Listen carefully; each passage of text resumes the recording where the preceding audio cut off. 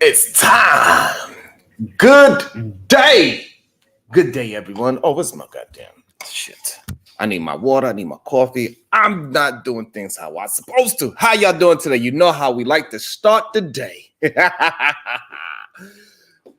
When I give you great and beautiful, productive builds, I need to give it right back. So when I say good day, you gotta say it back. Man, hopefully everybody's weekend is good. Hopefully y'all enjoying yourselves. Is it nice outside? Damn. It's sunny outside, but the weather is not warm and beautiful as how it looks. But it is sunny outside. It's gonna get there. You should just co-host with me, and then I'm gonna have to really go slap somebody for real. And that's the only problem. And now I'm gonna have to get physical. Wow. I'm just saying, that's just what might happen. Hey.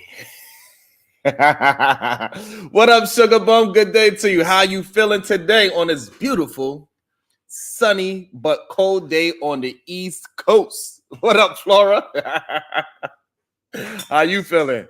How's it over there? Because I know you're a little further up north. So it might be a little bit more chilly over there. I don't know. I got my coffee. Got me some water. I'm not going to tell you what kind of water I'm drinking until I get a sponsor, goddammit. But I am drinking my water.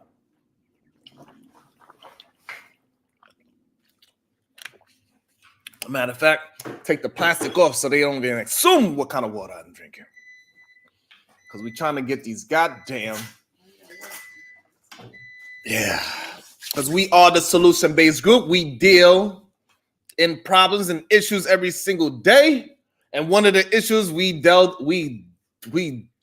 was deep into the problems yesterday. Good day to you, Flora.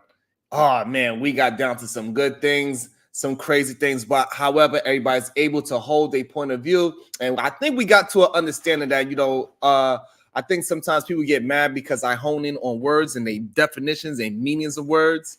And sometimes the word choice that they use, it seems as they are wrong or incorrect about their ideology. And so I'm working on that as well. So this way people don't feel like I'm attacking them. But it ain't my fault. So I want to salute to everybody that was there yesterday. Salute to all the sponsors of the show. Fincel Jack, Mr. Gets No Cheeks. Salute to you. He was a sponsor of this week. Also, Granville, GBG Granville. He was another what's the word I'm looking for? Sponsor of a show. So shout out to you as well. We got down to some good things yesterday. So man, it was really good. It was interesting.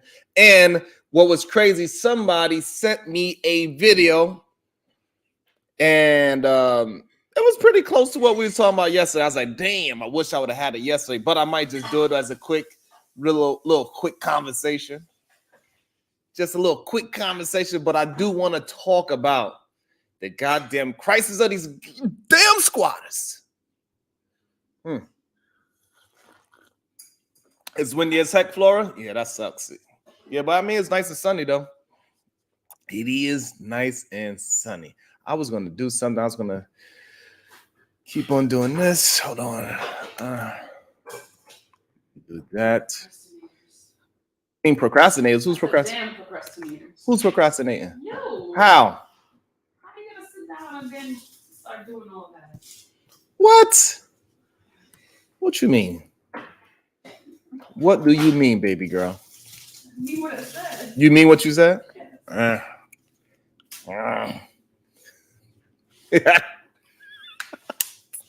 She said, I'm a procrastinator. I'll be working every day. Okay. I want to know what everybody's doing this weekend. Are we going out this weekend? Hey, Sugar Bum, are you putting on the blonde wig this weekend? What club you going to? Is it going up on a Saturday? I want to know. I want to know. Oh, I want to do this as well before I start the show as well. I forgot to do this part too. I started the show. Yes, we hanging out, we chilling. They ain't in no rush. Let me know if I'm moving too.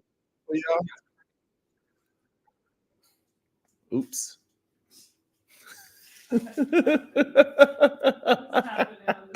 I'm having a good time with my peoples. What's happening right now? That's all. We just having a good time before we start the show. Wait for more people to come in and hang out with us. Let me do this real quick. My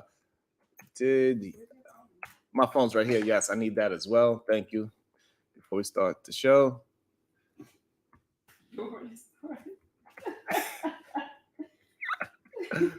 be laughing at me. Ain't no children here, so I don't know how to act.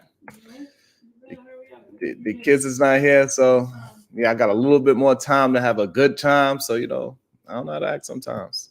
It ain't my fault. Shake that ass, ho. Oh, that's what I want to do. That right there, because y'all be fronting. Y'all be really trying to stress me out sometimes.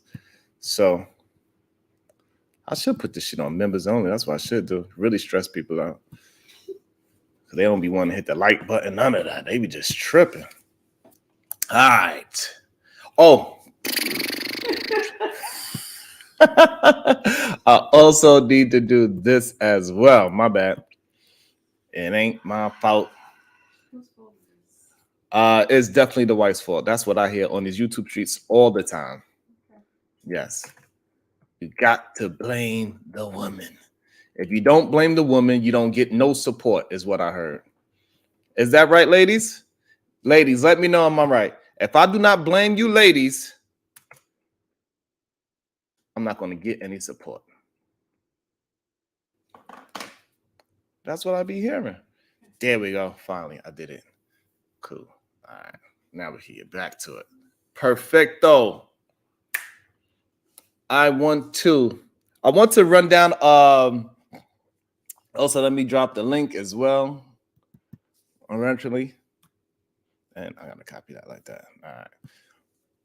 So yesterday, what we was talking about yesterday, we wound up getting to the conversation of expectations, which I thought was really interesting. Before we jump into the whole NYC and how tragic it is with these goddamn immigrants running rapid in the blue states, it is kind of crazy out here. The things that they are starting to learn, they are starting to use the laws against Americans, which is kind of crazy to me. Like, I don't even understand how a law can be beneficial to an immigrant, right? Like, and detrimental to a citizen. That's wild when you really think about it. That is wild when you really think about it. That an immigrant could come over here, use the law against a citizen.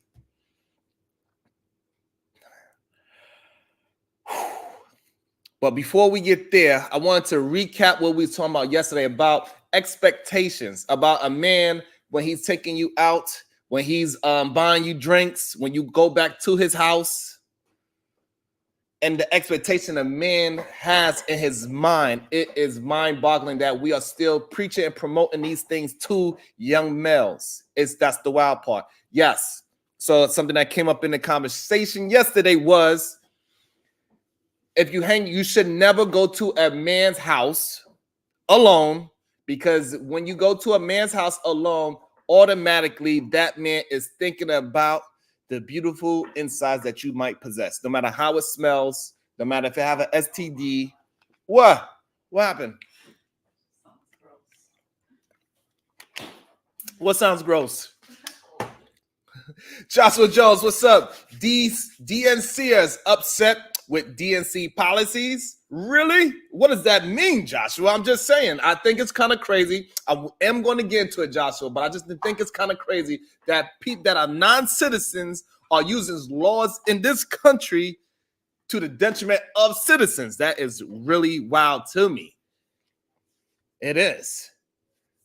But before we get into that, Joshua, yesterday we was talking about the expectations of men, and it could lead to some very horrible behavior of men. What's up, Roxy? That's what we was talking about yesterday. Men got lowered expectations because their expectations is too wild. Just because a woman comes to your house, just because you bought a woman a drink, just because you bought her dinner, doesn't mean she owe you something. At least you shouldn't go out on dates with that intention. If that's what your intentions are, then maybe you need to go to Vegas or go to Queens. Because in Queens, you could do all those things. They out in the open, willing to sell you the box for a good half an hour. Right there, 8 in the morning. So good. It's like it's legal. Huh? Immigrant Crisis. Wow, it just links right into each other. So all I'm saying is that so you men that out there saying that, hey, I expect a woman to do this, that, and a third with me because I bought her 2 drinks, a burrito, I got dressed, I got a haircut. Damn, y'all starting to sound like this is what y'all men say, like, hey, what about me? I got my car washed, I got my hair cut, I put on my fancy shoes, and my shoes match my belt. Y'all starting to sound a little, you know what I'm saying? Maybe I need to go hang out. Yes, Chakra, D Jesus. This is live right now. Absolutely. What you mean? I haven't done premieres yet. What's up, Robin? The beautiful Robin. What it do? One of these days, I'm gonna hear the beautiful Robin M and Sugar Bum's voice. They're gonna come on the panel, and then one day the next step is they gonna cam up. So first, I'm gonna get them on the panel one day so we can hear their voices, and then later on down the line, we're gonna get them to cam up. It's gonna be a gorgeous day.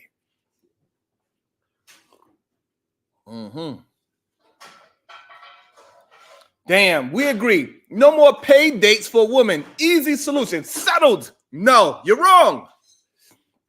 Stop having expectations. Let me get to this goddamn video because y'all was crazy yesterday.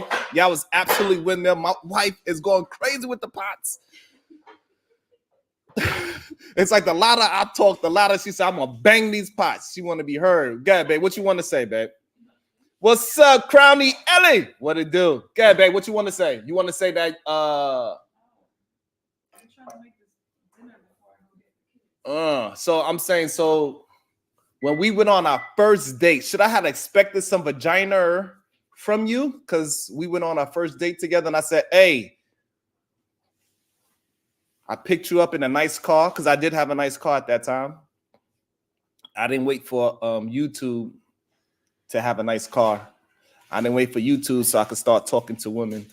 I didn't wait for YouTube to say, oh, I am who I am. I didn't wait for YouTube to make me who I was. I was already that before I got here. I compare myself to I am the average man. That's what Sugar Bum said. She said, you are. They say I'm average.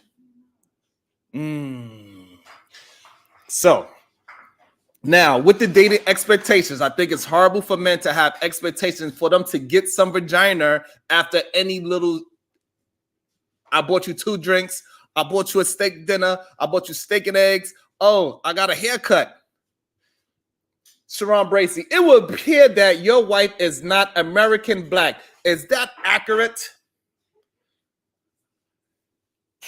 I don't know. Charlize Theron, she is from South Africa, right? So would she be African American if I was with Charlize Theron? I was just curious about it. But no, my wife is not American black. No, she is not.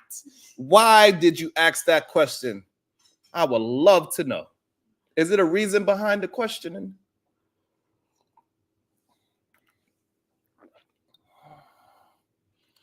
So Joshua, before my wife, I only had 2 other partners before my wife, and both of those women, I was going to marry those women at the time. And those women, they have my other previous children, and each one of them was long relationships. So each person I ever put my peen in, yes, I was tempting to marry them. But I was following behind some bullshit as remedial rhetoric of men telling me BS and nonsense. And that's why today, at the solution-based group, we rebel against remedial rhetoric because I have learned the mistakes I made in the past. So, young samurai, no, I am not a passport bro. I found my woman here in the borough of Harlem, New York. So absolutely not. I am not a passport bro. No, absolutely not. You tripping. Absolutely not. I never had a problem with getting a goddamn woman. So yes, Joshua Jones. I only had sex with 3 women that I can remember soberly.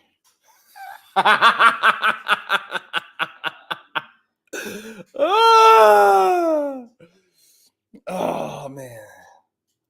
I'm a born again virgin. What's wrong with you? Why are you asking me questions about where I put my peen?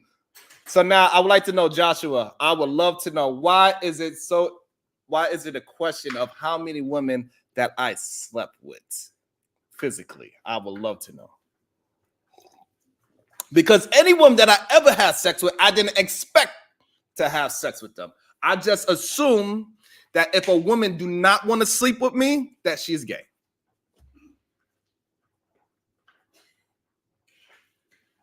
Any woman that do not think I'm too sexy for my shirt, she's probably just,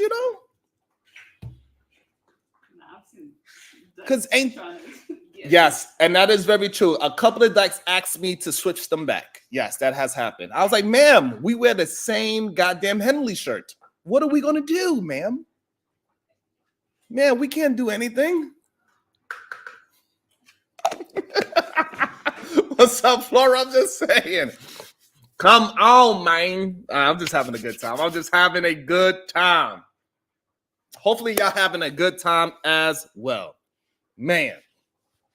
More curious of your moral standards. That's the reason for the question. Okay, so are you asking me my moral standards from when I was 18 years old, when I had my first child?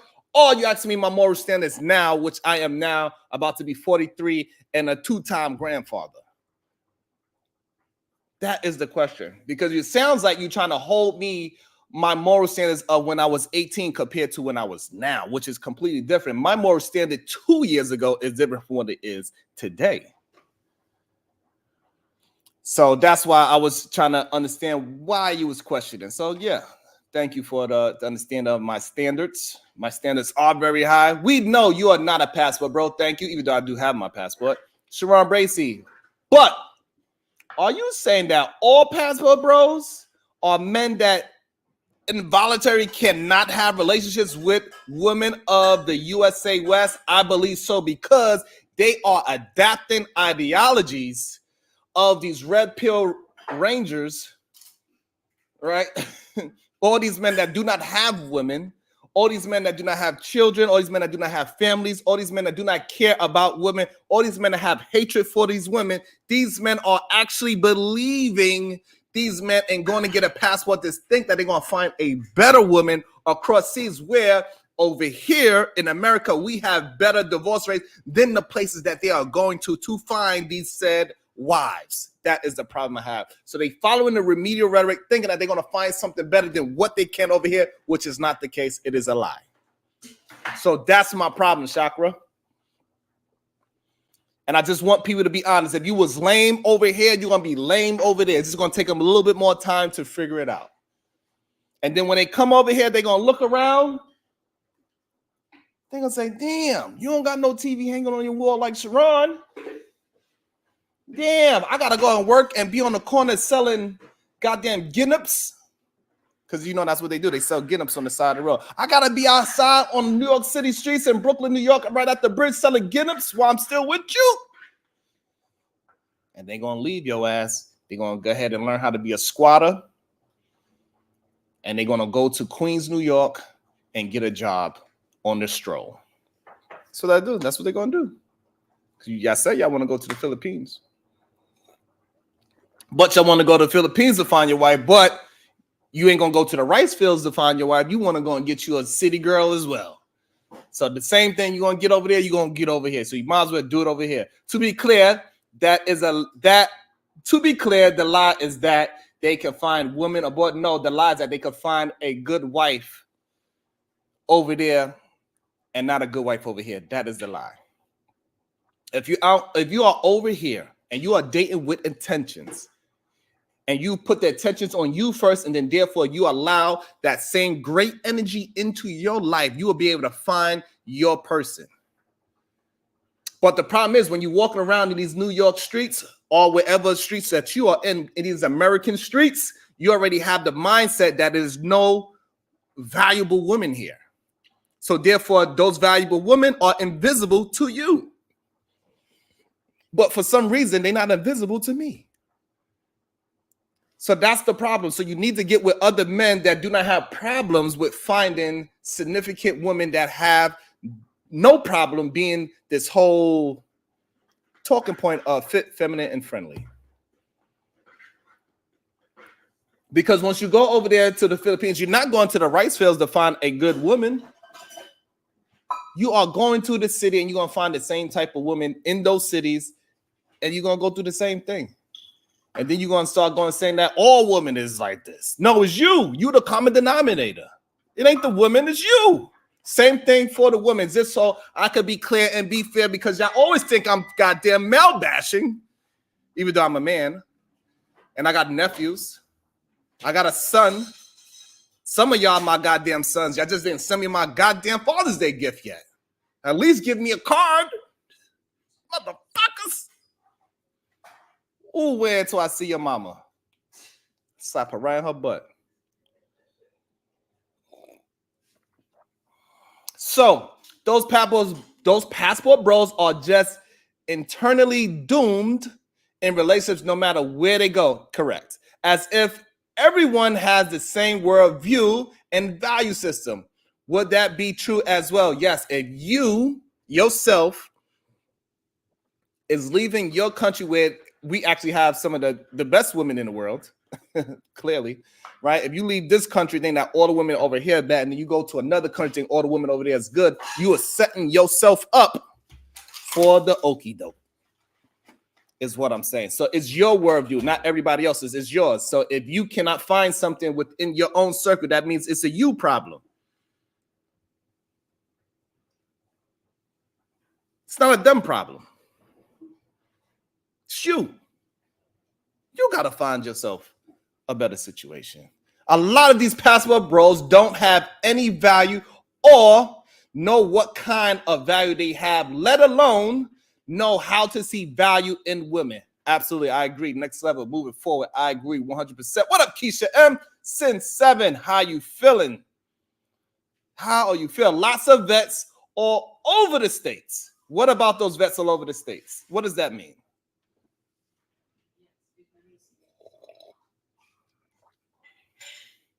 What does that mean? A lot of Vietnamese all over what? America? Yeah. Okay.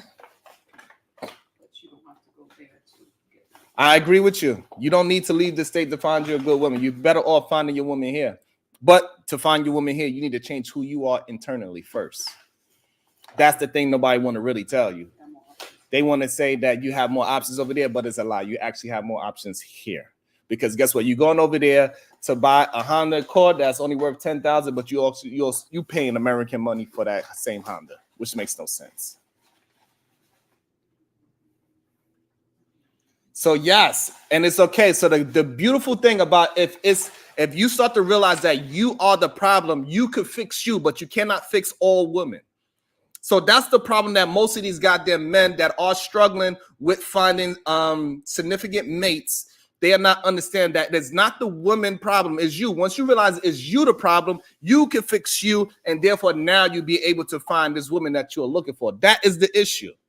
So yes, you cannot go and fix other people. You need to fix yourself. And once these men realize that, or if a woman is trying to look for a man, I'm going to make sure I say that as well. If a woman is looking for a certain type of man and she can't find it, that is her problem as well. So humans... So this is where I'm making sure I'm clear. I'm not attacking males or females. I'm making it clear that if you are in a dating world and you want to be with somebody, one human being, and you're looking for a long-term relationship, not necessarily marriage. Hold on, not necessarily marriage, because I understand a lot of people have a problem with this word marriage nowadays. So any human being, male or female, man or woman, if you having problems dating, you need to fix you first. That is the first person you need to fix.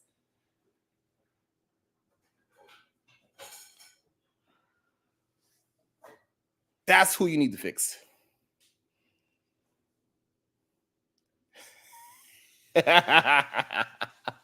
And for some reason, people have a problem with fixing themselves. There's nothing wrong with it. Fix yourself. Get in that mirror. Talk to yourself. Have a conversation. What's the problem? What's the issue? It's okay. Look yourself in the mirror and say, damn, no matter how ugly you look, no matter how funny looking your nose is, no matter how beady your eyes is, and no matter how much you are balding, you look yourself in the mirror as uglier as you are and say, damn, I am beautiful. I'm beautiful. It's true.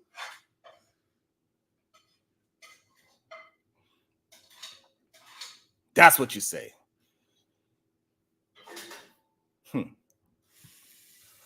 So let's go to this goddamn video. Y'all see the video? So this is what I was talking about with the expectations, Josh. We got to stop telling men to have expectations. Every time they do something for a woman, they have expectations. This is why men are not being chivalrous, because they're doing it for an expectation. No, you should be doing it because it's you. This is how you feel. This is how you move. This is your moral standpoint. This is how you move as a human being. Both sides. Stop having these high ground expectations for other people. No, just be who you are and let the chips fall where they fall. I'm not crazy. I'm not. I promise you I'm not. And if I am crazy, then y'all need to get crazy like me. No, you cannot have expectations. Absolutely. Expectations is going to set you up for failure. For other strange people. I'm not talking about no expectations for your kids. I ain't talking about no expectations for your wife. That's not what we talking about. Either, man. Do you not come over here conflating those things? So let's get to the video.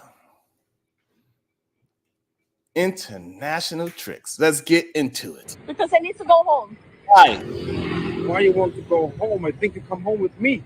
No. Well, because I'm done here and I'm not gonna go home with you. What you mean I'm going home with you? I mean, I pay for the dinner. Normally you come home with me. So you mean if you pay for the dinner, then I should go home and sleep with you? How much you pay for the dinner? Right there. And that is the problem with expectations. When you have expectations, it makes the whole dinner date disingenuous. He just rushing to hurry up and eat the food as fast as he can. So he said, okay, we done. You ready to go home? And clearly this is not in America. So clearly this is trickling down all across the world. And this is why they telling people, hey, stop going over to these countries because you sucking on titties with the goddamn powder on their nipples and it's putting y'all to sleep and y'all getting robbed and y'all wind up being butt naked. No diddy. Those gang members is doing things to y'all. Y'all don't want to tell the truth. A lot of y'all getting deleted when y'all go over there. So this man had an expectation that if he pays for dinner, that she was going to go to his house and sleep with her. That's the problem with expectation. The man Williams. So therefore, he is not having a real date. He is not trying to find out who this woman is. He only values her vagina. So he said, let me feed the vagina first. That's how he's looking at her. He's not looking at her as a human being, as somebody that he could possibly date. That's the problem with having all these expectations. Well, Flory, you need to find out what's his expectations of the date. Be upfront with him. Say, hey, I'm going on this date to get to know you, not to have sex with you on the first date. I just need to make sure that is clear. Sharon Bracey, what's up, Kasim? While broadcasting, you should drink from the mug you sell online. It will help with sales, branding, and exposure. Shout out to Kasim, always showing me some love, truth, and light. I appreciate you, and that is heavily noted. Thank you.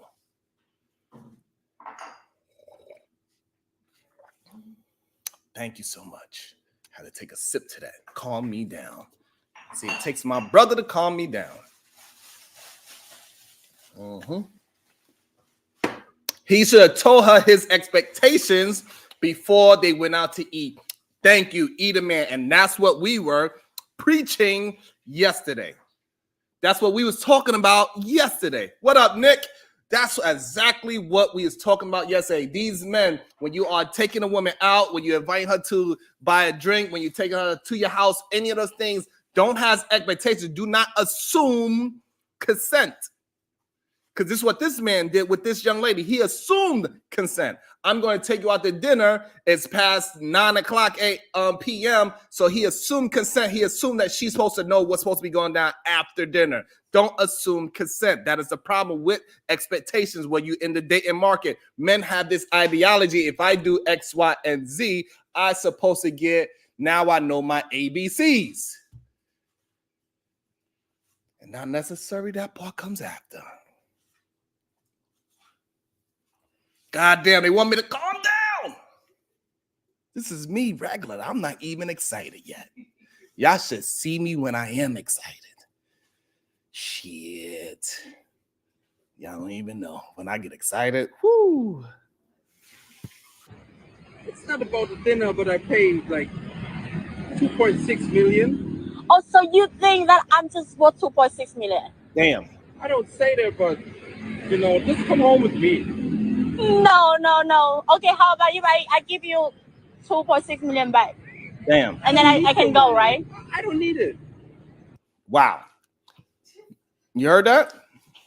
She said, so you think I'm just worth 2.6 mil, whatever, you know, money that is, that's much that didn't cost, 2.6 million. It didn't say the dollar or whatever currency they are using. Right, so you had to pay 2.6 million. So she's like, so I'm just giving you the money back. So this way now I don't owe you no vagina. Sex goes without saying, implied. That is the problem, Michael H. No, men need to stop being upfront and say, hey, I am taking you out with the intentions of whatever that intention is for that man. That's what needs to be happening. That's what we need to start moving like in 2024. Stop assuming consent just because I took you out to a dinner, just because we had a few drinks at the bar and now we walk into the steakhouse to get a diner so we can get to know each other, that I expect and I'm going to assume consent because we went to dinner after 10 p.m. We went to dinner after the club, which is now 2 a.m. So now I expect you to do certain things to me nasty because this is the nasty hour. No. Kasim, just because you take a woman on a date, it doesn't guarantee sex 100%. She has a list of personal criteria and failure to meet any one of them is subject to removing the sexual opportunity. So just because that no matter what time of the day or night it is, if that woman goes out with you, you cannot assume consent. This is what we was talking about yesterday. Clearly, he did not. So, Joshua, I'm not assuming anything. You want to give this man some kind of assumption. Clearly. So what you want from me now? Just come home with me now. No, I am going home now. I don't like you. Oh, you're not coming home with me right now? No. Okay, then next time, don't waste my time. Why you order a taxi? Because I need to go home. Why you want to go home? I think you come home with me. No. Well, because I'm done here and I'm not gonna go home with you. What That's you mean it. I'm going home with you? What you mean? I mean, I pay for the dinner. Normally you come See, home normally. with me. So see, he said normally you come home with me. So that's an expectation. So he did not say what he wanted before. Joshua. So I'm not assuming anything. Joshua. The man assumes since he paid for dinner, Joshua, that she is supposed to go home with him. And when she said, hey, good to see you. Thank you for the dinner, but I think I'm taking a cab home because I do not want to go home with you because I don't like you, Joshua. This is pathetic. Gurka, what it do? I've not assumed shit. Damn. Other than I assume they met on a dating app. Okay. If you say so. Now Joshua is saying that it's big business over there. He did it in the dating app. What does that mean? So he's supposed to expect what? Because it came from a dating app. I'm confused. This is the problem that we are having. This is a problem that me and Kasim is trying to allow you young men to understand. All older men too, clearly. So I think Joshua is around my age. I don't think he is a young man at all. She basically used him for a free meal. This is the problem that the remedial rhetoric has. They say things like this: you ate as well. Stop going on dates with people that you expect them to do something that you didn't express to that lady yet. If you feel like you're being used for a dinner, then you need to say, hey, I'm willing to take you out to a dinner, but I'm also expecting this type of reciprocity. Good day, Christopher J. How you feeling? Off to go 50-50 because you scared you're going to be taken advantage. About to be a situation. Hey, hey, hey. Shout out to Flora. She's a solution-based gangster. She's only dealing with the truth from 2024 and beyond. Dating is not worth it for women today. These are bandits in the dating pool. And they trying to get away like one. Absolutely not. I knew your ass was old, Joshua. I knew it.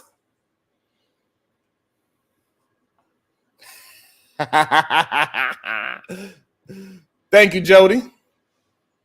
This is why I prefer coffee dates. Yes, these men really think paying for a meal equals sex. LOL. Some with grabbing drinks. Absolutely. This is why we're having this conversation. This is why it's a little bit of a continuation. Why do people get in? Because this is what the conversation was about yesterday. Men having expectations without expressing themselves to this young lady first, because the reason why they're scared to express themselves to the young lady is because they're scared they're going to get a rejection. Sharon, the problem is you think all women, I do not, don't have bad I don't know, huh? No, it says ingenuity. I don't know. You know these goddamn multiple syllable words? I cannot pronounce it. I need some water to pronounce that word. Shit.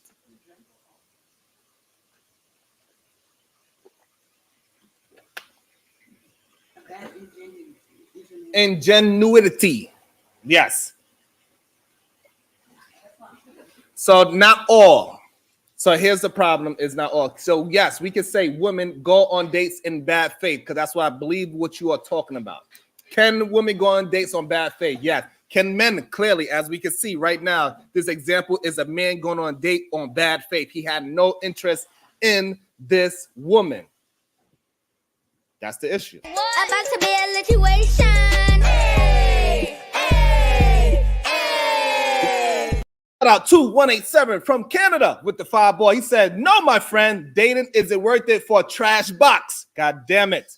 If a man buys a used car, he has to pay for the damages caused by the previous owner. It's not about cars.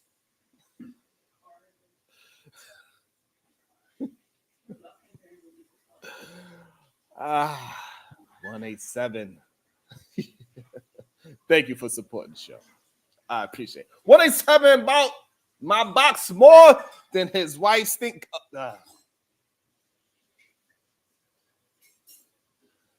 I didn't know that's what he was talking about. I'm sorry. 187. Oh boy. You know, Canada is not too far from Boston. That's all I'm saying. That's all I'm saying. That's all I'm saying. It ain't too far. About to be a situation. Hey, hey, hey. 7 with the Canada 2 ball. He says, if the Infinity Gauntlet can't fix it, nothing can. Snap your asses away, goddammit.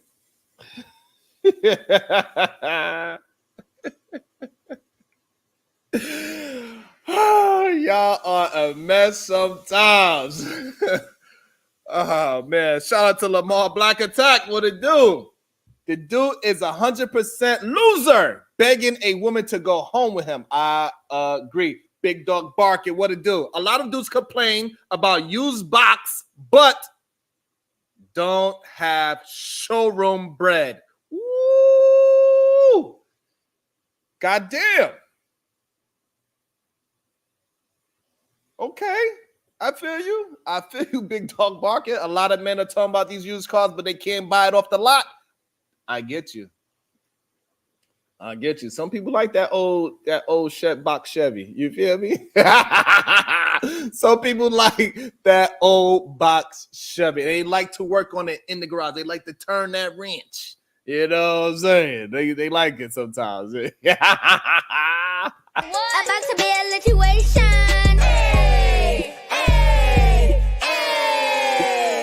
Shout out to 187 with the $2 from Canada. He says, I didn't call no names. Don't bully me, Flora. God damn it.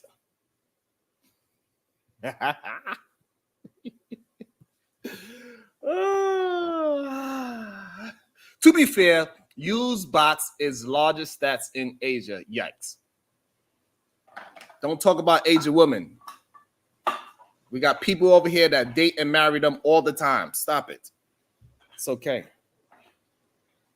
Women are way past a vagina. It's a problem. I think y'all take a woman out on a date, all of a sudden you have an expectation that she is supposed to give you something. That is the issue that this man is having, and also it's an issue in real life as the dating market move forward. These women are saying stop expecting things from them without being said first. So if I go on a date with Sugar Bum, I'm like, hey, Sugar Bum, you know, Sugar, I'm gonna take you on this date. We're gonna go get some we're gonna go to this nice Asian restaurant. We're gonna eat some Kung Yung Pao. And afterwards, we're gonna go to the club. We're gonna dance a little bit. You're gonna turn around. I'm gonna dance on your booty just a little bit. Not too much. Don't poke it out too much because we might have to show you how we dance in South Carolina. But after the show, and then we're gonna go get a little snack. We're gonna go to one of the 24-hour spots, eat some food, and then we're gonna go to the nice hotel that's right there on the corner, right there. Yeah, that one right there, the big, yep. And they got a nice view and everything. So this way I could bend you over the balcony. And that's how we're gonna end that night. And then I'm gonna send you in the cab so you go on your way, and I'm gonna go my way. And we could do this again in 2 weeks. That's what's gonna happen, Sugar. I'm just saying. That's what I'm saying. Make sure y'all. About to be a situation.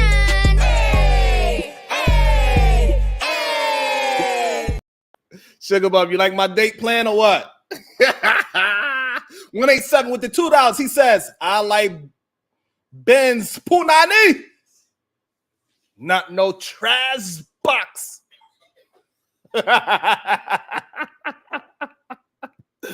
You don't like no box Chevy? He said he don't want no box Chevy box. He like a Benz Punani. Pum pum nani nani. Punani nani. Yeah. Oh man, we are going through it today. We are having a good time. I appreciate y'all. Hopefully, let me check, see if y'all hitting the damn like button. We are enjoying ourselves today. Stop playing with me. Oh, I forgot to press this as well. God damn it. I'll be forgetting to do things I was supposed to have did. Yes, I forgot to press this and put this together here. And then, yeah, and I got to do this right here. And then I got to click on this. Yep. Okay, now it's good. All right. Sometimes I'll be forgetting to do the proper things. Let me see. Where we at on the likes? Are y'all disrespectful? Let me see. Are y'all disrespecting the likes?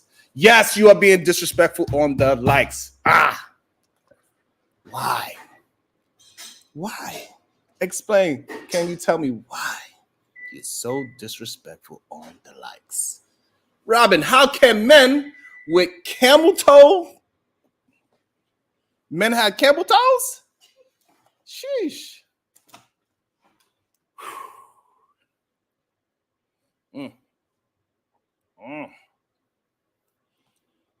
Mm. So what was this? So am I off on this before we get into the whole NYC situation? I want to know, am I off on this right here, or we just move on to, am I off? If I'm off, I'm opening the floor because it's always a possibility that I am wrong. Do men need to curb their expectations when they need to go on a date? If I'm wrong, please allow me to understand why I'm wrong. Because this show over here in the solution-based group, we want to get to understanding so men and women are not combating with each other no more. That is the problem. We need to get to an understanding.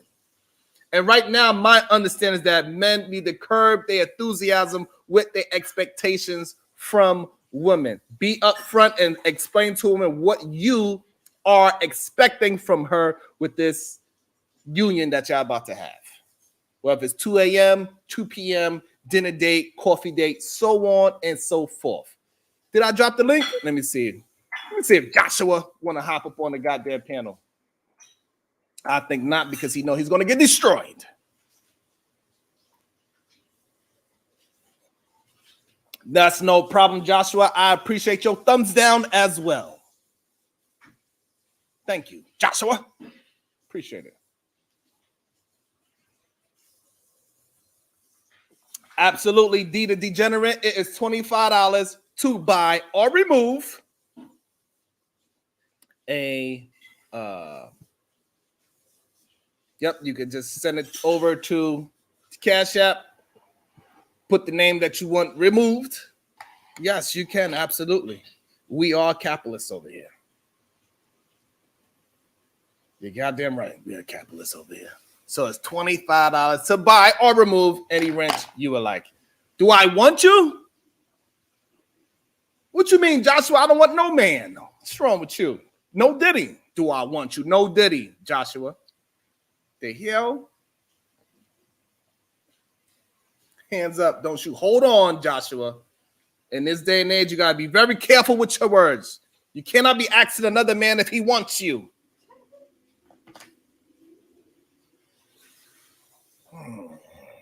Lord have mercy. Joshua. Ask me if I want him. I should make you pay a fine for that, Joshua. Ask me if I want you.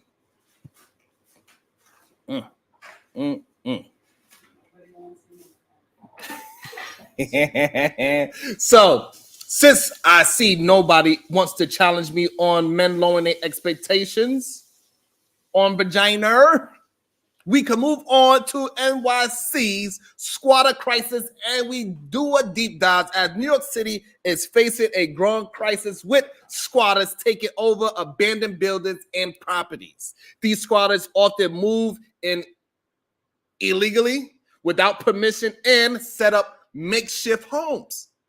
Some see them as taking advantage of a broken system, while others view them as victims of housing market, and that has left many struggling to find affordable living options. That is the problem. So the problem has only worsened in recent years. With the city's homeless population on the rise and affordable housing become increasingly scarce, city officials are they grappling with how to address this complex issue, balancing the rights of property owners, which is an issue, with the need to provide shelter for those in need. Advocate for the homeless. Argue that squatters should not be criminalized. That is wild. Did you hear me? Advocates for the homeless argue that squatters should not be criminalized. So what are we supposed to do if you own a place and now somebody moved out legally? They moved out and now somebody pay attention, see these people moved out, and then they moved right in.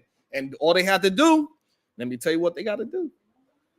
All they have to do is get one utility bill sent to the house in their name, make up a fake lease that you never signed or agreed to or ever seen in your life, and now all of a sudden you're going to have to pay that person that squatted in your house to get them out of your house that is legally yours. But rather provide with support and resources and help them find stable housing. as debates rage about the best way to tackle the NYC squatter crisis, one thing is clear: a solution, since we are the solution-based group, a solution must be found to ensure the safety and well-being of all New Yorkers. God damn it. What's up, babe? Because it's more expensive for them to put them in jail. It's more expensive to put them in jail, but it's more expensive for me to keep my goddamn house. Of course, Or I'm gonna have to call, or I'm gonna have to call the homies, or I'm gonna have to call the homies and say, hey, you need to go over there and terrorize my house and make sure you get those people out of my goddamn. It stresses me out, to be honest with you. Shout out to, oh my goodness. About to be a situation. Hey, hey, hey. God damn it, Christopher J said, here's a solution. Stop dating altogether. Stop dating. Stop doing it. Maybe that person in your circle be that special significant other. Dating all for 304s. Not the Benz Punani. It's for the box Chevy. Oh gosh. Shout out to Hank and Abazy. Stay lonely, heifers. Damn, Hank.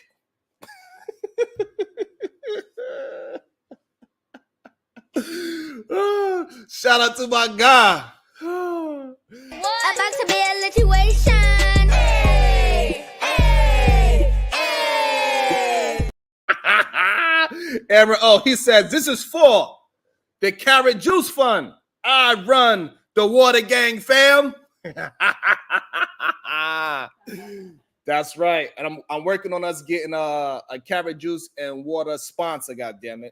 I always have you in mind, by the way. Whether I could do it or not, I don't know. Shout out to Aaron, though. Thank you. I appreciate you so much. It means a lot. It really does. So what are we going to do about these goddamn squatters? Because the homeowners is taking the blunt of all the responsibility. That is the problem. It seems like y'all want to keep talking about the hoes. We can talk about the hoes. I don't mind. I don't mind. I dropped the link. But clearly, vote. Oh, Miss Bella, that is a great point. But when we say vote, we need to start being more intentional. When we say vote, we need to start telling people to vote locally, because way too many times when people hear vote, they only thinking about the presidential election, and that's an issue. Because these people that's local, you can go out, reach out, and touch them. Yes, that's what I moved on, because I could have two conversations. Once that's the problem with a lot of people. They can't. I could have like 3 conversations all at one time. I could talk to my wife about what we eating. I could talk to y'all about 304s, and I could also talk about the NYC getting ran over by immigrants. No problem, and have all 3 conversations at once. That's no problem for me. It's not a problem. It's not a problem. So who's not going to do anything, Mr. Joshua? We're doing something right now about speaking about it. What do you mean? So I also want to talk about where is this lady? Oh, I gotta have to do this. This is what I'm gonna have to do. Okay, so now I want to talk about this young man right here. This is kind of crazy. It goes into this whole ideology, what's going on in NYC, and how immigrants are taking advantage of laws over here, even though they are not citizens themselves. DNC is both creating the problem and claiming solutions. Give me examples of what you mean, Joshua, because that's kind of interesting. So what are the DNC? So you're saying, I'm assuming, so correct me if I'm wrong. So you're saying the DNCers, right, they was letting the people in. They were saying, open up the borders, let them in. And then now that they in, like in Chicago, New York, and all the DNC states, now they saying that it's a crisis and now it's a problem and now they need solutions. I'm assuming is what you are trying to make us understand.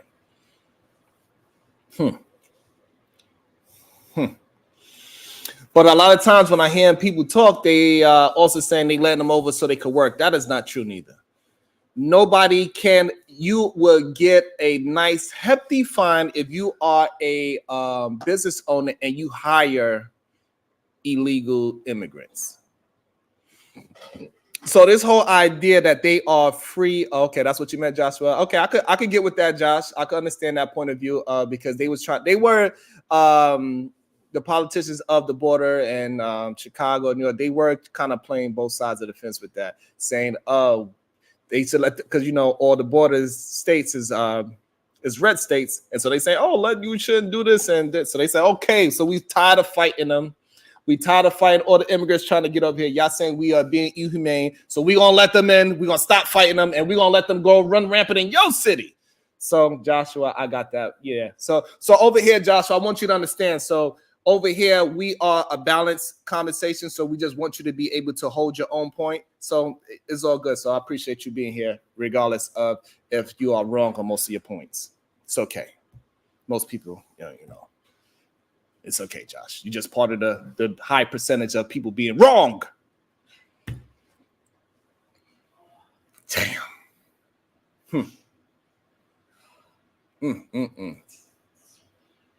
So let me play this video of this guy. Let me see, where's that? This guy right here. He got arrested recently, but I wanted to show what he's been his propaganda, what he's been saying. So ICE arrests Lionel Moreno. He is a migrant influencer. Wow. Who know that could be a thing? Wanted for breaching immigration rules. So let's see what he was saying. Pensado invadir una casa en United States. Damn. Ya que me enteré que existe una ley que dice que si una casa no está habitada, podemos expropiarla. Capichi, muchachos, aquí en United States también se aplica la de invasión de terreno. Y creo que ese será mi próximo negocio. Invadir casas abandonadas. Ya que me he buscado unos códigos. Okay, so let me give y'all some real quick points of what he's saying. He's saying over here we have laws that he started his next business, and his next business is invading homes, is what he is saying.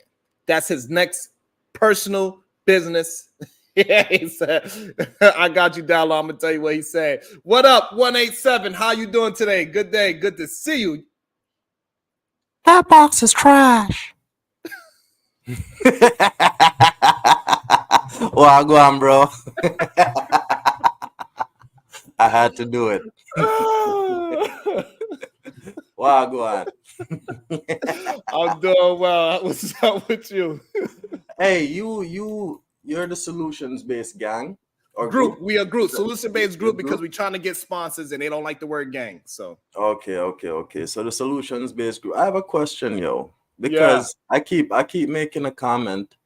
And it's like kind of like throwing a stone. I'm not really throwing it at anybody, but this person always keep bullying me for no reason. I want to know why.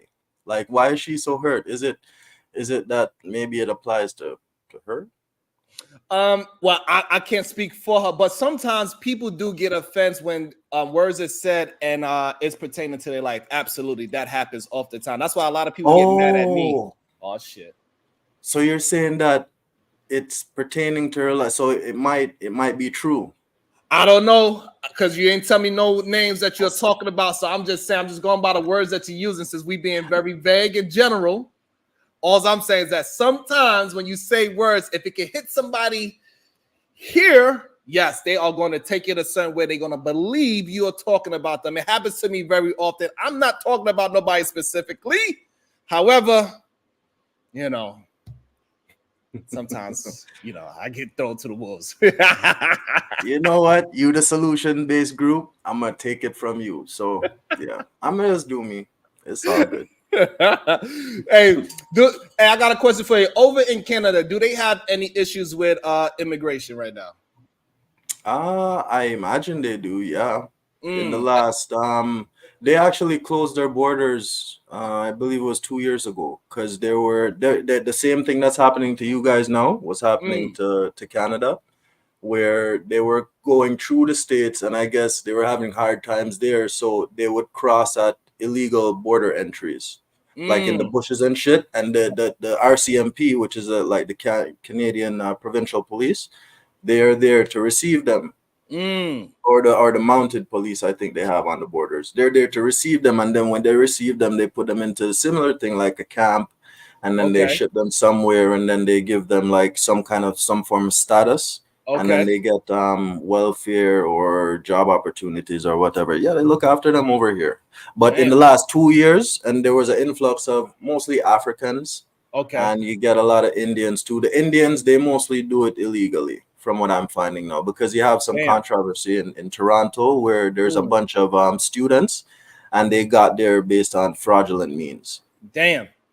It's a wild thing that because we share the same goddamn land. You know what I'm saying? Canada, Mexico, United States. We all, if one of us go to war, we all got to go to war, because if they invade you, they're gonna invade us next. It's just what it is, and so we always gotta protect each other. So it is interesting that y'all going through the same thing 2 years ago. Y'all just closed it up, and now it's kind of trickled down over to us, so to speak. You know what I'm saying? And these people are not playing. And this guy who is a migrant influencer, he's telling his people, like, once you get over here, all you gotta do is get a goddamn bill in your name in some abandoned house, and all of a sudden they gotta take you to court, and it takes you about like 6 months to a year to get you actually out of that space. You know what that sound like to me? What's that? That sound like when Charleston White went and did his thing in jail, and then he got out and he found out how to finesse the system and get money, and then he was having like classes. He talks about this in an interview. He was having classes with some other ex-cons, and he was trying to, it was like a program for people who's coming out of jail and they want to do better with their lives. Correct. He was showing these guys how to get student loans and all kinds and some grants and shit like that was available to them, for them under the guise of them, restarting their life. But he was saying that, these people really just needed it for, you just got out of jail and you're on your face. They need it for their families and shit. They can't just go out and get a job. So it's free money. He's showing people how to get free money. So it's the same thing with this. So my only problem is that Charleston White, he's a citizen here. So I think that is good that if he found a loophole to it, so yes, that is fine and often. But somebody that is not a citizen here taking advantage of citizens by the law of what the citizens they got to abide to, but the immigrant does not have to abide to any law. That is the problem I have with it. Take it away from the immigration for a second, right? Don't look at it as immigration, look at it as a group of people, because that's what they are. Immigrants are now in a group, right? The reason why I use the Charleston White example is because he was a ex-con. And he was given the game to other ex-cons. You see what I'm saying? So it's the same thing. Like, if you were in the same situation a lot of these people are in, see, because I come from a third world country, not so much a third world country now, but I experience a different type of life than what I experience up here. The culture is different, the resources that are available to you are different, the people, the lifestyle, everything is different, right? So when you guys are looking at it from an American standpoint, it's easy for you to say things like that. But you're not seeing the type of poverty or the type of life that these people have back in their countries that they have to live with. And this is somebody now on the phone telling them that, hey, you can come here and this is how you do it. They're going to kick you out, but this is what you can do. These people are going through fucking jungles with all kind of wild animals and not going through all kind of hardships just to get it. People are dying on them journeys, bro. Children and women and men. You understand what I'm saying? So if somebody is willing to risk their life in order to do something like that to make their life better, then they're gonna do it. You have to look at the human aspect of it as well. I understand that you guys are America, you're a country, and you're looking at it from that standpoint because you guys have resources here that are for your people, and other people are coming in and taking advantage of it as well. Right. But still, there's other perspectives too. So and that's the part that is interesting. So now it makes it seem like you're not inviting people that has that's coming over to this country in good faith, that they just coming over here to be lawless. These are not the good people, like how the RN Sears, because this is what Joshua he calls us, D and Sears and RN Sears. So the RN Sears, they say, oh, they are only bringing over the criminals over here. And now with this guy promoting the way how he's promoting, it kind of makes it seem like Trump was right. They are pushing the criminals over to America to do something that we don't understand what exactly is the plot, because you get enough of them in a certain tight spot, they could take over a goddamn state. Like if they was to start pushing over into Iowa, a place where it's only, not that it's easier to take over than New York. You're not gonna be able to take over New York, but so I think it's in it. But you can put a lot of homeowners in distress. And now what are we going to do? We're just going to have empty houses and people just losing houses to foreclosure because of immigrants. And the fact that the immigrants is out here not just stealing houses, but also we can't get them out. People that are law-abiding citizens are getting arrested. Right. That's what it's going to breed to. I didn't want to go that far, but you know what I'm saying? But it got law-abiding citizens that own houses that they are the ones getting arrested if they change the locks to their house while the squatters is in their home. Crazy. How crazy is that? So that means that is insane. Yeah, so that means as Lorenzo, the goo that we was just talking about, he goes into my property, gets some kind of electric bill, cable bill, something like that, write up a fake lease that I've never seen and say, look, this is my lease. Now I have to take him to court to get him out so I can prove that it's a fake lease and prove that he never lived there and prove that I don't know who this person is, which would take about 6 months because in New York, the court system takes a long time, especially for cases like that. It's not an emergency. So that's at least 6 months to a year that this man's living in my property that I still got to pay bills for. That's fucking insane, man. And then what they said, if I was to go over there and I'll sit outside, wait for him to leave. I'm like, all right, this is my opportunity. I'm going to change all the locks on the crib. At that moment, the illegal immigrant, can call police and says, hey, the landlord of my house, that's what he's going to call me now, the landlord illegally evicted me and changed the locks. Damn. That shit is crazy. Doug, but I tell you something to that still. That's why I refer to it as the legal system. Sometimes ain't no justice in that shit, bro. Because somebody in your house squatting, first of all, you don't even have a legal document that has my signature, which is a landlord, and your signature, which is a tenant, saying that we're entering into an agreement, and the law backs that shit up. You can't remove them. That's fucking crazy, man. Crazy. I would never live in that state. Damn. Because it just make you wonder what other fucking bullshit laws are there, Bridget? How did them laws come up in the first place? You need to go back, sometimes in order to figure out how we are at the point where we are, we need to backtrack and go back in history. Because I seen Tucker Carlson do an interview with Vladimir Putin, right? Okay. And it was basically when Putin was giving context, it was like a history lesson. And at some point in time, Tucker Carlson was getting frustrated, like, like, does this lead somewhere? Like, where is this going? And it ultimately ties back in. But the point is, in order to understand where you're going, you have to look at where you're coming from, because that determines your trajectory, right? Okay. So I would love to know how these bullshit laws got started in the first place. Like, what squatter was smart enough to... It was probably a lawyer that did that shit. Fucking Better Call Saul. Just taking advantage. We also got True Love in the building. What it do, something before you go? About to be a situation. Hey, hey, hey. To Tony Gold, he says trash box and trash states. That box is trash. What up, True Love? What it do? How you feeling today? Damn.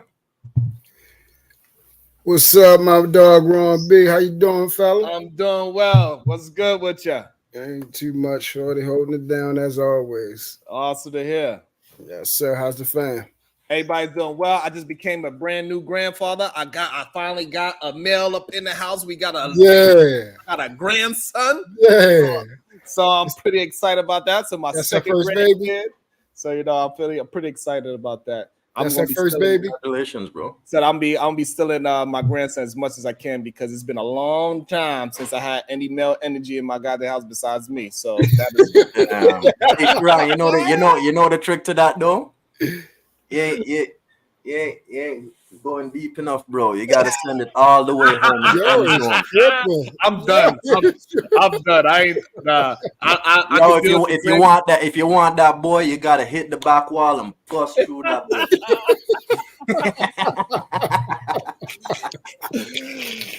Oh God. Yeah. And they also say to get a boy, you got to be selfish. You got to do it real quick. Selfish. You gotta be selfish. No, you gotta put in that work.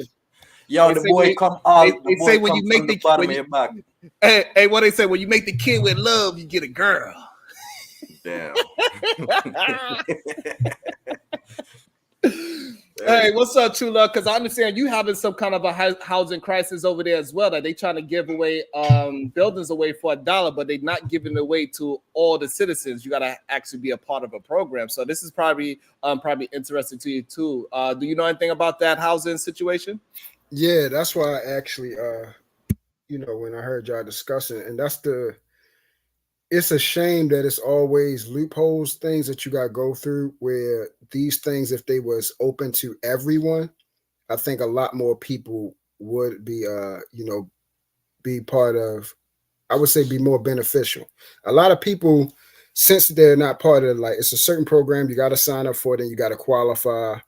And then the people that own the program, then they have to accept you in it, even if you qualify, even if you meet all the markers, you have to then be accepted into that auctioneering program to even be considered for those buildings that are literally $1. And it's thousands of them. It's thousands. Wow. And it's just crazy because you got some people they just started their businesses and everything like that. And they got, they're coming, they're paid, $1,000, $5,000, for the house so they can just start remodeling everything, but they will not allow them to have access. They won't allow them to go to the auctions to even try to venture out and see what's going on. So it's a very close net, I guess as always, need to know, and then it's about who you know. So you're saying with all these people trying to promote, it's giving kind of false hope because you still need the funds to actually fix these houses within 2 years? Yeah, and within 2 years, correct? And you also another thing that people need to know is that you actually got to live there. Yeah. So like I said, the precursors, like you said, it's a time frame about how long do you have to actually get the house in good standing, and then they actually want you to actually commandeer the house, like you said, live there. Or at least have someone within inside of a family member or someone close. At least fake it like you live in there. Yeah, because they want to see if you won't live there or have somebody that's close to you living there, why would you, what I'm saying? What's the reason why? Put all this work, detailing in it, and feel what I'm saying? Yeah, man. It's a very interesting system. But yes, Joshua, you are actually 100% right. I was thinking about it my damn self. Italy is providing the same type of program that Baltimore is doing. So it got houses that anywhere from $1 up to $30,000, right? So it's all different ranges, depends how bad the house is. But the problem with that place is similar to Baltimore, is that over there in Italy, I believe it's Sicily to be exact, the people are dying over there. Nobody's making babies over there. Yes. So so the population is dying. So they trying to repopulate the city with immigrants that's willing to build up these old ass houses and bring back businesses, because there ain't no business over there. It's nothing but old people. They can't. And over there is a lot of hills over there. So a lot of the old people had to move out too because they cannot make it up those hills anymore. And it's crazy you brought that up, Bracy. So this is not just happening in places like Baltimore and New York. This is happening across the globe, but people are not really recognizing. So that was a great point. Thank you, Joshua, for bringing that. Hey, Bracy, I'm going to tell you something. That's right there. You touched on something very important, because what people don't understand, Baltimore and Maryland itself is a very black center, affluent black community itself. we are predominantly, we're talking about between 80 to 85% black here. Not only that, I think one of the wealthiest black we are the number one. Yeah, we are the number one wealthiest. The PG County area is the number one. PG County, the wealthiest black neighborhood in America. In America, flat out. Go ahead, keep going. I just want to make sure we put that because a lot of times they say we want to rebuild Black Wall Street. Have y'all not heard about this place? Yeah, that essentially would be it. PG County would be it. So the fact that you was talking about the population dying, yeah, we have a population crisis as well. We're dying off. And the fact that this is a predominantly black environment, it is bad, and a lot of immigrants are moving here too as well. So, but because you in that actual business, that's your actual. But you would, man, if you came down here, you would do a killing. You would. I thought about it. It's just that, man, I got these young babies, man. Like if I would have stopped 2 kids ago, I would have went there right away. So my real problem is that and then it's just I had to figure out so over here, like the homeschooling is easier for me to find activities for the kids besides school shit. And so now me going over to that state, now I had to figure out what state homeschooling activities where I could also make sure that my kids can have opportunities to be social with children their age as well. So that's the hard part about for me to move to a city that's still cold and don't have. You know what I'm saying? Like, because like if I go to like Miami or something, it don't matter. You just go to the beach. Yeah. But when you go to places cold, when it's that cold time, it's hard to socialize with your young children. Yeah, for me, I always want to be in a state where you get hot and cold because I love Christmas. I love the winter festivities and everything, and I still want snow. You know what I'm saying? A lot of people, you go down south and everything, you barely gonna get snow unless you have some crazy crap that happened in Texas, which I still think something was So now that we got these issues, do you see any 187? Do you see any? I know you're not from over here, but you kind of understand the immigrant crisis. You said you came from a third country. You understand what happened with Canada, how they closed their border 2 years ago. Do you see any solutions? Do you think closing the border is a solution? That's the first question I would ask. Yeah, Brethren, you got it, and not even talking about a country, but anywhere, you have to secure your borders, man. You have to secure your house. You can't just let people just walk in and out of your house, and the shit gonna go missing. Your life is at risk. You have to secure your borders. They fucked up royally by just leaving it alone and trying to demonize Trump and everything that he did. That's what I think it really is. They're trying to demonize this man and say Orange Man bad and all that bullshit. And then everything that he was trying to do or he was trying to highlight and put in place, they just took it apart and then they just didn't pay it no mind. And now it's this big fucking problem. That's one perspective. Another perspective is maybe all of this I think is for a purpose. Maybe it's not for like a working class or anything like that. Maybe it's for some type of election purpose or something, because the government that is allowing all of these people to come in, they would be more favorable to them rather than the government that is telling them to get the fuck out and leave. And from what I understand, a lot of these immigrants, they can vote now. That's not true yet, but it is an interesting conversation that is happening. My next question would be so when you came over to the country, was it you young or was it illegal? Like, how did you get from leaving the third world into the new world? And if everything was legal, do you look at the people that did it illegally differently from how you did it and vice versa? Honestly, I don't really cast judgment on nobody. Okay. Because as I was trying to shed light on earlier, everybody have them circumstances in life. And if you're sitting in fire and then you see water over yonder, you're going to want to go and jump in the water, brethren. You know what I'm saying? So I look at it like that. When I was coming over here, my personal situation, I can talk about it because I'm a citizen now. I was illegal. I was basically something like that. You know what I'm saying? So I came here.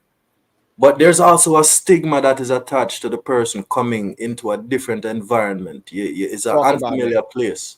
It's an unfamiliar place. You don't know the resources available to you, and because you're here in a place that you don't know, you don't understand, you miss out on a lot of things that could be used to your advantage. So for me now, I don't believe in welfare. I come from somewhere that doesn't necessarily have that safety net for people. So it develops a stigma in us that, you know, everything that we have to work for. So when I came here now, the first job I ever had, I remember I was working for $7.50 an hour. And this was for an agency. They hired people like me. You know, you come, you get employment, you go and work in this factory or whatever. Honestly, that was the shittiest time of my life, man, because I didn't have anybody to talk to about my situation, like really talk to. Like there were other people like me, but you can't really. It's just like you're in the same boat with these people, so they can't give you nothing to help you get out of it, right? Understood. Yeah, so I just went through that, Bridget. I ended up going back home because I started finding myself in construction. I ended up going back home. I just said, fuck it, you know, it's too hard here. I went back home and I actually started to make it. And then I came back. And when I came back, I was a permanent resident. That's the equivalent of a green card. Okay. But because I struggled here for like about 4 or 5 years, when I came back, like immediately as I remember I got here on a Friday, I had a job Saturday morning. I had a job for Monday morning. Because of your skill set now. Yeah, I never stopped making money, Bridget. But I had to go back home and do it the right way. Awesome. So it wasn't going to work out. So you really look at so how you look at it both sides is all good as long as you're looking for to better yourself. And I think that's where a lot of people probably would disagree, but that's also because they don't have both sides of the coin that you have. Also, I want to welcome Taz Exclusive into the show. What are your thoughts, sir? You there? Yeah, you go with it, bro. What's up with you? I'm all right. So here's my thing, man. We don't take enough pride in being American to truly have this conversation. Okay. I think when we start talking about this, it's a lot of people who don't truly take being an American or any of that serious. And so even just the simple intellectual part of it, of just being a quote unquote proud American, those proud Americans only speak on it, or it only shows as a complaint. It's not a living thing where you're not because I feel like we're positioning the migrants to come in and put themselves in these positions by not taking pride, by not doing meaningful things all the way up until the moment. So now you got a bunch of people saying, well, the migrants here, the migrants doing this, the migrants doing that. But what are we doing other than sitting around, gossiping, chopping it up, chilling, and just having fun being Americans, but doing nothing behind that? When these other people come, they find the value in benefits of being American. Correct. Yeah. That's the biggest problem, bro. So you're saying that they come to appreciate what you have lost appreciation for? I would argue we aren't taught to appreciate it. Us Black Americans aren't taught to appreciate America. So it's more of a thing that we don't recognize the benefits of being American, whereas someone else would come and can see the direct benefit. Do you think that is the reason why we don't believe that we are American, because of the pro-Black conversations that we've been having for the past 20 years? So Absolutely. I'm surprised if you ain't never watched my content, that's literally what I center my conversation on. And I fall out with a lot of quote unquote pro-Blacks because I push being American. I am Black American. In a lot of ways, damn right. That isn't. No, I don't. It ain't taught. You know what I'm saying? It's just a lot here in America for us. It's a full country, and some of us don't never leave our neighborhoods, man. Go ahead, 187. I see you had a thought. I was. You're saying you identify as an American. What about identifying as a human being? That's where it gets slippery. Because how does it get slippery? Make it make sense. Explain to me. Because like so what Taz is saying is that a lot of times when we have these laws, these so-called loopholes, right? They say, oh, the rich got loopholes to do these tax evasion types of, like, no, it's not a loophole. It's for every American. It ain't just for rich. It's for every American. So once you start thinking of yourself as American, you start looking at the laws that it is for you as well. But if you look at it as I'm just a human, I'm just living, now you're giving yourself levels of that you're not worthy of certain levels. Correct. And also create excuses later on too. So it creates problems. So now if you pro-black, every time we're gonna get redlined every time we get a house. Like, bro, what are you talking about? That is happening. It does happen, but it's not happening on the mass where you need to be complaining about it. Do fucked up racist shit happens? Yes, it does. Now, does it happen on a scale where if we all take advantage of just being American, they're gonna have to stand on that shit? Now, now we all taking advantage of just American laws, and now these racist people standing on it. Now we have a case, but not enough of us is practicing as Americans and doing all the things that is that's supposed to be provided to us as Americans. Therefore, now we never have this case. We only have the conversation of going back and forth. We never get to do this. And we have younger people holding on to things that never happened to them.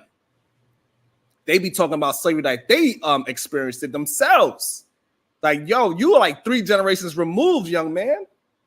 You are not experiencing racism the way how you think you are. You are not getting sprayed by no goddamn hoses. You're not getting dogs sick on you. You're not walking into establishments and they saying, no, you cannot drink from that water fountain. These things is not happening, but they hold on to that trauma so hard because they want to keep fighting. That's like when they saying your generation, they want to be a part of the generation that struggles so badly. That's why even in the dating scene, they say it's not the same for us. It's harder for us. They keep trying to make things harder for them. Is what I'm hearing most of the time. It's a disservice. It's a disservice to the people who came before you. Yes. Because in a time, I'm not shooting down nobody's experience now. Because just because you ain't never felt a whip on your back, right? It don't mean that you're not gonna have a similar but different type of feeling than when somebody call you nigga with a hard R. But you understand what I'm saying? You get what I'm saying, Quran? You elaborate more on that because it's just the experience that they're limited to. They have pictures and stuff another experience though where the whip isn't necessarily visible.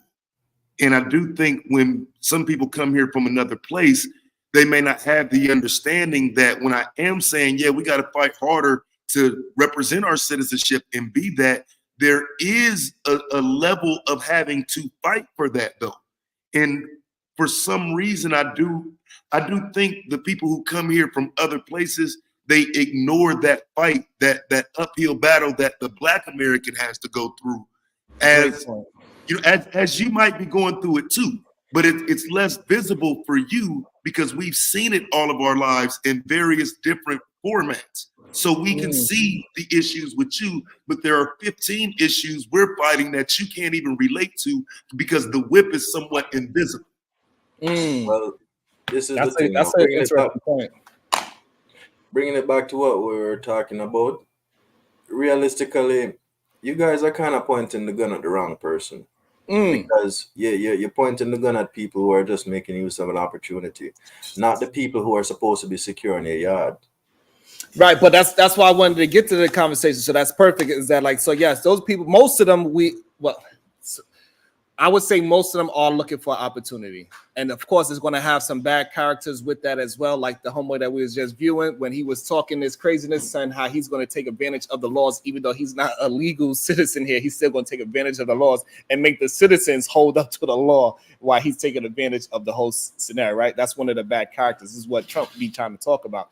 However, it is a lot of people that they came here, they did it the right way. They pretty much build themselves up from scratch in a new country, and they love this country. And they have the same kind of fight that Taz had if we have an American conversation, right? They like, hell yeah, we're gonna da-da-da-da-da. And that is the scary part for people that's living here their whole life. And for me and Tad's type of view is that, black men, start looking at yourself as Americans so you can take advantage of the laws out here. Stop having this goddamn fake fight of somebody always attempting to hold you down. It is not as truthful as you think it is. Yes, you're going to have pushback no matter where you go. You're always going to encounter somebody racist. But however, that should not stop you from taking advantage of the laws that is appointed to all Americans. It's not a race on that shit.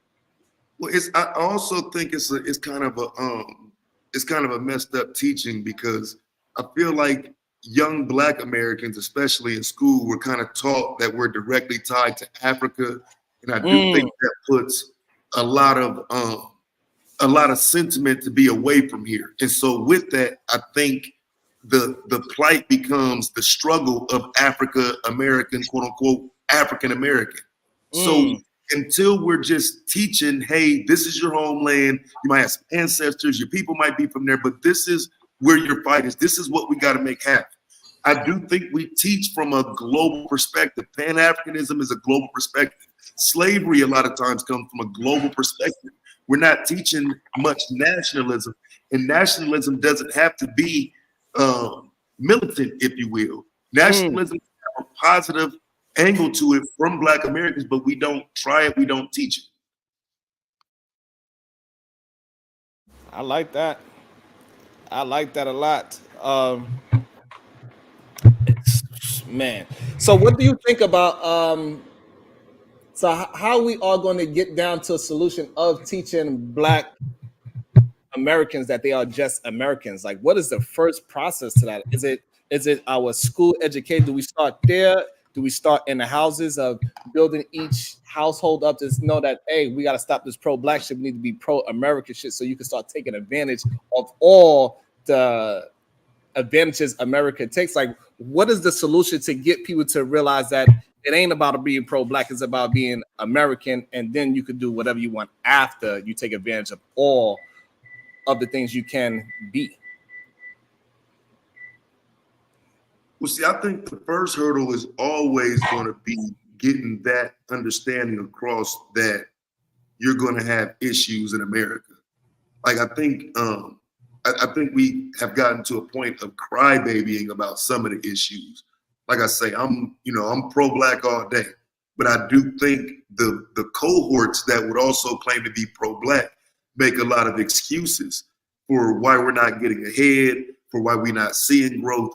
And again, I do think a lot of this starts with education, fam. If you're not telling people the goal, if people don't know where we're headed or where we're supposed to be going, we're not going nowhere. And so, you got a lot of conversation about who's teaching the children, but, even us right here in these social media spaces, I think we have a responsibility to get better messages out than just sex, religion, flat earth, and, the normal conversations. There are better conversations like this one that can help people along the way. And, when these conversations leave the internet, they're bettering someone because, they were able to take some of the information from here, benefit themselves. That same old shit ain't gonna help nobody, bro, especially as the world changes. Man, it's so interesting. So the only thing is now, so once we start going down this rabbit hole of American, right? So are we going to have to start ignoring like race dating and race companies and race businesses and all this shit? Like we're not going to be looking at things as Chinatown anymore, Koreatown and Africatown. Like it's because over here in New York, almost every group has their own town. Yeah, but they need it. They're not us. Like they needed to preserve their culture.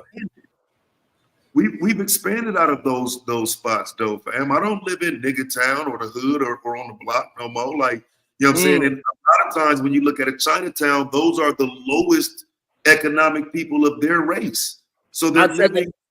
And that's why I wanted to bring it up, because a lot of times we hear this conversation about like Chinatown and how they stay together and how they build they towns up and all that. But when you in here in New York, that is not the place to be at all. Not because they not wanted, but it's because that's the ghetto. Chicago either, bro. Chinatown in New York? Chinatown, New York is the ghetto, bro. They be acting like it's so much money in abundance there. Nah, it is the projects for Chinese people. They do have some nice restaurants down there. You know what I'm saying? They got an area where you could go food eating. However, as a totality, it's the projects. This is where I think you guys miss a lot with different cultures, right? It's a different culture.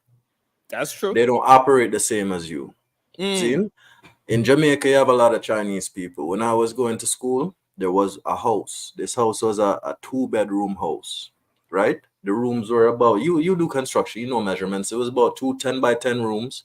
Okay. 1 bathroom, like a 12 by 10 living area with a kitchen attached to it. A small fucking house on a good sized piece of land. Yo, there was like 12 motherfuckers living in that house. Sure. Hold on. How people could barely fit in that living room. That's crazy. Before bunk beds, man. Before you start judging them, these people had businesses all over fucking Kingston. Right?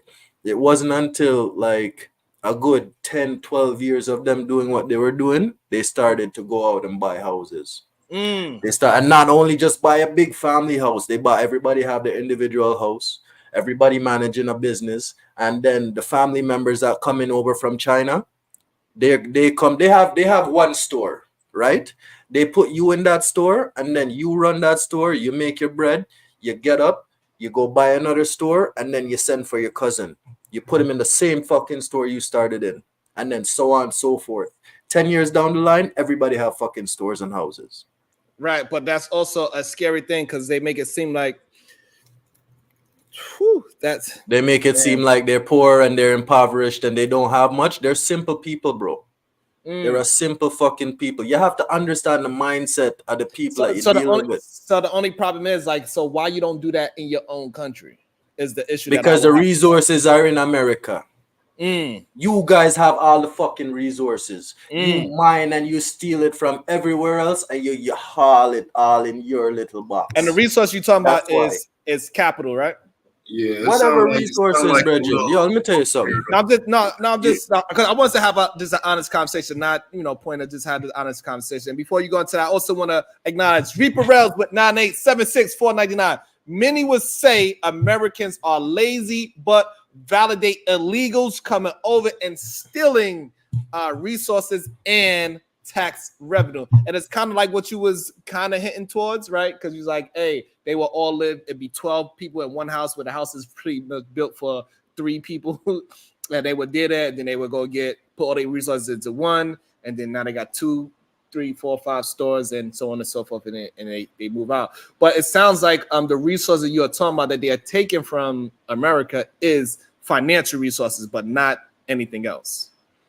So they come over here, they build up their own little situation, right? They get the capital resources, and then they also spend money to bring other people. They send money to their country instead of spending money within this new country that you moved into that helped you build up these new stores and revenue and yada yada yada. That's the issue that I think a lot of Americans have. Let me use my own country as an example, right? In Jamaica, in order to get any type of resources from somewhere else, let's say I want to order a roll of sheet metal so I can make some pots or something, right? I have to order it from China or the States. It has to be shipped into Jamaica. I have to pay duty and all them things. By the time it actually gets to me, I probably paid 2 times what the fucking thing values. See, and some change. Now, in America, where you have the ease of access to resources not just meaning money, materials, anything that you could use to start a business and build yourself, it's more easily accessible in your country. That is what I'm saying. So people will want to come to you, and then it's a capitalistic mindset as well, where people coming from nothing, brethren, Zine, and when they see an opportunity for something, they're gonna fucking run after it. Like Usain Bolt. Go ahead, Taz. I see you hopped up. Let me ask this though, man, because at some point, you know what I'm saying, this is where it gets disrespectful, fam. So let me ask you this. Yeah. So are you telling me the white man knows how to run his country better than these black men? Those So, Jamaicans? I'm glad you go there. So in the 80s or 70s, I need to go back and read up that history again. So do you know that your American government is involved in the destabilization of other countries? Are you aware of that fact? This is why I started out by saying, in order to see where we are at now, you have to look at where we're coming from. There was one time where the Jamaican dollar was 75 cents Jamaican to $1. A lot of people don't know that. Right, but Jamaica was once the richest Caribbean country. It was also corrupt, organized crime, criminals, drugs. Hold on. I'm glad you said that again. I'm glad you said that again. You leaving all of that out, bro? Hold up. I'm glad you said that again. So let us go back, Zin. There was once a time, and I heard this on the radio, and there are old people in Jamaica who can still validate this. There was once a time where if there was one murder on the island, it was big fucking news. Zin, in the 80s election with Michael Manley versus Edward Seaga, if you go back and look at Michael Manley was a friend of Fidel Castro. Zin, and they shared similar ideals. He didn't necessarily want to go the route of communism, but he's seen the benefits of how certain perspectives in that would be beneficial for the people. Edward Seaga, however, was on a different mission. And let me get a piece documented history. It is documented history that CIA has had involvement in that election, which Edward Seaga won. And from that happened, the country has been just on a downward spiral. And before y'all move forward, let me just make sure. Hey, Joshua, let me make sure that's you. That's you, Joshua? Yeah, it's me. Who the hell else can you do? Reaper, that's you, Reaper?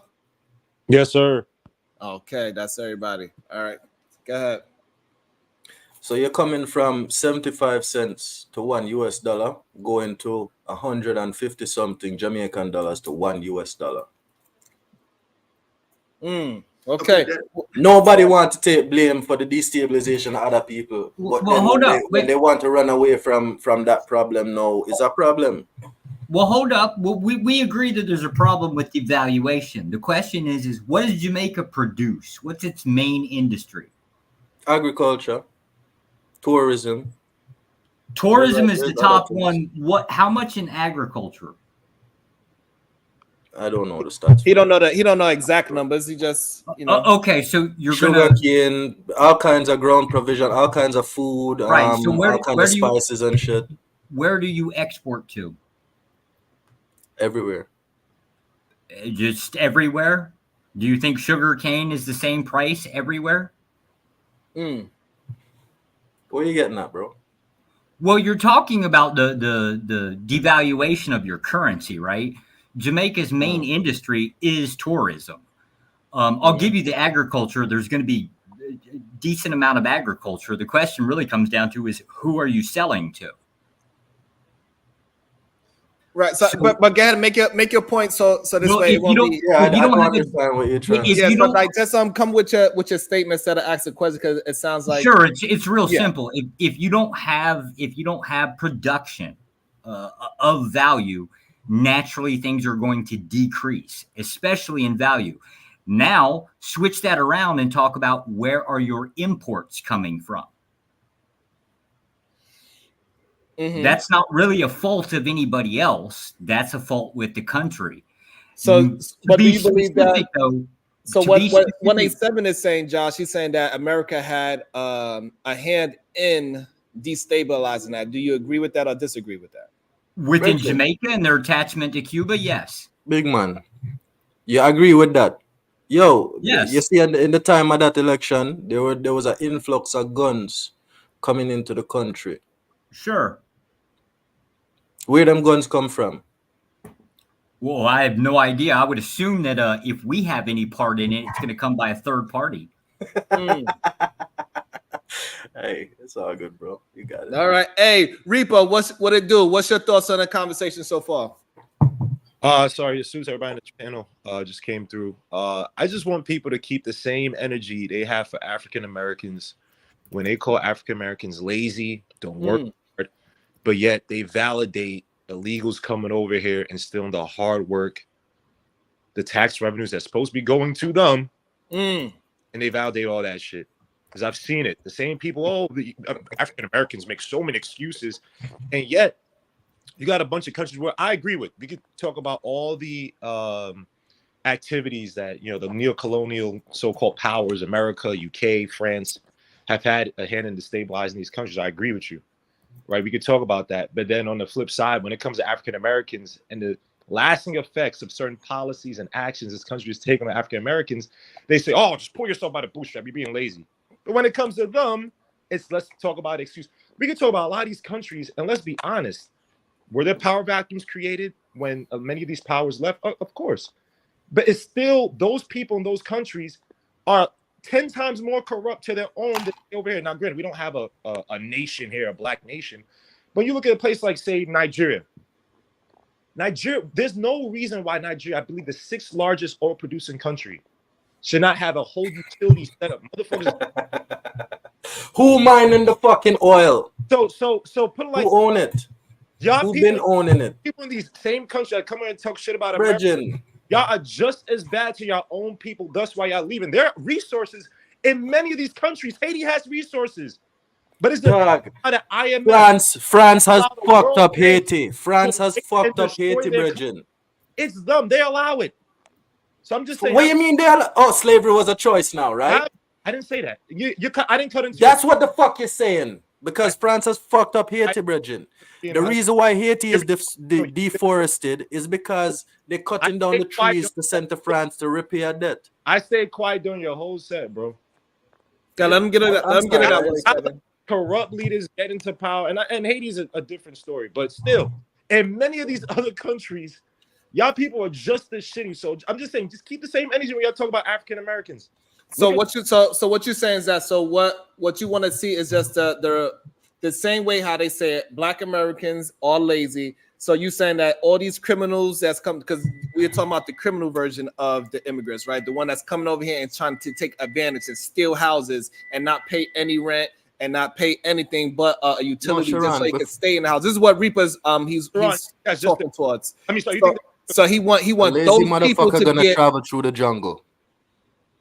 Say that again? A lazy motherfucker is gonna travel through the jungle with wild animals that could kill them, go through rivers and all kinds of shit just to get a better life. A lazy motherfucker gonna do that. If the gate is so why are they doing so okay, so that's an interesting point. But so now on Reaper's side, right, we can say a lazy motherfucker is not gonna figure out ways how to fraud the government, how to fraud these things and sell whatever he's selling illegally. Like, that is not lazy. Wait, would that be more or less than our own citizens?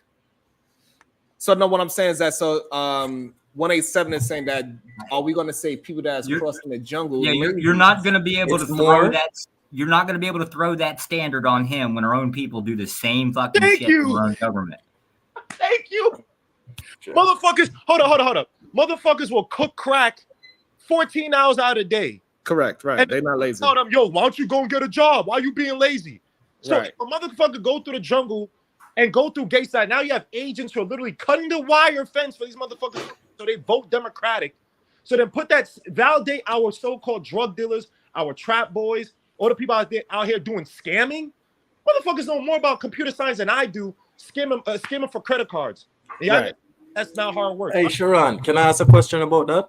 Absolutely. So, who would be lazy? The motherfucker that want to sell crack, or the motherfucker that want to go to get a job on a construction site, be a laborer, graduate from a laborer, maybe become a framer, drywaller, build something of himself, and then start his own business? Who's the lazy motherfucker in that scenario? You think that's what they're all doing, bro? You think that's what they're all doing? I think it was the mayor who said we have to spend. I asked a question. I didn't say that anybody was doing that. I asked a simple question. In that direct scenario, the person selling crack is the lazy person. Thank you. In that direct Very scenario. much. Yes. Taz has already come on here and beat everybody over the head. Lack of appreciation. So let's not even play with this. We're not going to sit here and blame immigrants for the same shit we do. Our own fucking shitty standards. He was spot on right here. We lack the appreciation, and it's usually about third generation down. I agree with We that. import immigrants because they are willing to do the things that our lazy asses won't do. So now that's the part again is true. that is the part that Reaper's talking about, and that part is not true. That's not true. That's the part. That is the part. I don't know. I don't know. So we're gonna let Taz jump in. I want Reaper to jump in as well because this is Reaper's. I gotta agree with him because I do think there's some levels of entitlement, bro. Like, I mean, I'm be real with you, fam. I feel like I shouldn't have to work in no goddamn McDonald's fast food restaurant just because I got a felony. That's the only place open to a felon sometimes. You know what I'm saying? And so I do think why you commit the crime that we have are different in conversation, bro. Like a lot of black men, bro, you know, we kind of messed up our criminal records early on, got ourselves together and whatnot, and they don't give us the red carpet, so to speak, an opportunity. You know what I'm saying? And so it's not a good feeling to watch others get the red carpet treatment when they're coming from somewhere else, and we don't know what they done. You know what I'm saying? Keep in mind, I lived in America. Everything I did was under the scope and scrutiny of America. If you came from Guatemala or some damn where, we don't know what the hell you did over there. Right. You know what I'm saying? And we can assume that you were a good person, never got in trouble or some shit. But the opportunities, I do feel like they're supposed to be ours. So yeah, there is some levels of entitlement. I'm an American. And so, like, so what he's saying when he said is that a lot of, just like this dude that we was just reviewing not too long ago, clearly he was a criminal. And a lot of them come over here. And so after about a second generation of them living here, and they did what, like how you said, you know, they got in one house and they got one store. It makes it seem as if they're these upstanding human beings. But however, they came through the same thing as Taz is pointing out. He was a criminal in his country. He was doing the same exact things these so-called degenerate black males is doing, right? But we are that black male degenerate that now he changed his ideology now, same way how that immigrant changed his ideology. He do not have the same respect as the immigrant does to move forward in life. They say, hey, I did that once. Now I need my new opportunity because I have a different ideology. And that's the issue that Taz is talking towards. And it is an actually very interesting point. I want Reaper to jump in there as well. And then we just keep it open. Go ahead, Reaper. I hate this notion Black Americans or Americans in general just live. The thing is that we don't want to live in substandard living levels, right? With 7 to 8 people in one room and everybody's going out doing some menial job, right? It's funny how people say people don't do those jobs, but you literally have examples, right? I think in DC is like 2018-19, where literally state approved or state, I'm not, what would be the right words? Jobs that were supposed to go to the citizens of this DC town, forgetting which town it was, right? It went to the legals illegally, right? For lack of a better word. And yet it was supposed to go to the black people in that town, the unionized workers, and it didn't. And they got caught. It happens in Florida all the time. Literally black guys with cameras saying, yo, this is my boss. I'm supposed to get a job today to go and pick such and such fruit or do this shit. And they got all these illegals here taking my job. Is that lazy? I laugh at this shit when people say, oh, blacks or Americans are going to be lazy. No, Americans is going to live in you're supposed to pay us our fair wages. So the CEO is not getting 35, 40 times the amount that the average other worker is getting. Maybe they get 20 if they actually share the profits properly and pay their people. I think we fought to that level to do it. And the funny thing is that a lot of immigrants who come over, especially Cubans, seem to go the other way, right? Dry foot, wet foot. They came here, right? And yet when they come here, what do they vote? They vote. And they stop the motherfuckers from coming over. I got you, Josh. The Cubans a little bit more difficult. We weren't allowed to deport them for so long because, well, fuck, we just couldn't deport them to Cuba. I mean, 90 miles across that little thing, right? But we weren't allowed to do it. So they dropped them off in Florida. They did that, hell, even when my mom was a kid in school. Just was a thing, right? That just is how it is. Now, the fact that these people Well, are hold on, Josh, work, but wasn't those people that wasn't able to get deported, wasn't they also like seeking asylum? Yeah, but they, so so that's a little bit different. So we got to make sure we be careful with that as well. No, because most of them couldn't even obtain it, but we still couldn't deport them. We could not actively deport to Cuba. The whole Cuban Missile Crisis thing messed everything up, and hell, even to this day.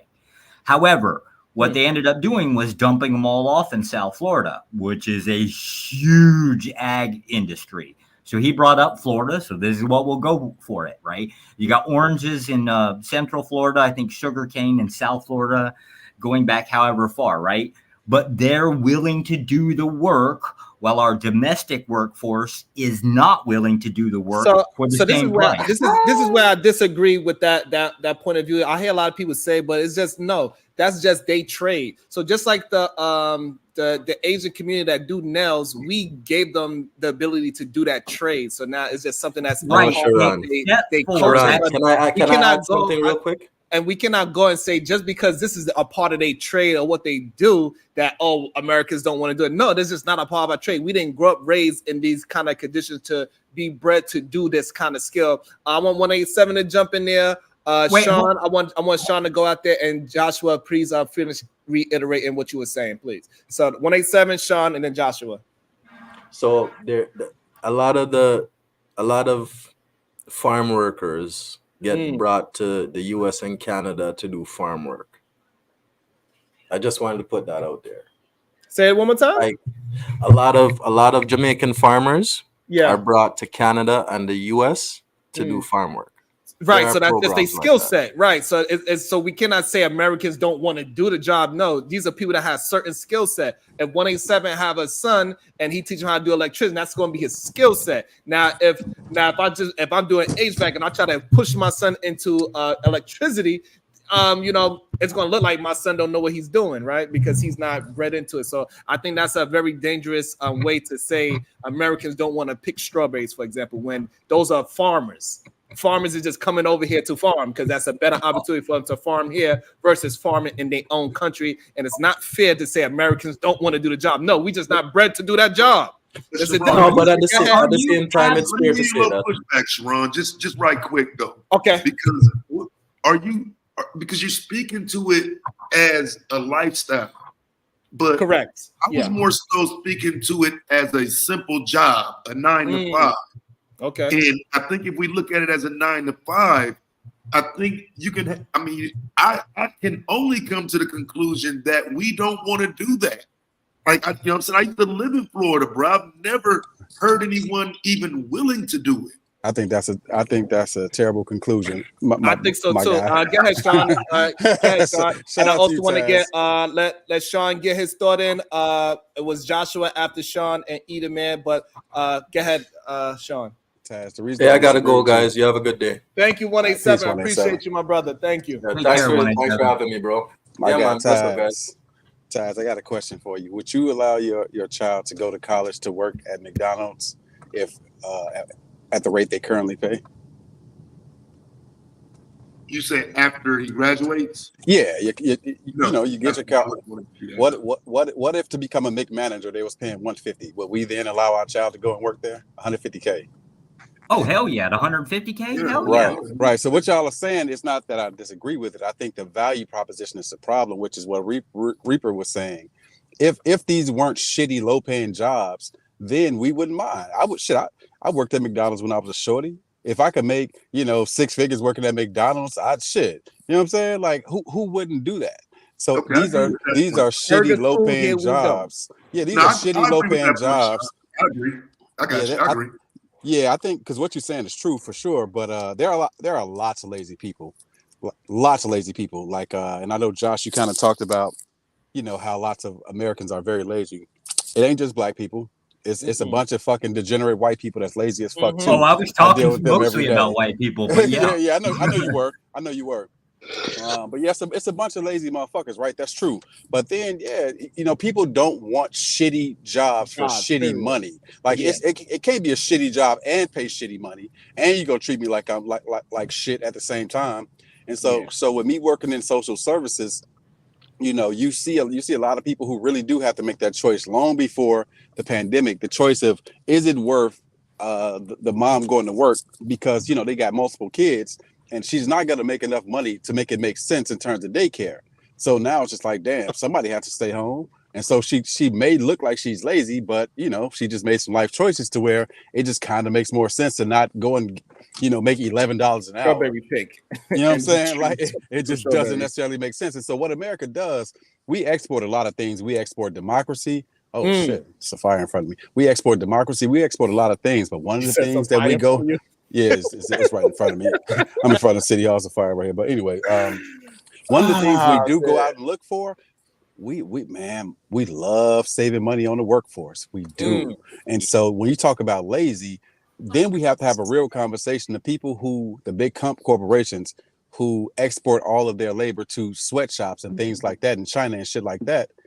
I mean, why is that? It's about the bottom line. Part of it is people lazy. Part of it is people don't want to make shitty money, and companies don't want to pay real respectable amounts of money. I'm not saying that's wrong, but companies don't want to pay living wages to people. Right. Well, thank you. Yeah, that was awesome. So to speak on Sharon's point here, so you realize that I own businesses, right, Sharon? I didn't realize that, but now I do. Yeah, technically, I think I'm at 6 right now. 2 of them I moved to Vietnam, right? Okay. Would you like to know why? Absolutely. If you care to share, sure. So on top of what he was talking about the labor system, I think here is roughly about 10 cents an hour. I mean, they don't have like an hourly system here, but it roughly equates to 10 cents an hour. That's one cost cut. I wouldn't say is the biggest one. The biggest one is those industries would be taxed at 33% corp rate in New York, or at least that would have been my state, versus 4% here. So it's not just like a federal income tax kind of concept. It actually has a lot to do with states. Now, keep in mind, right? Like not every state is the same. There are some states kind of appealing. I had actually sincerely looked at Texas there for a little while, but what scared the living crap out of me was the California exit. They were all talking about, oh, I'm going to Texas. I was like, oh, hell no. Yeah, but I mean, when you just say the blanket numbers, then yeah, that sounds good. However, when we say the 30%, we negate the fact of all the write-offs that you could do. That's going to lower it way below 30%. I get the same write-offs. Matter of fact, I don't have to pay income tax. My wife's not a U.S. national. So my income tax, with the exception of my State Department job, I technically can pay, I think, 8%. I just basically write it off to her. So I basically pay myself through her and pay 8%, which I don't know what my federal income tax would be based off of all of that total together. But it would be much higher. This is what the thing that like Taz was talking about before is that like if we are all condition our minds that we're Americans, this is not a loophole. This is just something that you can take advantage of if you have the right account and they could explain it. So yes, if you just off the back just be straight line, it's 33%. However, you got all these tax write-offs that you can use as well. Also your insurance, what you pay yourself, your vehicle, if it's over 5,000 pounds, you can write that off. All the same deductions. So many different things that will lower it from 33%. Yes, on paper it says 33, but if you have a decent accountant, you are not paying 33%.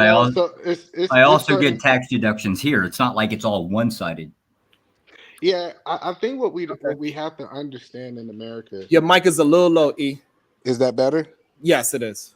What we have to understand here in America is that America have always thrived on having a slave class, right? And most Americans have chosen. And anybody, if you can came up, I would really appreciate it. Go ahead, E. I'm gonna try to fix your microphone because you're still a little bit low. But go ahead, E. So America have always thrived on the slave class, right? A class of people who typically made little to nothing to be able to produce something, right? When we start talking about Florida, you can't outsource picking oranges to China, right? Because it's something that has to be done inside of America. So with that being said, when you start talking about farming and you start talking about like picking cotton, different things, what we have seen that slave class is in, we have to Americans say, I refuse to be part of the slave class. So what we have to do is we have to find someone who's willing to be a part of the slave class, and it's typically immigrants that accept those jobs. Man, When I you agree with that. say slave class, was that the right terminology? Word. Hell please, no, that wasn't the right terminology. please. That is Well, wild. like I think we don't like using certain classes, but that class have always been called the slave class. They always So you got saying paid. the working class is considered the slave class? No. I'm not calling the lawyer a slave. That's not what I'm saying. But when you can say, hey, a person can go out and work for 8 hours and make $20 or $15 picking oranges, right? That person is not being paid enough to live a life which will cause them to be a part of a slave class. That's more indentured servitude than slavery, bro. Okay, cool. We can make it sound, we can use what we want to. The only difference between what we call the slave class back in the day, they don't use brute force to force them to do it. But if you understand their situation, they're still forced to do it because they can't do nothing else. So now my next question to you, Eda man. So would you consider the so-called black men that are caught lazy, that don't want to do their job, that type of job, would you still consider them lazy? No, I think they've been indoctrinated not to do stuff like that, right? Like it's frowned upon. I understand that, but I'm saying, why would somebody want to go and make themselves, as you say, a part of the slave class?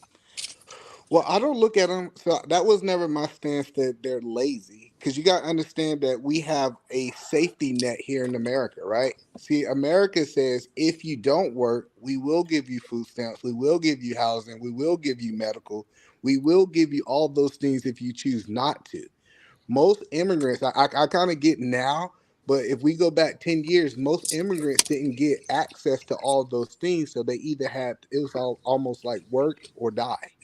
Wait, why are the blacks being included in this? I think statistically, so according to the Labor Bureau, 65% of the black community is employed at middle class levels. Add another 10%, that's your upper class, right?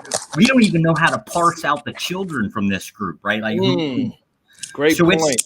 So in the concept of the black community, it's not like they're not doing work. Right. That's not the point that we're making. And before you go, 187 with the 5, he says Emmanuel is right, especially when they are getting $20 an hour, which is what they would probably make in a day in their country. Yikes.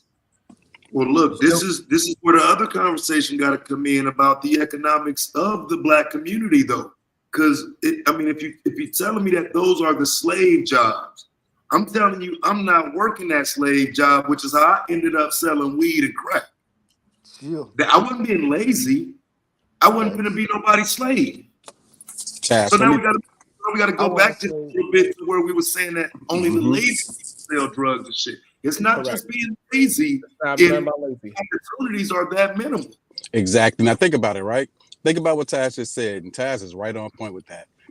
When I was 14, it cost me $50 to get a 16th of crack, and that put me in the game.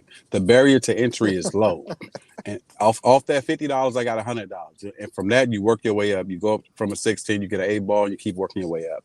There's a low barrier to entry, and when you're in survival mode, you don't give a fuck about morality or laws. Yeah, I'm supposed to work for $20 a day. Yeah. Why would I choose to do that when there's no barrier to entry or if I'm in Harlem, you know what I can do? I can get tables. I can set them up on 125th Street, and I can sell anything I can get my hands on. I can sell socks. I can sell incense. I can sell candles. Whatever I can get my hands on. You know what I'm saying? So why wouldn't I go on Canal Street and have all types of shit in New York and just get money like that instead of doing this $20 a day shit? So, but no, Sean. Usually the people who say drug dealers are lazy don't know any drug dealers. My best friend growing up was a drug dealer, and I never seen nobody who could stand on the corner for 8-9 hours straight. Like, if you think that's lazy, that's crazy to me, right? So the whole point that I was making is that most people who say that drug dealers are lazy don't understand that game. That's just all I'm gonna say. Listen, they're running the business. They're running the business, but I want to salute. All right, so That we gonna get 10-15 in there. Did we get Dara Long in there? Then we just open it right back up. Go ahead, 10-15. Jill, what's good, Sharon? I definitely gotta salute my nigga Taz, bro. I ain't seen this nigga in a minute, bro. The big dog, the goat. What's 10-15, good, nigga? my nigga. What's What up good, with it? nigga? I've been MIA, big dog. I gotta tap in with you, bro. For sure, All right, bro. before you go 10-15, 187 with the 2 Canadians, solutions-based drug dealing. Nice. Hey, don't knock it. Shout out to 187. 10-15, you want to jump in right now? Or you want to come back in later? I just got like a little shit to say. You know, with the migrant crisis, they doing some BS, but at the same time, Americans do got to take their part. You know what I'm saying? Because we do play a part, and there's a lot of lazy people. Not only that, people don't want to have kids no more. They got to repopulate the country. We need somebody to run the country. And from what I'm hearing, a lot of Americans don't want to have kids, so they don't have to bring people in to keep the country running. And I feel like us as Americans, they say we already more educated than these folks, then we need to put these niggas to work, bro. That's what we need. We need to put these niggas to work. Go find you a little business and go find you some little goddamn migrants. Pay them niggas $20 a day and get yourself up the capitalist way. You pay them $40 a day, but well, you can't actually. When you have a business, you actually can't do that. You actually gotta abide by the laws, so you gotta pay the minimum wage. I mean, that is the minimum wage, though. No, that's the minimum wage in their country. I mean, if I get paid $300 to clean a building, and I go find a migrant to do the shit for $20, and it's only gonna take them an hour to do it. Nigga, that's $20 an hour. Don't get me wrong, they getting shortcutted, but at the end of the day, they still got paid $20. Yeah, but that's not how it works in America. So they got to be. If you hire somebody that's illegal, you are going to pay heavily for it. Sharon, stop acting like you'll be picking people up at Home Depot, Sharon. I do not. I absolutely do not. Don't believe that, bro. So there's a difference. Put these niggas to work, bro.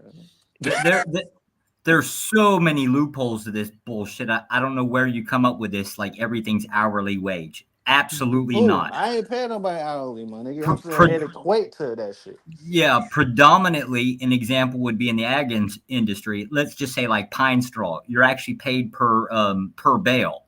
I don't know how somebody's sitting there counting them, but that would be the pay rate, not an hourly rate. So if they work harder, they get paid more. You can do this. Not really. Yeah, not really. But I understand that. Not really.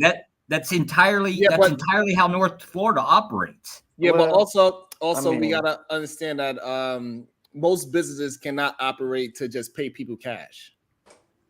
Doesn't that's true. But if you what you're talking about, Joshua, you have to happen for that specific business, but most businesses cannot operate as just cash. I'm trying to stick with the concept of immigrants. Now, if you want immigrants to work the same, like to be comparable into like what citizens, the average citizen that is working these type of jobs, we'll go into tech, then they go into contracts. I mean, but you can't go into contracts neither. Hold on. No, I mean, they absolutely can. They cannot. How they going to get into contracts? They need a 1099. You cannot have a business and be. How do we sign exporting contracts? How do we outsource? No, we're not talking about outsourcing.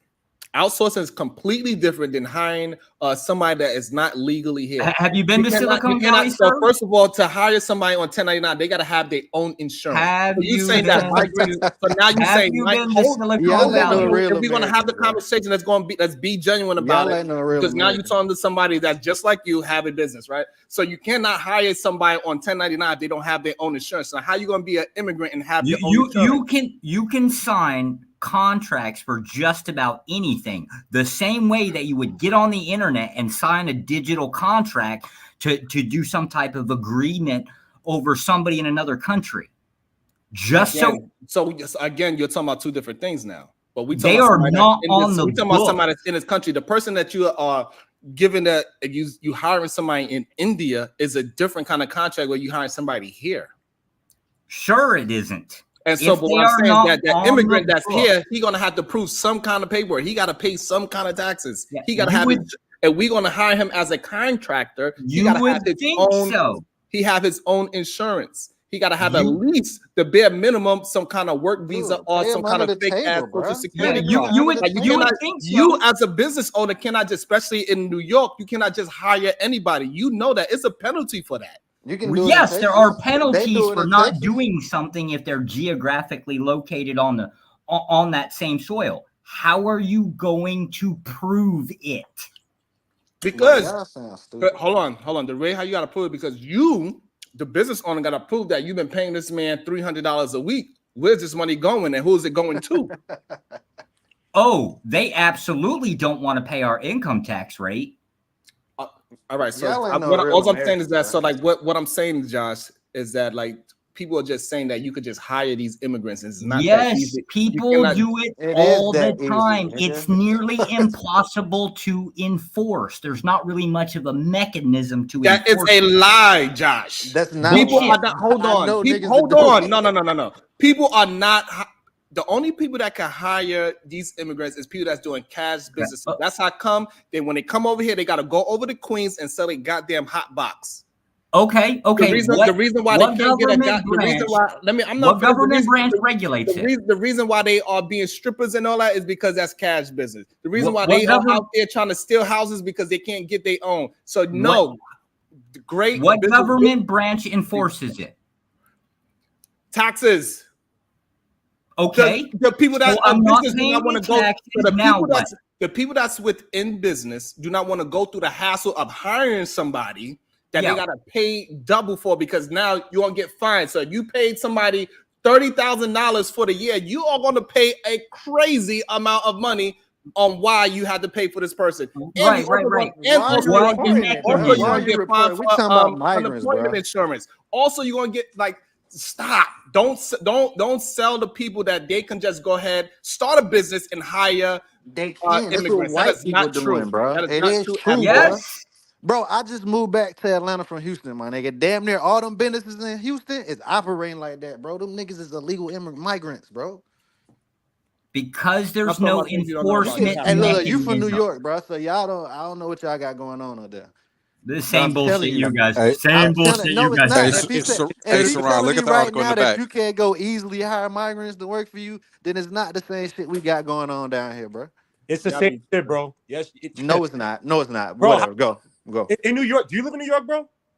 Bro, why would I live in dirty ass New York, bro? All right, now damn. Upstate New York. Y'all can't even afford to live there, bro. Niggas is living in fucking storage units and shit. So look, you can hire kids. You can hire and it ain't no niggas. You can hire child labor if you want to, right? It's still illegal, right? Yeah, you can hire undocumented people. So what y'all are saying is true. You can do it. Is it illegal? It's absolutely fucking illegal. Right. Correct.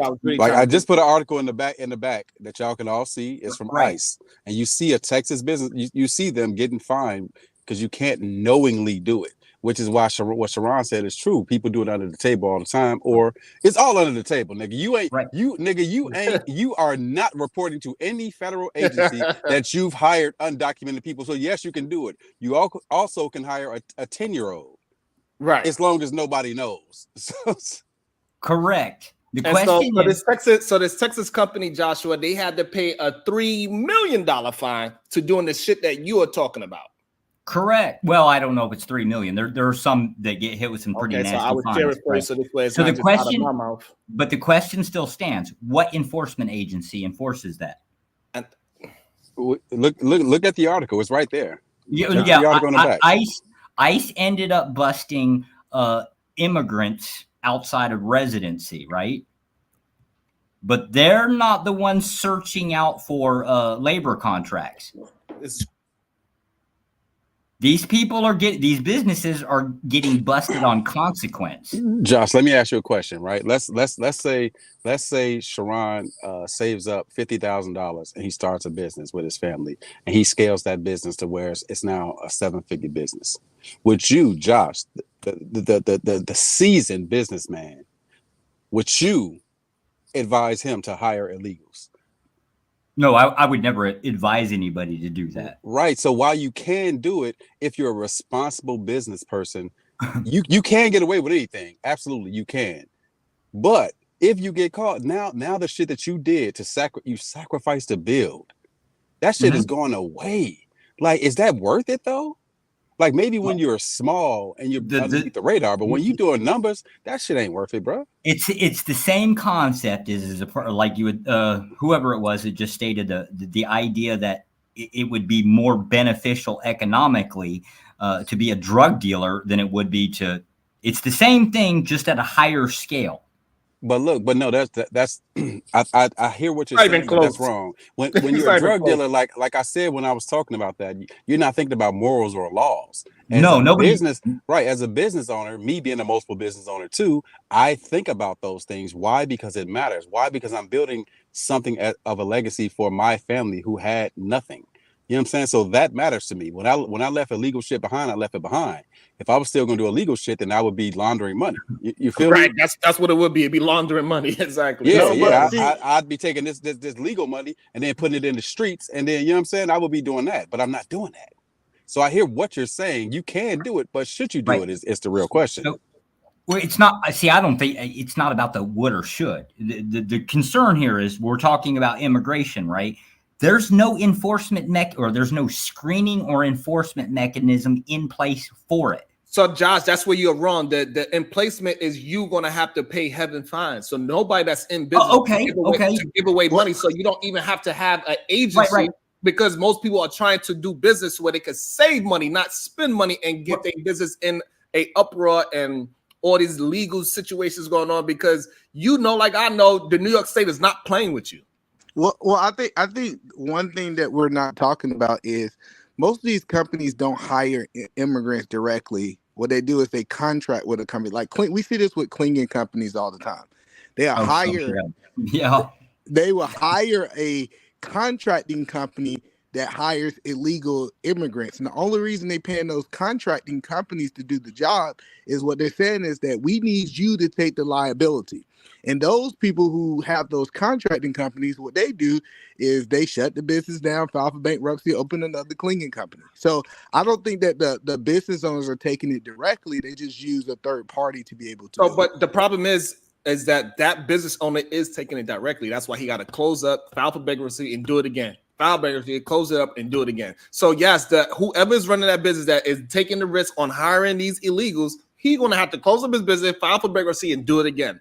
So yes, that business owner. So you saying that me as a subcontractor, right? And I hired this dude, and he hired immigrants. Is really on that dude, right? So I understand that you're saying the original. But I get that. But still, some business owner is going to have to take the blunt of that. And most people do not want to take the blunt of that. When these illegal migrants or immigrants or whatever you want to call it, if they are on a job site and anybody comes into that, OSHA comes into that building, ICE comes into that building, the NYC Buildings Department comes into that building, the whole job site runs out. That is going to affect your money. All you need is one person that feels a certain way and say, hey, we have illegal people working here, and that whole building is gone because none of them want to leave. What I'm saying is that is going to create a problem with your business model. So therefore, that's why you don't need an agency. No, listen. The problem, what you're not understanding is the government. Say for example, if you got illegal immigrants and you only making $85,000 a year, the government is going to say that you're not even worth going after. They don't go after small companies. See, I think you're missing something. What you're missing as a person who works for the government, trust me. So what happens is it's all relationship based, and so even for you to get the contract, it's based on a relationship. So now Sharon's construction company once gets the contract, I vouch for him, and now he does some fuck shit. Even if his subcontractor did it, so he burned my name, and he definitely burned his name. So I hear what you're saying, but those smaller opportunities are capacity building. And so now it's like, all right, we're going to give you this smaller opportunity. You can prove yourself. Then you can leverage that to get the bigger opportunities. You never go get that if doing what you're talking about. No, I'm not talking about government contracts, right? That's not what I'm talking about. What I'm talking about What I'm saying, E. So what I'm saying, E.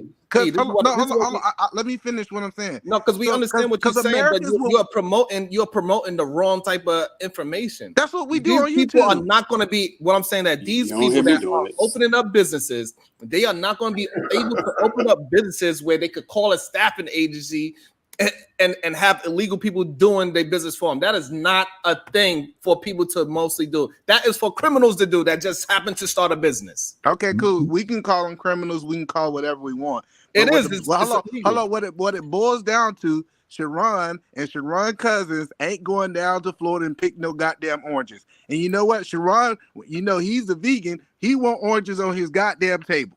Regardless of how we look at it, he want oranges on his table. So what that means is somebody have to pick the oranges. And if that's the case, if no Americans is willing to do it, guess what? Somebody got to do the illegal people to get to do it. Yep. How many articles? No, so hold on. You they are have to wrong. work, nigga. So hold on. No, you are wrong. You're absolutely wrong of what you are saying. So you gonna cry about it, or you gonna make some money off of that? It's either or, because niggas trying. Right. So you are wrong with what you're saying. I understand you going with the remedial rhetoric that you've been hearing, and a lot of people use that and they say that, but okay. How many articles would you like? Before you go, so we got 187. We said that one. Emmanuel, they are called staffing agencies. Okay, so I thought it was another one, but I guess I. So Sharon, are you willing to pay $87 for an orange? It's not going to go that high. It's not. No. Just answer the question. So this is what I'm saying. This is the remedial rhetoric that I'm talking about. Y'all think just because they start hiring Americans, all of a sudden the orange is going to be $100. That is not the case. Hello, if I paid you problem $20, with the remedial rhetoric that you're saying, and you are a businessman, that's what makes it even worse. That's cool. And listen, you understand that it is not going to happen that way. It does not happen that way. But the fact is. But the real fact is that job is not worthy for Americans to do. So they're going to have to raise the price up if they want Americans to do the job. That's just what it is. It's kind of what we were talking about earlier. Somebody would rather sell drugs than go and work and make $300. It's a shitty, you getting paid shitty pay. It's a shitty job. You in this, like, no, nobody's going to do that because we have intelligence not to do it. Not because we are lazy. That's the problem that we are having. Stop using it as a way to say that Americans are lazy. That is not the case. It's just a shitty job. I got you. But so let me ask you a question. If you paid me $20 an hour to pick oranges, how many oranges you think I could pick in an hour? But why would you go all the way up to $20 an hour? Okay, what you want to do? So here's the thing, Emmanuel. This is the thing. So what is going to happen with things like that? The immigrants is not going to have a job neither, because all they're going to do is somebody's going to be intelligent enough to make a machine that's going to do the job of 20 of those goddamn immigrants in the first fucking place. So, but you're not making sense because you just want to have an argument. That's just remedial rhetoric, and we are dismantling it right now. So I appreciate you, E. the man Wells. I also want to get America's first rifleman in there as well. We're going to keep it open. Wait. You're dismantling it? Hell, I can prove his claim here easy. How common this shit is. I mean, I realize that it's an immoral concept that you're like opposed to here. I get that, right? But so are we. We're immoral people. Yep. It's a horrible problem. It is what it is. But you can't sit here and close your eyes to it and say it doesn't exist and you're just dismantling it because you say so. Welcome to the real world. People do fuckery shit. Period. Yeah, but what you're talking about is what you're talking about is a very small minority. It's not happening. Not even close. Josh, I ain't gonna lie. You sound like a colonizer. I'm not gonna lie to you.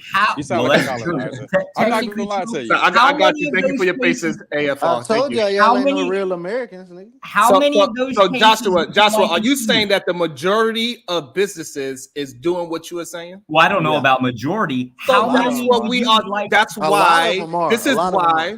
This is why we are dismantling your conversation. You are talking about a very small. You are talking about 22%. You are talking about orange and strawberry picking. That's how far down. No. You made me. You made me pull up something that was equal to what down. I got you, Josh. This is how far down the rabbit hole you have to go to even try to make somewhat of a point. You got to go to strawberry picking. No, sir. Look at the article in back chat. Hold on, I got you. You lying piece of shit. Joshua, this is a problem. Mexicans is not crossing the border to go strawberry picking. No, they are crossing the border. They going to New York. I found your article on his maid service that he was talking about. I got you. You'll be able to talk. I promise. So we got people crossing the border of all different races. They're not coming over here to pick no goddamn strawberries. The people that came from Ukraine, they're not coming over here to pick no strawberries. The people that come from Vietnam and Philippines, they ain't coming over here to pick no strawberries. The ones that came over from Mexico, they walked their ass over to New York, and they still in fucking houses, not to pick no fucking strawberries. So stop with the bullshit remedial rhetoric that us Americans, really we don't want to do the crappy job. Hold on. Nobody wants to do those shitty ass jobs. Nobody. But they're not because y'all ain't got that many aliens. They have social security numbers. Listen, see, this is the point that people keep making, is that when these people seeking refugees, because that's what most of the Ukrainians are doing, they come over here, they get Medicaid, they get a social security card, they get all these things. That's how they get the benefits, is because they're not considered illegal. Again, that's because the people from the shitty European countries aren't considered illegal in the same way. But no, they're not. They're degenerates too. Let's be clear about that, because we keep talking about colorful immigrants of color. But what about who was the first niggas? It was the Italians and the fucking Irish. The projects in Chicago was built for them pale niggas. You know what I'm saying? So for some reason we only talk about the immigrants of color. You know what I'm saying? As if they're the only degenerates or whatever. You know what I'm saying? What about them? Them Irish motherfuckers wasn't coming here to pick no fucking oranges or nothing like that. And what are they was lazy as fuck too.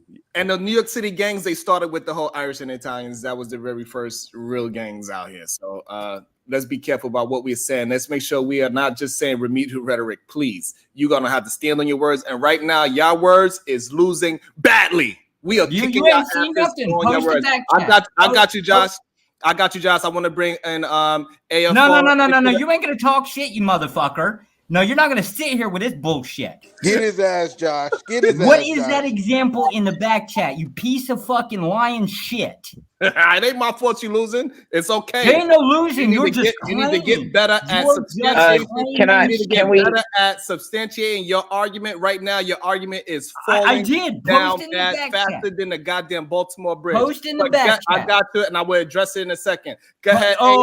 Just skip it. I got you because I gotta read it. So go ahead, AFR, and then go ahead, Otis. All right. Thank you, Sharon. Here's the deal, because I kind of came in late on the conversation, but we're talking about illegal immigration or migration. Some of y'all sound like y'all want to call them migrants and shit. Excuse my language, but look, the deal with because they love going down to the lowest common denominator is the picking, picking of our food. Here's the deal: huge corporations and a lot of large and medium companies rely on U.S. government services. Okay, these people know once they come into America, and I'm not even talking about the ones that are paroled by DHS or just they caught and released. I'm talking about people that just sneak right over or whatever. We're talking about the illegals. Okay, since y'all want to pick hairs, even though none of these people should be here. They understand and I'm talking about the heads of these companies understand. Their kids get free health care. Hold on, did somebody just rage quit? God damn. Yeah, probably. Another one bites the dust.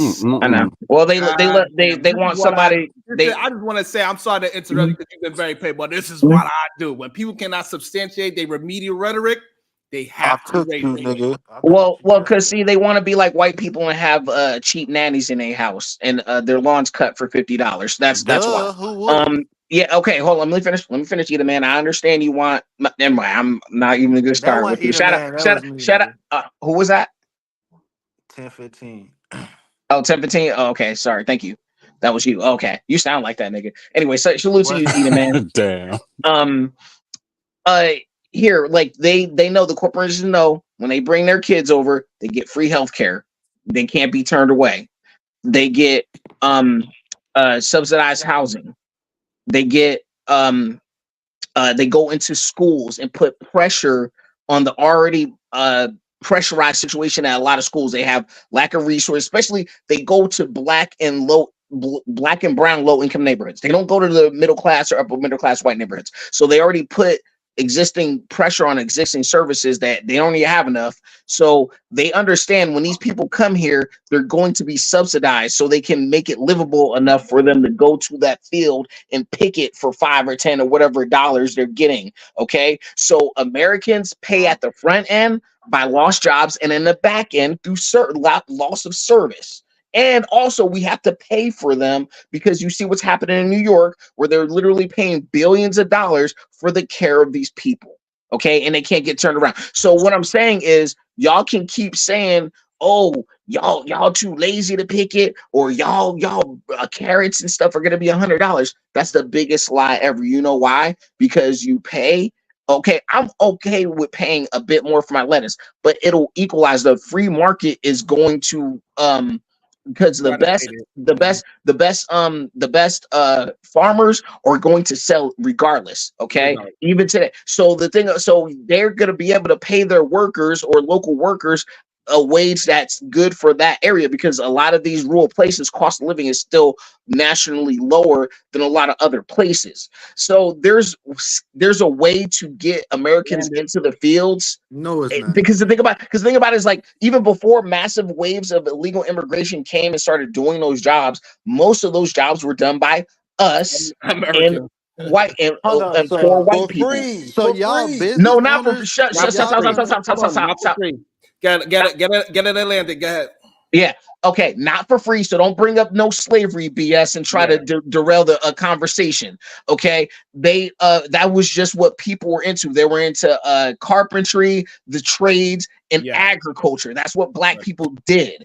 And small amounts. So yeah. So and poor white people. So like I said, the poorest people are going to get the jobs in agriculture, and also automation is taking a toll on that. So I land a plane. And that's what I was going to. So stop saying that is because your orange is not going to be $20, because guess what? Black people, we got skills. That's how come when we came out of slavery, they had to form goddamn unions, because we was already skilled already in the job. So they had to form unions so they would try to attempt to stop us from getting all the goddamn jobs, because we was more skilled than the people that was in power at the time. And also to Joshua, he sent something in the back chat again. He showed another version of why me and Sean is correct and why he is wrong. A man that he has a cleaning agency. He was fined $1.1 million. So you mean to tell me that is a profitable business that we are going to tell people to do? Hey, go ahead and start your business, make $1.8 million or $1.3 million,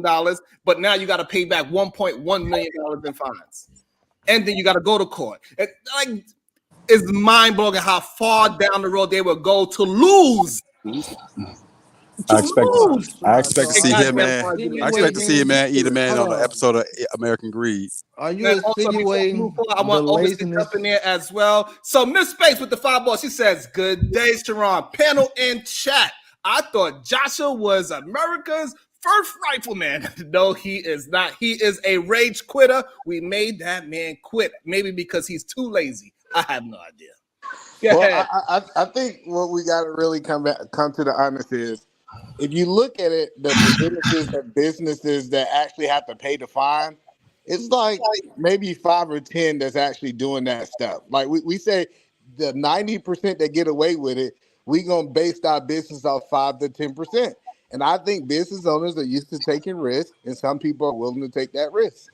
That's a fact. Yeah, so but the problem is you're saying some, and it's a stupid way to tell about people are going to do it. It is not going to be the majority of the business owners. It's going to be taking a risk of giving the whole purpose of starting your business so you can pay less taxes, not pay more. So, but go ahead, Otis, who? It's stupid. I'm sorry to say it. The purpose of starting a business is to make profit. It's just plain out stupid to say that most business owners profit is the purpose, bro. It's crazy. Grand rising to the chat. Yes, and sir. Everyone. Greetings, all that good stuff. I'm coming in late. I came in because I saw the title of the well, actually I got a mystery phone call, a text saying I need to be on the panel because they're talking about one of your topics, but I think you guys moved on. You guys talking about immigrants now. and businesses and things like that. But I chime in briefly. Hopefully it's not too far off the subject. I am a businessman. We never got into it. That's fine. I'm pretty sure there's some other businessmen on the panel, but just me speaking, me as a businessman, and for the record, I consider myself to be conservative. I don't believe in Democrats and Republicans. I'm a conservative, but I do have some liberal views, but I'm way more conservative than liberal. So with that being said, I think business first. So by the way I run my business, and I run several trusts, I live through trust. That's a whole nother story. The way I run my business is when I go out and I do business, I look for the cheapest, the least expensive work. I'm sorry. Let's go. One of the ways to Bang, do bang, that, bang. There we go. one of the ways to do that is to do work with 1099s. Now here in Missouri, I know it's different in New York, and I know New York is one of the most stringent, because I can't pronounce the word right, the most toughest businesses, laws and procedures and codes. I get that. Trust me, I get that. Missouri is conservative, but it's not as more conservative as New York when it comes to them laws and all that stuff. We don't have to have insurance when to give out 1099s. We don't. Fortunately, that's on the person who I give the 1099 to. It's incumbent upon them. So if I could save business insurance, if I could save payroll tax, if I could save all that and put that on the onus of that 1099 contractor, whether they hiring illegals or not, that's not my concern. I'm being honest. Then it's all on them. But I get the overall concept. Of course, it's immoral. Yes, it takes away who wants to do the remedial. If you want to pick that, the picking of the cotton or the fruit for a low rate. I get all that. I'm not finna go down that rabbit hole. I'm not. But as a businessman, first here's the thing, Otis. I'm looking for the most inexpensive labor or contracting work. So, but it's the thing that is very key to what you said. You putting it on the person that you subbing in the workout to. That's what I said earlier. Yes, like most businesses do. So therefore, so that person that's doing that, he do not have a good business model because he's going to get fined. This is the problem that we're talking about. So, like, yes. So the person that started this shit and he lends his business out to a legal business. We are not talking about that. It's kind of what Sean was saying earlier. So if now Sean has contracting and then he hires my goddamn contract company and then I do some fuck shit like hire illegals and then we got them in a goddamn government building, it's gonna look bad on me and it's gonna look bad on him. That's what happens when you are doing business. So y'all are saying the reason why y'all saying nonsense because nobody can have that business model and say that is a successful business model for me to hire illegals so I can get fined $1.1 million. Can I give you my pushback on that? Can I give you my logical pushback on that? Because I hear you. And I'm going to say it real nice and calm. First of all, in order for you to substantiate what you're saying, I would like to see numbers, 3 separate numbers from 3 separate polls. Then I'm going to take the average of that. I'm not going to go off one poll that you guys like to pull up and run with that. Give me 3 separate ones, and I'm going to take the average of that. That's number one. Number two, my pushback would be this. The example that the young man put in the back office to me would be a bad example because to me, that's an extreme. I'm pretty sure there are a lot of less than Fortune 500 companies that make, I even bring it down lower. I'm pretty sure there are several. I don't know the numbers, but I know there are several of companies that make under $500,000 a year. I even lower it, that make under $250,000 a year who are doing questionable practices when it comes to hiring, whether they're illegal or subcontracting out the work. That's all I'm saying. Now, show me your numbers to substantiate what you're saying. And I go dig up some numbers on mine. I don't know if I'm going to be correct, but I'm pretty sure I can find some polls and some stats to substantiate what I'm saying. Without raising my voice and without getting crazy. You cannot have no polls to substantiate that because it's illegal. Most of those people are getting paid under the table. So how are you going to have a poll of people being paid under the table? It's under the table. It's illegal. So okay, good point.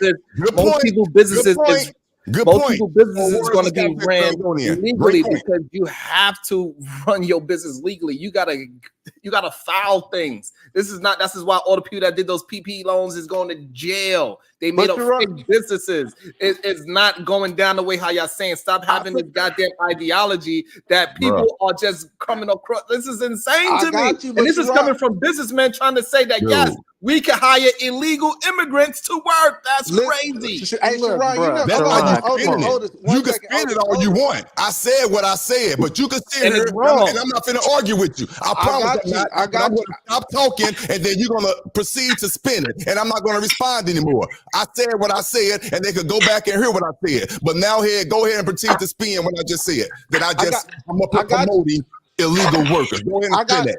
I got you, Otis, but you know the funny part about what he's saying? Every time I ride by a Home Depot, there's a whole bunch of people sitting out there. Exactly. Jesus Christ. Hold on. I got you. Hold on. Can I talk to that eater, man?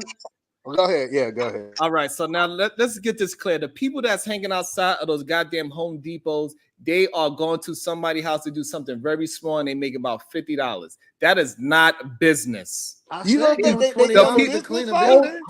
Those people that are grabbing people from Home Depot, they are not doing no major contracting. Those are not people that's doing a goddamn house that's going to take 3 months of work. Like, let's keep it 100. Those people that's in and around Home Depot, they usually just laborers. They just taking out the fucking trash. They are not going to have that person they're not going to have that person put a goddamn $300 toilet in because they know that person's not with them. They can run. Hold on, Sharon. What the fuck is your problem? Push back. Sharon, the first thing you can have the pushback. Let me finish my goddamn thought.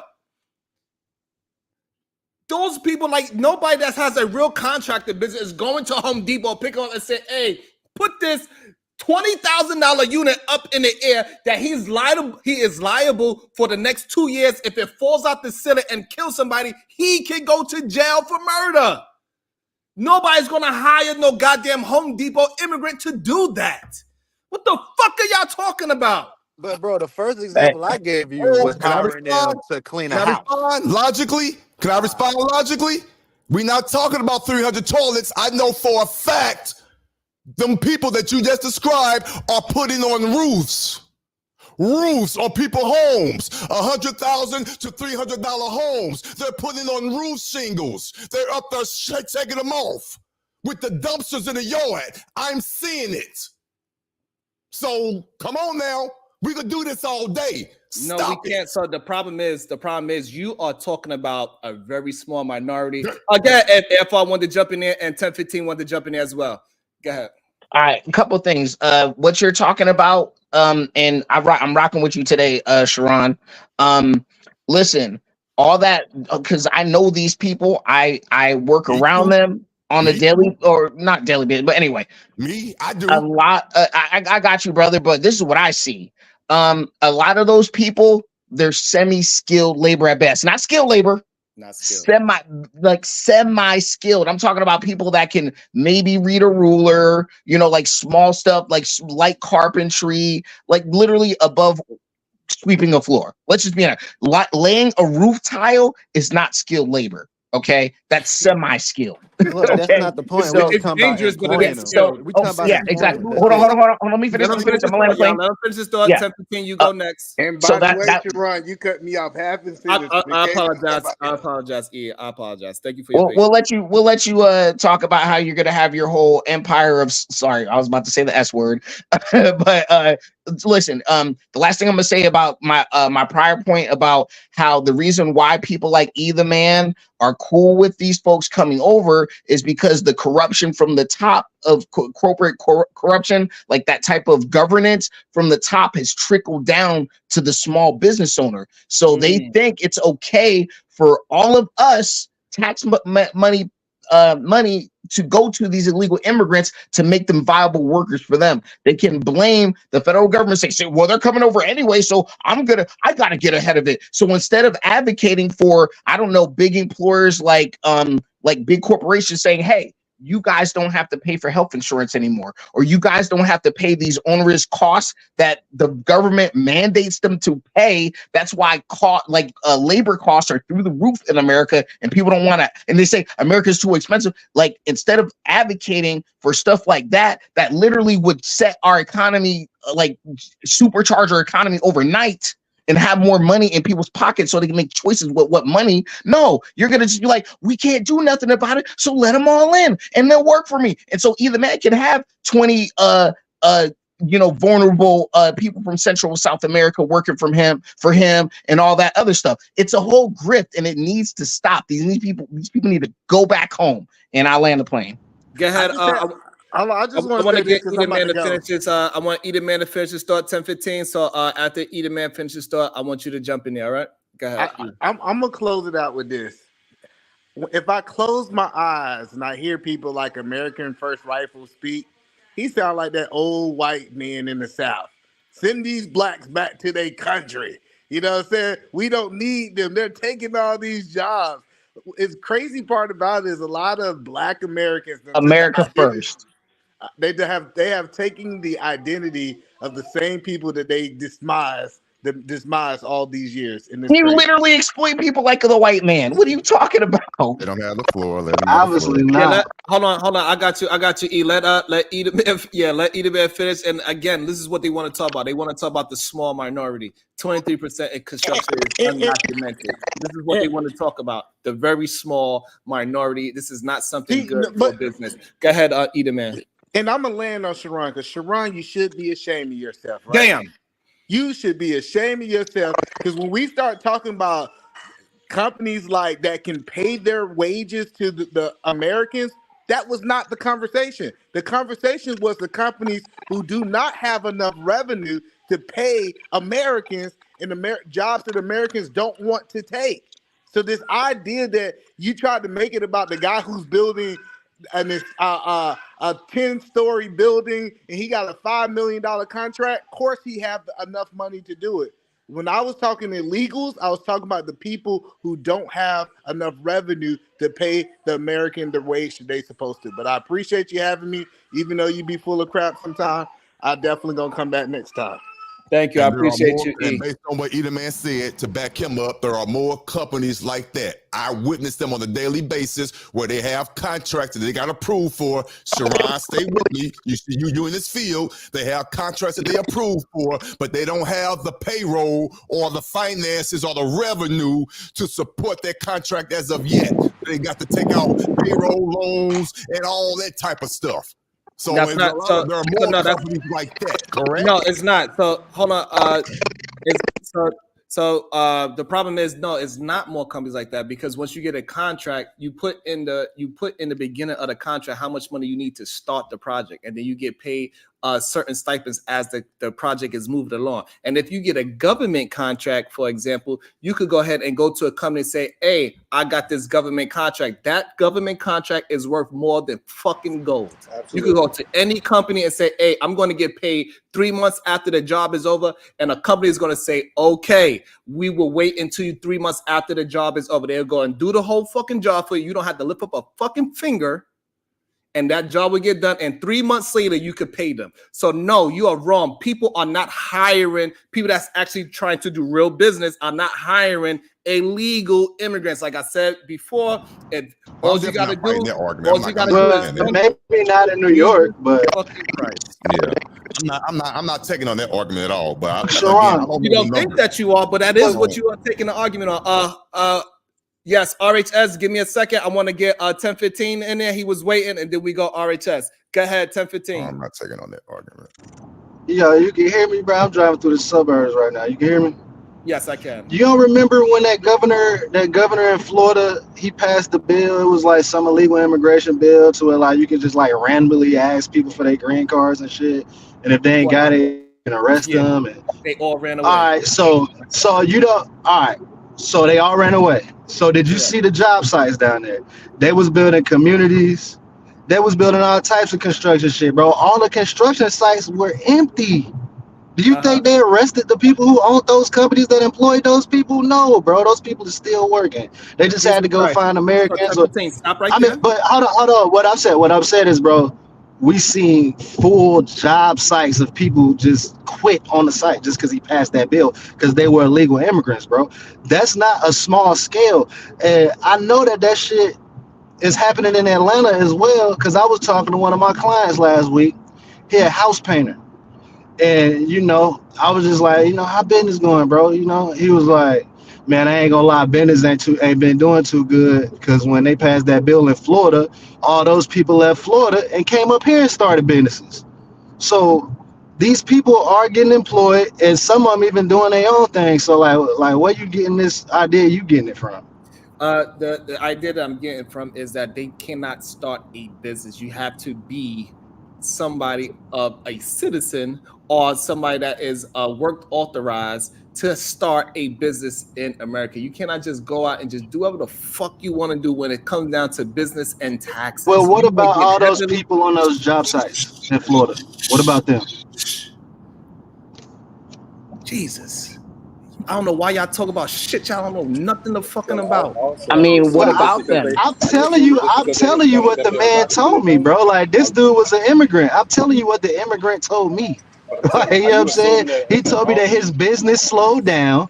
Maybe because he's a city contractor. I don't know what the fucking No.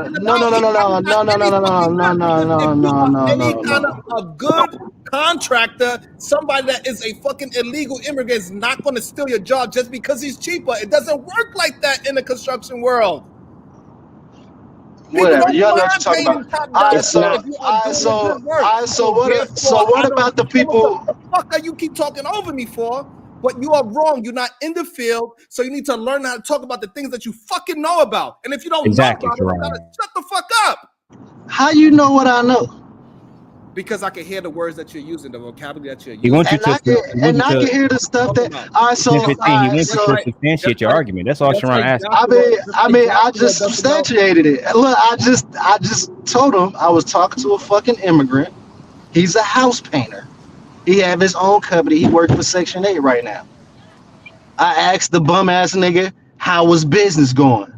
The bum ass nigga said, when DeSantis passed that fucking bill in Florida, all the illegals left Florida, came to Atlanta, and started taking their fucking jobs, bro. How much more do I gotta substantiate that shit? What, this nigga lying? Like, what you think? You go to Houston, Texas, bro. Don't run on sentence, please. So there's the problem with y'all saying. Y'all are talking about, this is just like us talking about drug dealers is making millions of dollars when there's only a few of them. That man that you're talking about, he ain't got no fucking business.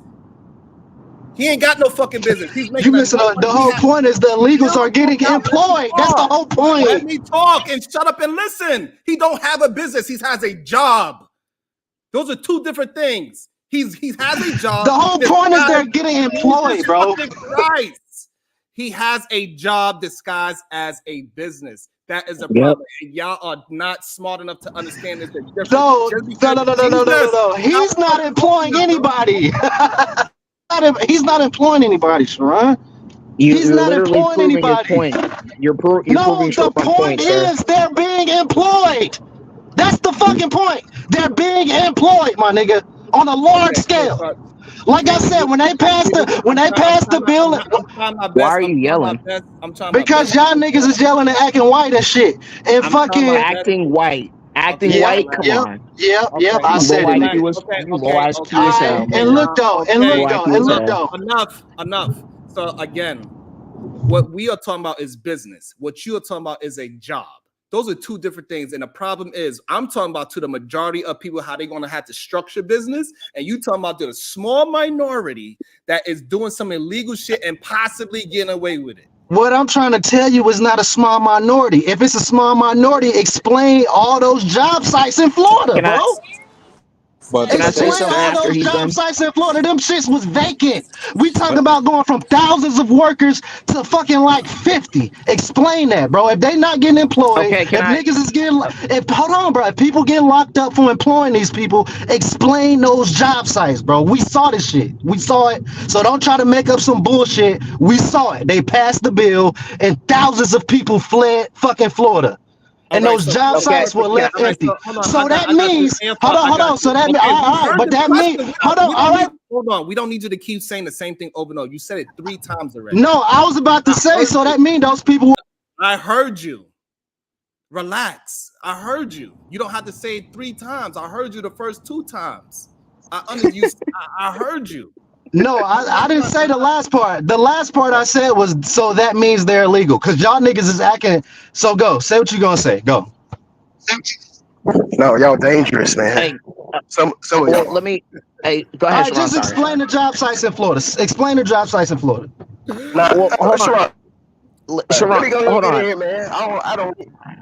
All right, go ahead. Let RHS get in there. Go ahead, RHS. I'm a damn Negro just like y'all. Ain't nobody acknowledge me or nothing. I've been on this motherfucker how long? Go ahead, RHS. It don't even matter. So I'm gonna bounce around just like y'all. The reason why I called in, you said, so you speaking now or you speaking in total existence, Sharon, when you said that it's a small amount of corruption within the United States, within the United States structure, within the structure of business, the structure of monetary. Damn, this nigga charged up. What I was talking to was about hiring immigrants. Okay, all right. So I'm gonna fall back off of that because I don't deal with that. So some of y'all, I ain't speaking to you directly. So people try to knock motherfuckers for having to go different routes than what they did. And what I'm saying is a timer, a 2-timer, somebody that's been in some shit. You know what I'm saying? Because everybody ain't given the same chances. Everybody's not in the same demographics, not in the same area, not within the same financial loops of their community. You follow me? So I find it disrespect when somebody speaks on somebody that's a felon. I'm a felon, and I wear it with heart. But I made my fucked up choice probably 15, 20 years ago, right? But I learned my lesson.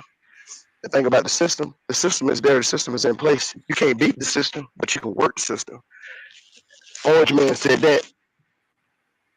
You heard how he said it. Actually, we were actually talking to your point is that people look at people that went to jail and just trying to have a second chance to have a different ideology. They look down on you, but they would give an immigrant that possibly did the same exact thing you did in their country, but they will look at that person as, oh, he's the upstanding citizen. So actually, you probably missed that part of the conversation. So we was actually talking towards what you were talking about, but we did move on from that part, RHS. But you got any closing statements? Yeah.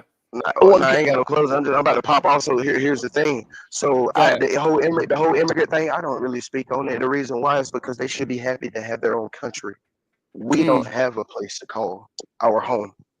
I get it. We're here in the United States. It's called America. What? Yeah, it's called America. So, I mean, I get all that, but I'm not going to ignore. So it's for what y'all saying. Y'all like the Catholics because 15 years ago, that whole community shit, 2 spark plugs, 2 drop cords being together, you can't get power. Now they tell you can get power with 2 drop cords, no main source of an outlet. How does that work? It works. It's a hypocrite. That's why I don't respect it. But so stick around. So I want to keep minding out this whole Miami, Florida situation. So let me say this. Yeah, because y'all was speaking on the whole 1099 performance. So I've been in business. I don't like keeping count of it, but I know 15 plus years, right? Okay. I'm willing to say almost 20, but I don't keep up with it because it's the past. You feel me? So the thing is here where I am.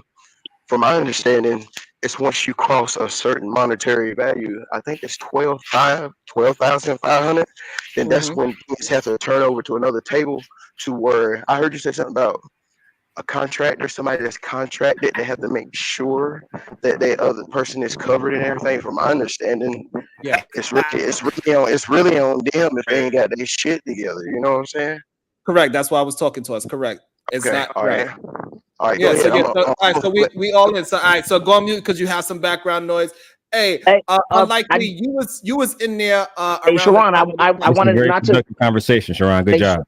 Hey, Sharon, not to cut you off, but I did want to speak to what you guys were talking about. Like, really, just a quick caveat because I wanted to add to what you were saying. Okay, I'll be real quick. Here's the deal because he kept talking about I'll be real quick. RHS. No, Yeah, no. Yeah, It was RHS, a 10, I think yeah, 10, he's 15 a when he was 1099 young. worker. Yeah, he do like Yeah. home improvement. Yeah. Here's the deal. When he's not taking into account every state has different mechanism enforcements. I'll say the Correct. super liberal state of Oregon, where I live, they love bringing in any illegal they can, but that don't mean they're going to let you work easily. Okay. Because I can tell you they routinely go after contractors, roofers, all this, kind of small, medium business was really small, kind of fly by night subcontractor guys. They specifically target them for hiring illegal immigrants and all that. So you see all the time where they're busted, to where the small and medium business that doesn't hire illegals, they always scoop up all that business that's lost by people by compliance issues. So yeah, this, like, people get away with it, but trust me, people are still getting caught all the time, to where it's probably not worth it. It's probably better to try to do it as legal as possible. And I pass the mic. Exactly. Can Sharon explain the Florida situation, please? Again, because my whole point was they was getting employed. That's it, bro. The problem is you're talking about something that you have no idea what you are talking Then about. explain it, bro. That Then was a political move. It wasn't. It don't have nothing to do with the fuck you are talking about. But you just seen something on the news and you just they explain it, bro. Then explain it, my nigga. That's why I said you acting like a white boy, my nigga. Just explain it. Why you doing all this? Oh, you see shit on the news and blah blah blah. So explain it, my dog. I've been trying to explain, but you don't want to take the explanation.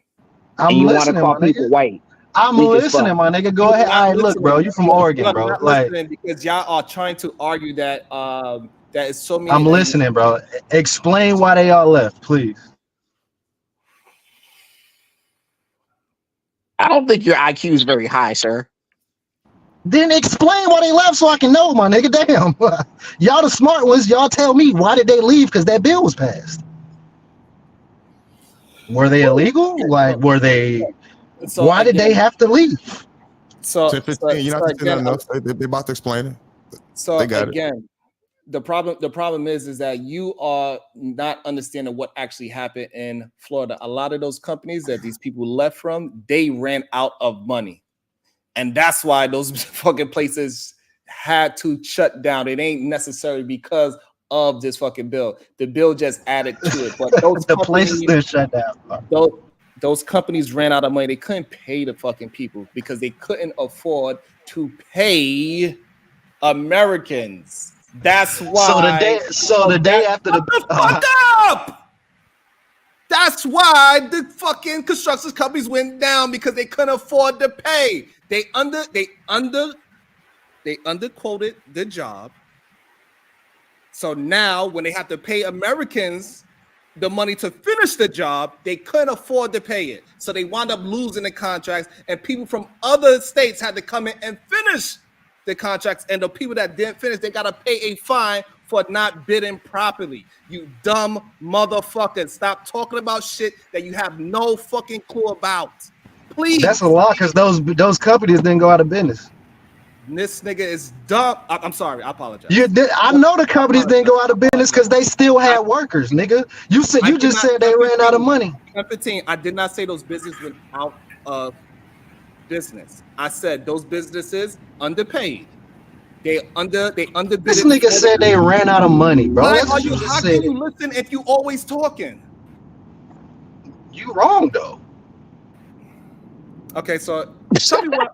All right. So if I'm wrong, please explain to me why I'm wrong. I just explained to why you was wrong, nigga. He passed the bill, and all those people on that fucking job site was illegal immigrants. Okay, so now I'm telling you, you are That's wrong. why they left, and they found their way to Atlanta.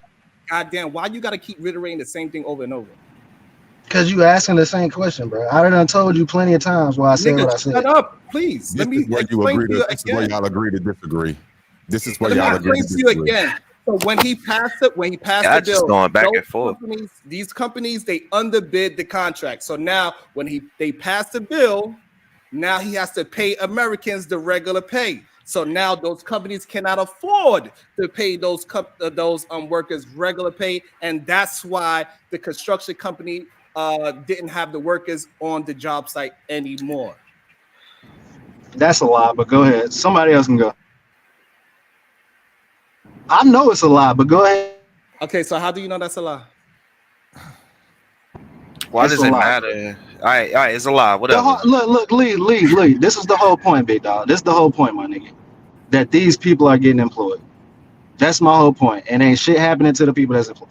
Bro, that's he's saying it's happening on a low scale. I'm saying, my nigga, it's not happening on a low scale, bro. These people are getting employed. That's the whole point. This man is not too bright, but it's okay. We're gonna get you there. But bro, like, how you gonna tell me some shit I'm seeing? I'm seeing the shit. I'm telling you what you are seeing. You assessing it wrong. What are you seeing? Smart guy. Okay, smart guy. I'm trying to understand. No, nobody's hiring illegals. Y'all right. Nobody's hiring them. Everybody that attempt to hire illegals is going to prison, including Houston, Texas, and San Antonio, Texas, and El Paso and Dallas. So again, there ain't nobody hiring illegals. You right. 15. Again, that's not what you don't know what you're talking about. You don't know what you're talking about. Are you following the conversation? Clearly, you're not following the conversation. I don't know what y'all talking about. Clearly, you're not following the conversation. But if you stop talking, my point was illegals are being hired. God damn, we have never said in this conversation that people are not attempting to hire illegals. That is not what the conversation is about. What is the conversation about? If he was in my cookout, he would be getting escorted right now. RHS, your audio sounds crazy. All right, what up, Out the Mud, Cody? Man, I got wind. Yeah, go ahead, Out the Mud. What good with y'all, big dog? I don't really got shit. People just want to talk about what they want to talk about instead of talking about the actual topic. It's crazy. Yeah, I ain't really got shit on that. I was just tapping in with y'all, big dog. You know, I fucks with you. You know what I'm saying? I appreciate you. Hey, Unlikely, what is your thoughts? Because you live in a state where 1015 is talking about with all the illegals working and everything. What is your thoughts on this immigration shit that's going on in America right now? The migrants are being brought in because Americans won't do those jobs that are cheaper. Migrants will. Migrants are resourceful. So they're gonna find ways around any single thing that you try to put in front of them. Like there's a bunch of them out here that's illegal that be doing Uber. They'll pay like a family member, because that's the thing. They got a lot of family members that be in the country, and those family members hold it down. Like I see it all the time. And I don't know anything about construction. Sharon know a lot more than me about that. But I will say that Miami is one of the fastest growing cities. I'm talking about, man, they building cities like, bro, they building whole cities. They condo at the condo at the condo. All the roads are broken up. You got to go around. There's detours everywhere because, you know, that construction is booming. So, and so that's another part that they forgetting to mention, right? A lot of those so-called illegals, they getting Social Securities from their cousins. Yeah, right? I'm telling you, so technically they are legal, right? So it's so many ways that they go around this whole illegal hiring of people that they want to be so blind. They want to be right so bad. They want to defeat Sharon so badly that they willing to go all the way down to strawberry pickers to prove a fucking point. Like it's nobody that wants to do strawberry picking except somebody that was raised on a strawberry picking farm. That is it. But when I first came up, bro, I said, instead of complaining, put these niggas to work. You said that's a small minority. My whole argument to you is it's not a small minority, bro. Why is that so hard for you to believe, bro? It's not a small minority. It's happening on a large scale. What's stupid about that? Because it is. What's stupid about it is that people that's getting hired in America are legal to work in America. Because if you are a business, look, bro. If you are a small, Jesus Christ, even if you are a small business of 10 people, it will cost you more money to hire somebody illegal. All right, man. I just moved. Like I said, bro. I know what I'm talking about. I know what I'm talking about. All right. So if you know what you're talking about, do you have a business? I know what I'm talking about, bro. I ask you a question. Do you have a business? Yep. Okay. Do you hire 10 people? Hold up, but we ain't even we ain't talking about my business. We talking about the businesses in Houston that I know. Okay, so fine. We talking about the businesses in Houston that hire nothing but illegals. I think I got you. This is crazy to me, bro. I think y'all both saying the same thing. We are not saying the same thing, Lee. We are not. This man is not saying what I'm saying at all. Not even close. He is just saying things. He's just throwing things against the wall to see if something sticks, and he do not know what he is talking about. Not even a little bit of what he's talking about. For y'all, and it sounds like he trying to say that they're illegal because of their status, like they don't have a social and stuff. And we're saying, well, I'm saying, I guess Sharon is saying that they find different avenues that make them seem like they not illegal on paper. Is that what you're trying to say? Basically, like how the epidemic with Uber, right? People, if you watch Cash Jordan YouTube channel, he be talking about it all the time. He talk about how these dudes are coming from, you know, a whole different country, and they able to have an Uber, they able to buy a scooter off Amazon, and they able to start making money with Uber because they family member, they got a social, and they'll use their information and kind of maneuver their way in there. So Duke talking about they still illegal, but they're not really, like the person hiring them. Yeah, the person hiring them is not hiring a illegal. They're not seeing, oh, this person illegal, I'm a hire him. Nah, they seeing, oh, this nigga name is Jordan Matt, and oh, hey, this is information. Okay, come on in. Yeah. So that's kind of what's happening. Y'all kind of keep going around in that circle. Yeah, and so what they're trying to say is that the people that is hanging out at Home Depot is the people that they are hiring in mass. Like those are the people that's in construction sites and building up Miami. Those people mainly do like home improvement. I don't understand why I cannot like you'll have your chance to talk, but let somebody finish talking, especially me, please. Bro, like listen to the stuff you saying, dog. Like people at Home Depot, ain't nobody hiring them to do. They hiring them to do shit. Hold on, 10-15, just respect the host. You'll be able to talk after I'm finished talking. You don't have to cut me off so you can make your dumbass point. Just wait and make your dumbass point after I finish making my intelligent point. Sharon is right, man. The what he basically saying is those people that be at Home Depot, and I see them all the time on 27th Ave and Southwest 8th Street, and it be like 200 of them. They're going there because they know they can't just go to the construction worker place because they really illegals and they don't have the credentials like the cousin or the whoever, however they do that shit. I don't know. Some of them buy social security numbers to make them seem like they legal. So if you ain't nobody talking about fucking construction work, nigga, ain't nobody going to Home Depot to look for a fucking construction worker. What the fuck is wrong with you, nigga? Right? That's what 10-15. That's what the them niggas paint. No, they paint houses. They cut grass. They clean houses. Language. I know, but I feel you, my dog. I feel you, but these niggas is with the stupid. Nah, cause bro keep on saying niggas is stupid. Nah, cause bro said niggas is stupid and all this other shit. Like, nah, bro, like if you gonna be disrespecting niggas, bro, niggas is gonna get worked up. But what I'm saying is ain't nobody going to Home Depot looking for no fucking construction worker, bro.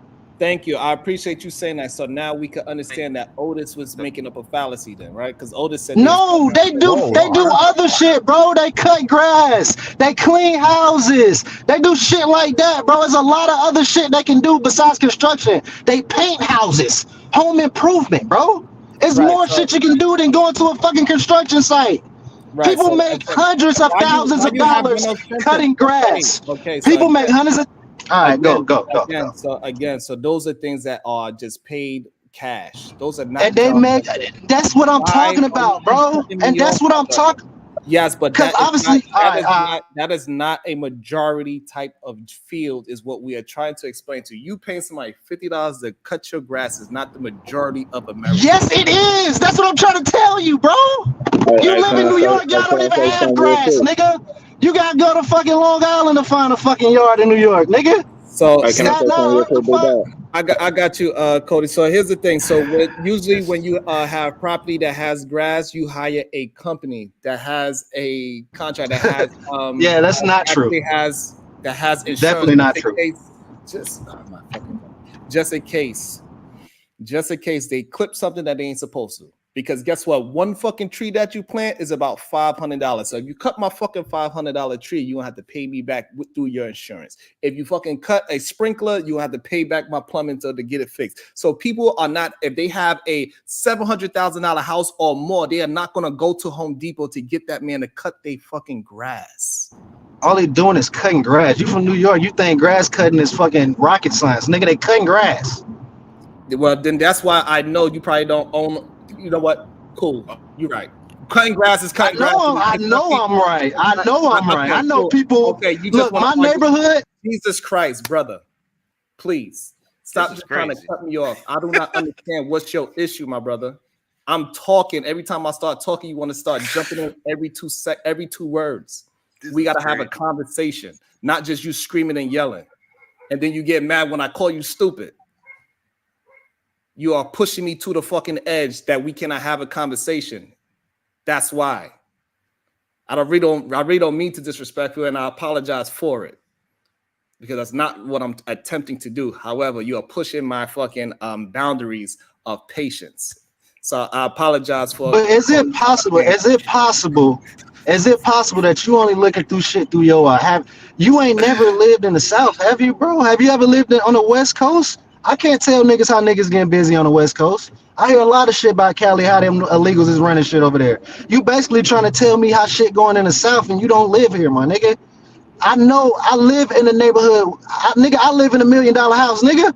I know what these white folks paying for it, bro. They ain't going through companies. Some of them is.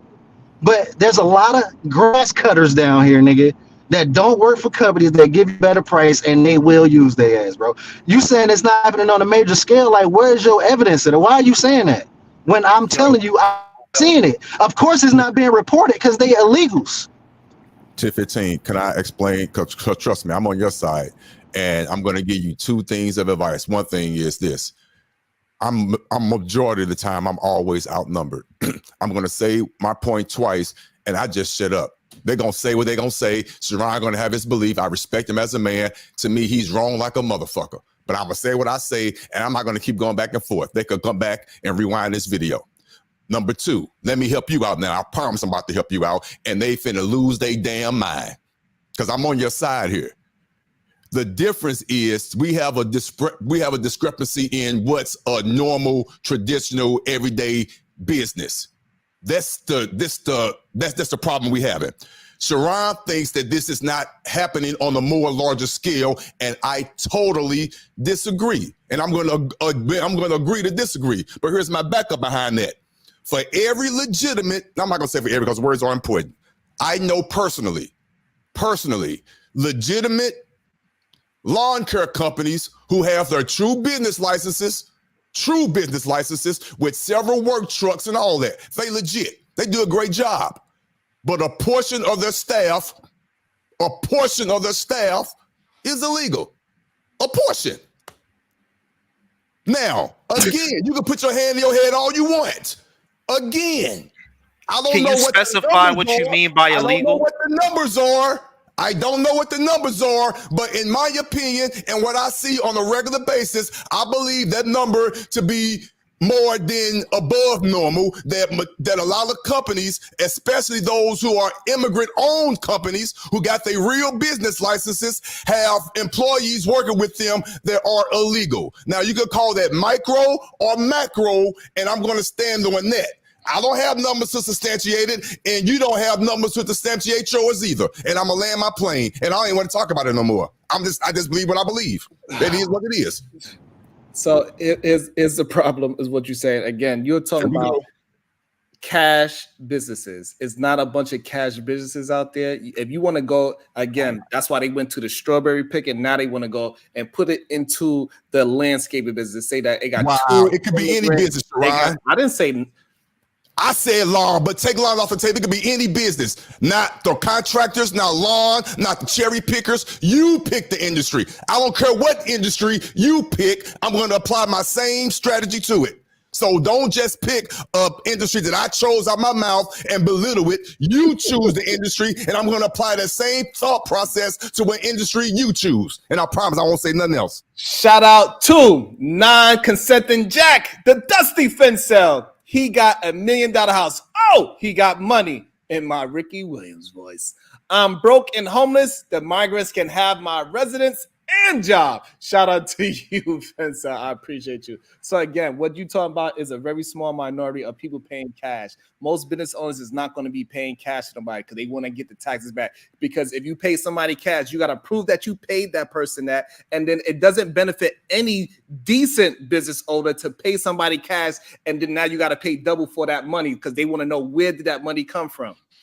So if you do your taxes and you are a legal business owner, it costs you more money to pay somebody in cash because it doesn't give you any kind of benefit to pay somebody in cash. Let me jump in here real Okay. quick. Can I say one quick thing? I've been listening. Listen, compliance costs are through the roof for every business owner. Okay, they spend a considerable amount of money on compliance. So that's another risk that you're taking hiring illegal people. So you can shake your head, oh, this all you want. It's true. Hold on, And yo, that's let me say why something. and that's why legitimate businesses are actually making a lot more money than these people that hire illegals. All right, let me just say so something real again, quick. Let me just say something. Before you say something, Lee, I got a question for you, Lee. Lee, do you think the majority of businesses, this is what they're saying, it's on a grand scale, it's not the minority of business. You think the majority of businesses are hiring illegal immigrants? Not based off of your cash mentality, no. So Thank you. I'm gonna take that avenue away from you. I think they're hiring people that they think are legal, but in reality, these migrants have found some way to manipulate the Social Security process. Because so now I would jump in when right I- there. when I'm- you can be illegal, right? You can be illegal and have a work Social Security. So this is something that most people do not know. So you can be. But do y'all know? Hold on. All right, my bad. Go ahead. My bad, nigga. My bad. I just want to say real quick, I just wanna Sharon, jump that's in. one of the ways I'm talking about. I want to something jump like in that. right there and say that because I want to build on that before you move forward, because this is something that they probably understanding as illegal, right? But they are legal to pay taxes. Exactly. That's So what they I'm have saying. a working Social Security. So technically, I can hire him because he has a legal way to pay taxes. So yes, his status as a citizen is illegal because he overstayed his visa, but his working authorization is not illegal. Yeah, that's what I want to Yeah, say. I feel what you're saying, but y'all talking from this New York shit, because I know y'all think y'all got a lot of immigrants up there, but I y'all live really in don't. Miami, bro. But I lived in you Miami do, for but 7 I years, thought bro. you was from New York. All right, but this is what I'm saying right here, though, big dog. All the stuff y'all talking about, the Uber shit and all that, that's that new shit. This been happening in the South and on the West Coast, bro. This ain't no new shit, bro. All these people ain't finding ways to get fake Social Security numbers. Some of them are, bro. I'm not saying it's not happening, but all of these people is not doing that shit, bro. That's what I'm trying to tell y'all. I'm starting to really believe y'all just arguing to argue. Y'all just want to go I'm not, against me for because no I reason. know what you're talking about, No, bro. you don't. Clearly, if you knew what I was talking about, first of all, you stop just jumping over every 2 words I say, brother. Like, I'm giving you the opportunity to talk. I do not. I wasn't even done talking. You just cut me off. Yo, I was still talking and I I got wasn't cut done off talking. too. Neither was But, like, unlikely. Either listen, was unlikely. I was just telling him the shit he talking about. We understand you interjected, but unlikely was talking when you interject. It's okay. like Unlikely. Sharon asked me a question and he said, "Do I think the majority is Right, illegal?" that's what And we was happened. trying to break it down on what we believe Correct. illegal is, because if a person is able, like, me, you, and Anastasia, Sharon, Anastasia, we work for the company, we the bosses, and if somebody come here with all the right credentials and they come with a social, or they come with a work visa, or whatever it is that these immigrants are using, and none of us here speak Spanish, so we never really had a conversation with any of these people to really know how they doing this, but they are finding ways to be able to legally get on paper so the companies can tax them, and the company doesn't get hit with any type of lawsuit or anything Fine. like that. And the person is legally on paper. I don't know how they doing it. I don't speak Spanish. I'm trying to get better at it, but I know there is a way that they are doing it to look legal. So That's the fact. Anastasia, you're talking about, yo, they still illegal, and we like, yeah, but in, like, when you see it through the lens of the law, they're legal. The people that go, and the majority of people that get these jobs are the ones that are able to, because, bro, these are the same people that will pay $5,000 just to get past the cartel so they can get to America. So if y'all don't think that they know schemes, they know the black market, they know all the shit that I wish I knew. I'm telling, yo, this Russian dude I knew spoke no English. Me and him would conversate through the chat GBT. But this dude got $5,000 in food stamps, and he had a job, and he was working on paper and everything. So I don't know how he did it. I wish I asked him, but he left already. But I'm telling y'all, it's the majority of people that are getting into our country and able to work these jobs are looked at on paper as legal, not illegal. So that's it. So this is a problem that they fail to realize for whatever reason. They think that is a whole bunch of business owners just doing things illegally and hiring illegal human beings. It is not the majority of businesses. It is the small minority, because you would get fined heavily just by having a work and not paying unemployment insurance. You get a fucking fine just for that. And Sharon, let's speak to that. Let's Hey, give them can a I little say leeway. Hey, Lee, let me ask you a question, Lee. I want to ask you a question about what you just said, big dog. Hey, with what you just said, are you like implying like they come here and finding ways to beat the system? Correct. Right. So they find But it. They find the if soft. if that's the case, Sharon, hold on, calm down. If that's the case, they come to American soil and finding figuring out ways to beat the American government, the American system, right? And they're not Americans. They're not from here, not birthed here.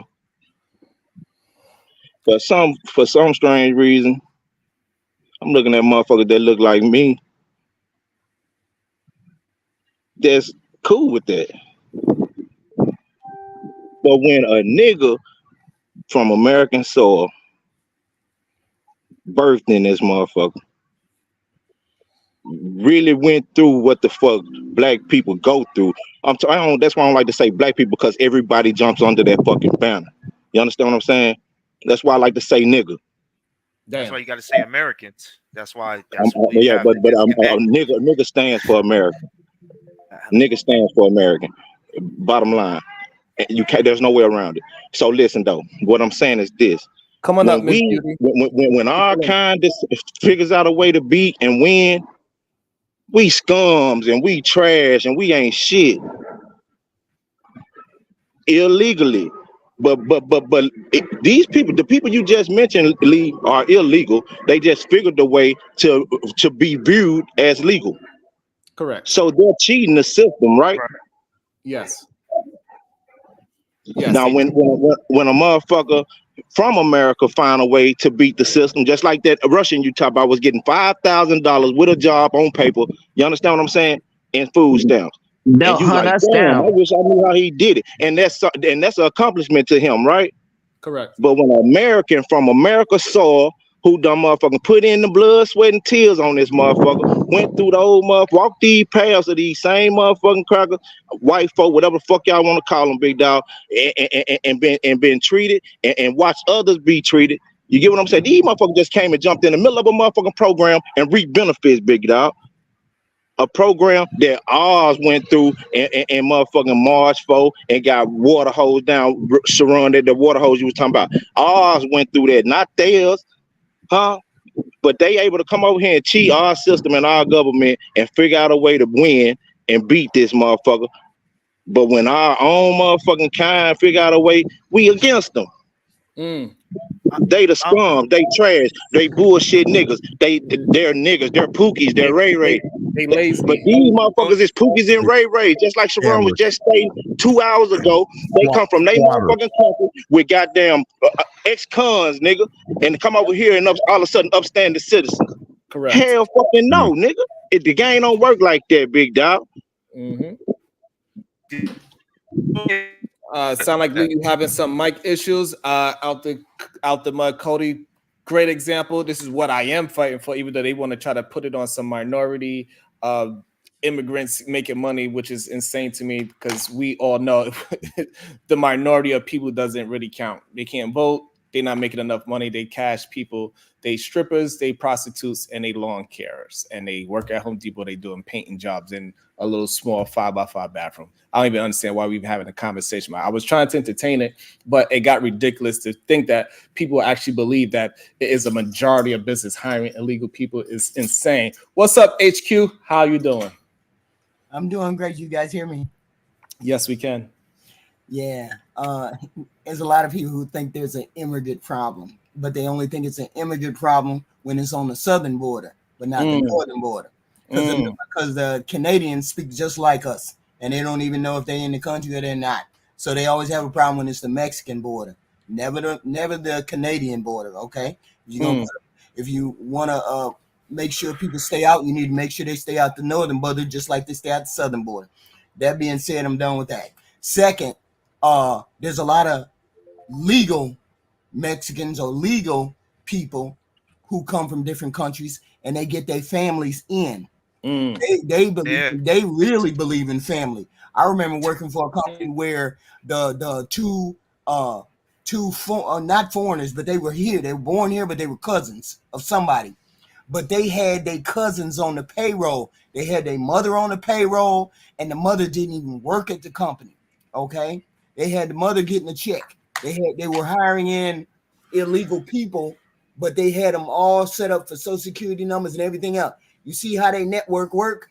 They do family. The Mexican, especially, I'm just gonna speak on the Mexican side because I don't know anything about the Canadian people who get in. But the Canadian people got a better chance because they speak English, right? Damn. And they can, and because they speak English like us, so they can blend in better and they can get away with a lot of things better. And plus, people are what is it called? Prejudiced against somebody who's different from them anyway. So we always have a problem with that. But the Mexican people always get their own people in. They always look out for their own people. That's something we never do. We think our people are scammers instead of helping our people. They think we just off the bat scammers, right? That part. Instead of saying, okay, we're gonna collectively help Black folks move ahead. Instead of you being against me, we're gonna be against the system. And we did that already. We did that already, though. You know what I'm saying? Everything that immigrant, regardless of what goddamn borderline they come from, try to accomplish on American soil, blacks, American niggas have done that already. But big dog, you understand what I'm saying? We already lived in groups. We already lived in groups of motherfucking 2 and 3 families in small ass houses. We done that in the 70s, the 80s, and 90s. So HQ, what he's saying is that we already did it, but now the so-called immigrant, they get credit for the things that we already did. It's a never-ending cycle. It's a never-ending cycle. Hey, do y'all anybody up here? I don't, because I know all y'all young and shit. Do anybody remember when minimum wage was like $5.15? Correct. I remember. And when it was that way, man, look, it was people doing the same jobs that you doing right now for goddamn me $20. They were doing them same jobs for $5.15. $5.15, the same exact job. The same exact job. Give me 1 second, Cody. How you doing, Miss Beauty? How you doing? Hi, everybody. How are y'all? We doing well, thank you. How did you find the channel? Yes, I watch from the shadows a lot of times, but I see a lot of people speaking on this topic, so I just thought I'd chime in because I know it does confuse a lot of people, and I was born outside of this country, and I come from a family of immigrants, so we've been all over the globe, so I know how they be running them paperwork. Okay. There you go. That Give paperwork. us some clarity. What was that? Give us some clarity. So how did they do it? Please, please. Well, I'm gonna just focus. I'm not really gonna focus on like the Europe side because that's getting into something else. But just focusing on South America for a minute. Well, I will tell you back in the day, like. No, tell us about what they do now because back in the day it changed. So what they do now to make themselves seem as they are legal? I was going to connect it. I'm going to show you why they're doing what they do now. It's because a change was made from back in the day.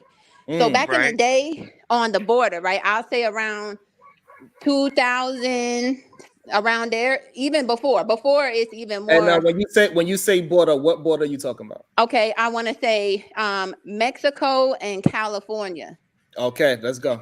And so when they will cross before, you can go in and out a lot of times.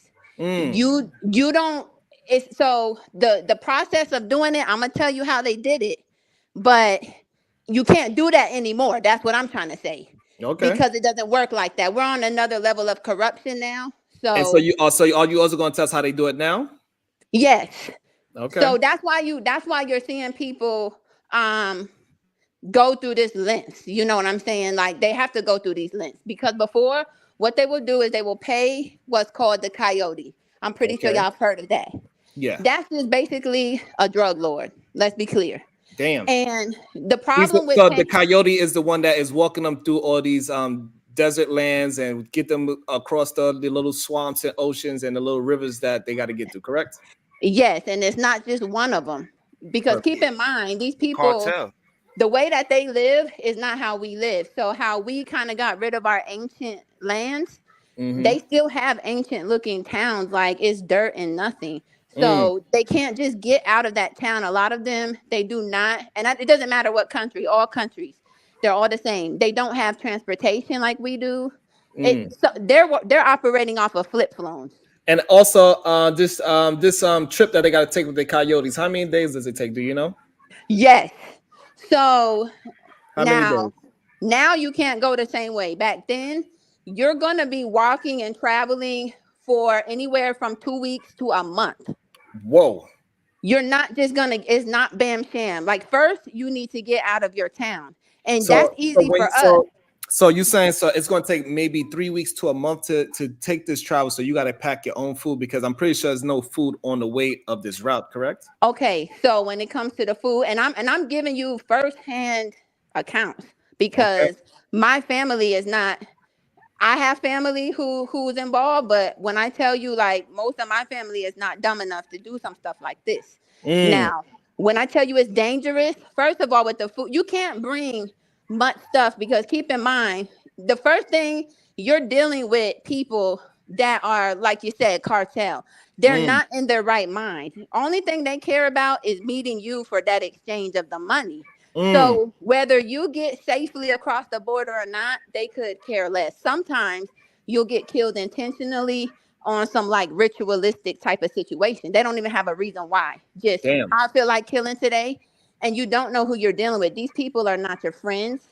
It's not somebody that, oh yeah, we're trying to help you get a good life. No, they have a great life in Mexico. Because I want y'all to know it's a first world country. They're not broke. The same way we have hoods, they got hoods. And if you go to the other countries, now you do have some political issues that's more severe in like Haiti, maybe in El Salvador. Yeah, you have some issues. But if you want to compare little things to little things, they are living rich style. A lot of things they don't pay, like water. They get free cable. Not all the channels, but it's the fact that it's more than what we get when we hooking up our antenna and getting the 5 channels free. They getting real cable. Okay, so now they gotta cross this desert land for a month. It costs. I'll tell you how much it costs. So some people they're gonna pay 2 coyotes because depending on how deep they are coming from South America, you can't just pay one. It's not just one. Sometimes when you're dealing with country to country, that is extremely dangerous because you're not dealing with just one cartel. Now you got to pass through several because the borders on South America is hostile. These people are not friends. So if you're coming from somewhere beyond Mexico, you need one coyote to get you through these borders. And that's why you don't see a lot of people coming from real deep down there because they have to cross many borders, and that is extremely dangerous. It's almost impossible depending on whose border you're on. You're not going to be able to cross at all. It's hostile like North Korea style. You're not getting over that border. Now, Mexico, they'll pay 2 or 3 people depending on how deep they're in. It's going to cost you back then anywhere from $3,000 to $6,000. Per person or per family? Oh no, per person. And this is not including the next fee you pay. Because if you want to know ultimately, how did they cross? Point blank period, they pay the guards. Damn. Point blank period. You talking about the American guards? Absolutely. It's the only way across. Because when I tell you, they'll downplay the border, but you're not able to get past the border because they have infrared technology right now. And they had it back then too. They can detect any movement. You know how they do. They don't tell us about the technology until afterwards. So they have this very high-tech technology. The only way to cross is to pay. Excuse me. Yes. Let me say this. Hey man, look though. Do we got border patrol? Well, let us finish minding it. How she got her, how she know people that cross the line. So let's Yeah, in and hear how out. they cross the line. Go ahead, Miss Beauty. It's in and out. So like when I tell you they will pay this amount, because I'll tell you more about how they work here. But all right, so now when they get to this gate, so is this this border patrol guy, is he he's getting paid from the cartel, or he's getting paid from the individuals that's crossing? Okay, yes. So so the first time, let's say you in your hood, now you're trying to leave the hood. Okay, that's the first time you're trying to leave. And like I said, they're leaving with the cartel is because it's not like life here where you call up Uber, all that. It's not easy to get around. So the cartel gets you at least to the river, because what happened is there's a large river that blocks you to just be able to come straight if you're coming from the way of Texas. Now in Cali is different. Damn, that's crazy. Cali is dangerous. That border is very dangerous. But this one, it has that river, which is like a lot of people. This is the first obstacle is when you leave your home, because you have to pay them. So the first payment is $2,000 to $3,000 to leave your neighborhood or your border, and then now when you get to the river, you got to pay another $2,000 to $3,000 to get across. Oh no! Just to leave your home, minimum 3 to 6K, and that was back then. So you already know what they charging now. I'll talk about that. That's different. Okay, so now we at the now we paid that 3 to 6. Now we at the water. So now what we got to pay? The water. Now before you got to the water, how much time has passed? Depending on how deep you're in Mexico, a lot. They are definitely traveling on foot. Nobody's just driving you around. Food, the food is not going to stay fresh, and you can't bring a lot of stuff because what they say is that they're so exhausted. I mean, literally, they're killing themselves. So they can't. So now when we get to the river, what happens when you get to the river? When you get to the river, a lot of people are gonna die. Damn. Because they're after gonna they pay their $3,000 to $6,000, when they get to the river, most of those people are going to die. A lot of people are gonna die because the cartel who sends you. You did ask me that. Are the person, are they getting the money? Absolutely not. They're working through the cartel. They bet a show up with that money, or they're not gonna see them anymore. So somebody's watching them. It's not like, oh, one person you meet with. They watching in the bushes. They watching what's going down. That person just works with the cartel. They're just a mule. They need to bring that money back. So now we got people that's dying. So now the people that make it, they pay the extra 3 to 6. So now they made it across the river. So now what happens after they make it across the river? After the people that died, so now we going with just the survivors. So what happens with those survivors now that made it across that river? Absolutely. And just to say one point. Just like the dope. Yeah, just to say one point, the reason why what's making them cross, keep in mind, we have a lot of access to information. How we talk like this, they don't do that in other countries. And what's making them cross is that person is ensuring them that they're going to be safe. Keep in mind, sometimes you're dealing with people as little as 14 years old, babies with their mom. So they don't know what's going on. They're trusting them, so they're crossing. That's how they're dying, because that river is very strong force. It's not no regular river, and you will get washed away. So when the ones who make it, now you don't need to pay at this point. The next time you need to pay is to get across the border. Now, there we go. Where they're walking is like anywhere they can't be seen. So like they're literally like a fugitive, like how you see on the TV, cutting corners, cutting through the woods. It's literally like that, and they can't stop.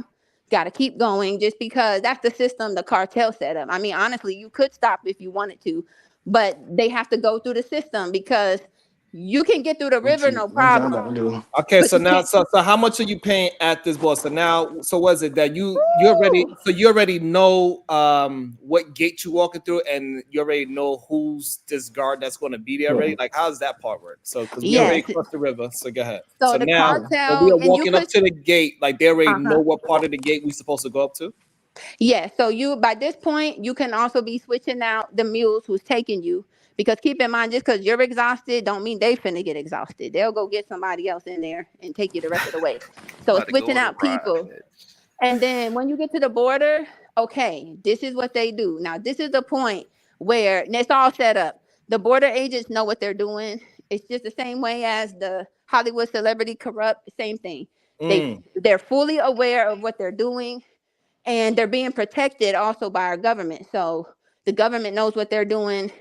You have to know, because you have to know how much cameras and how much protection is there. What Okay, I so tell you, all right, so now, but when we get to this yeah, this game, you pay the money. She said, okay.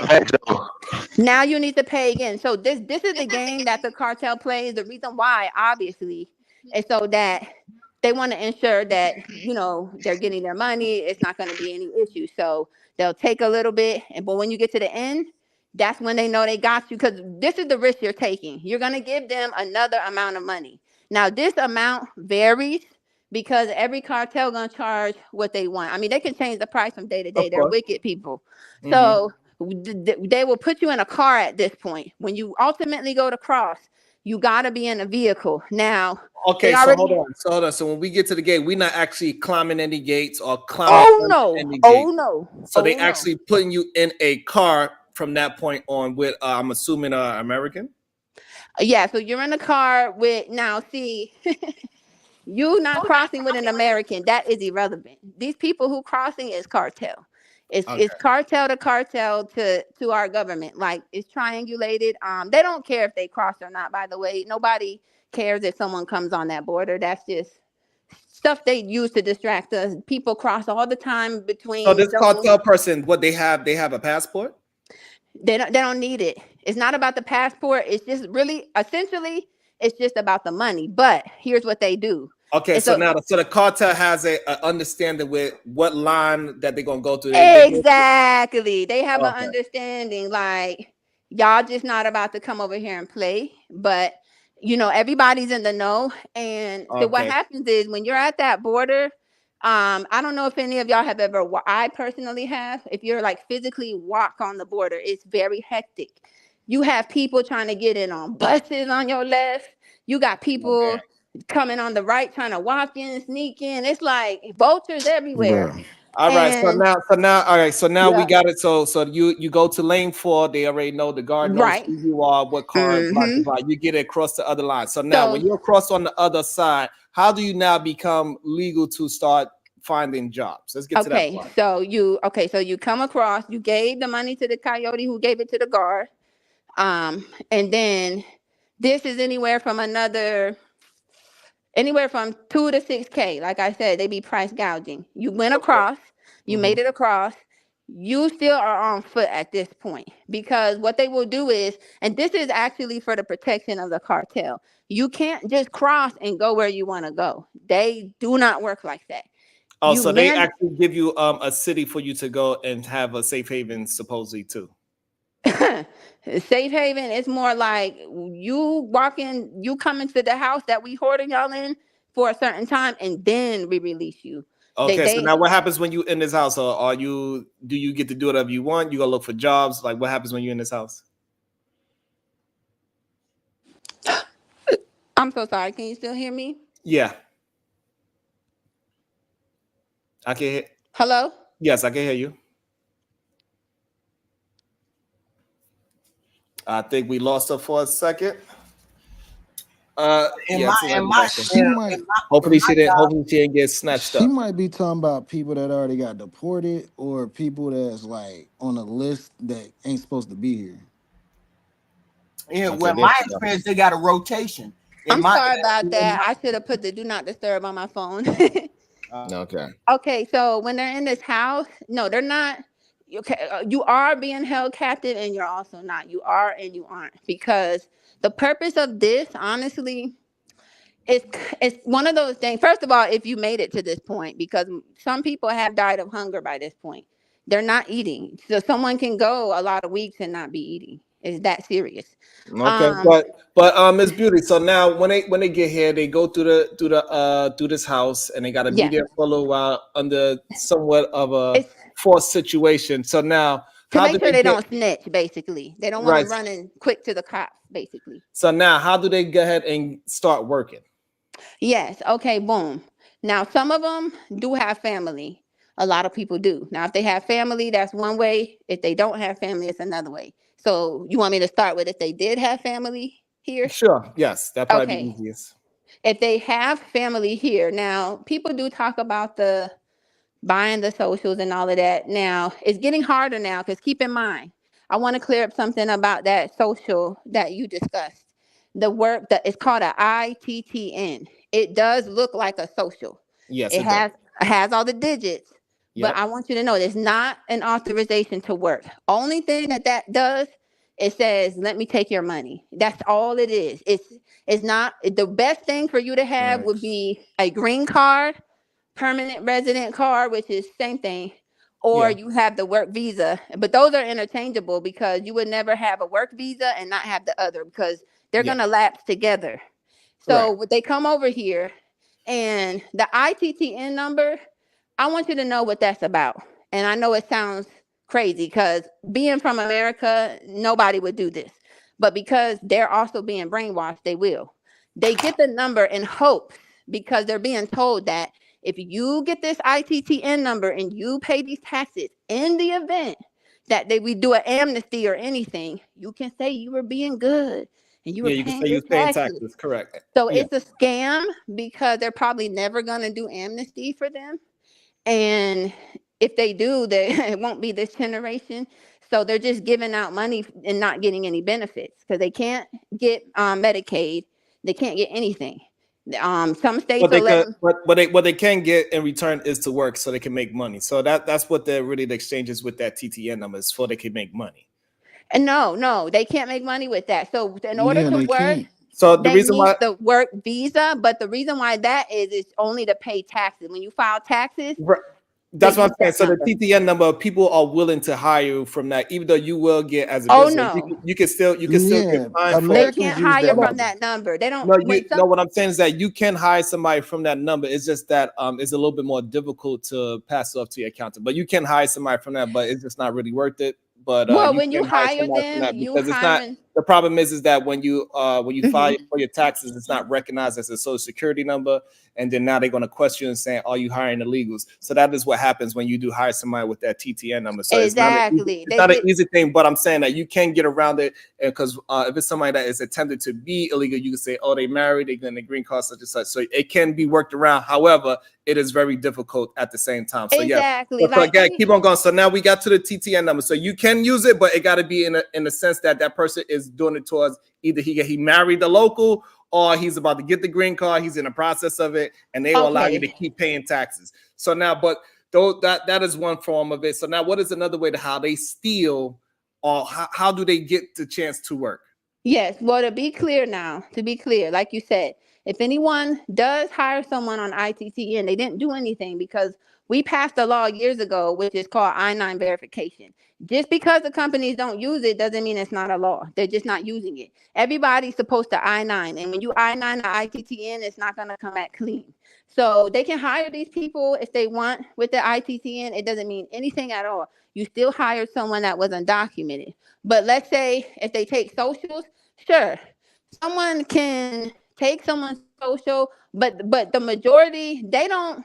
The immigrants don't operate like we operate. We operate in that job mindset. They're not in a job mindset. They're in a survival mindset. So first thing they do when they leave the house, some of them are hook up as friends and they'll go and get an apartment together. And you already know what time it is. 8 people, 10 people, 12 people, however many people. They split the rent together so that they can stack. But the only thing that I'm having, so like I get the difficultness across the board again to the river, but now when we get over here, start working over here. Okay. I understand, like they do the live together things. Okay. So then so they're saving now. A big work that they like to do is definitely in construction. And I will give you an example of a business arrangement, how it can work. Now, at first, when they get here, let's say they have a lot of them don't have any experience in construction when they get here, but they know people that are here. Even if they don't know someone that are here, they will latch on to the person that does know someone that's here, and they all become a crew. So they're going to latch. So somebody knows somebody that's here some way or another. Now, if you know nobody that's here, you're screwed.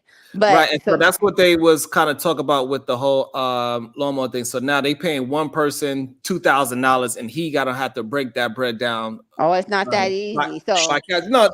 That's one way how they do it, because they also do it when people paying child support. This is what they do as well. So they pay you a portion of Hey, it. let me add this part. about 15, 20 years of establishment. These people within a region that has farms, that has all this land, they done so much work and labor that they put together a force to where they already have a seasonal operation running with 3 or 4 bus loads of Hispanics that come in during growing season, harvesting season, and they just rotate through the United States, giving whatever products being harvested. Yeah, they actually passed a law with that recently, and it's legal now for farms in Texas to use immigrants as long as they're going back and forth.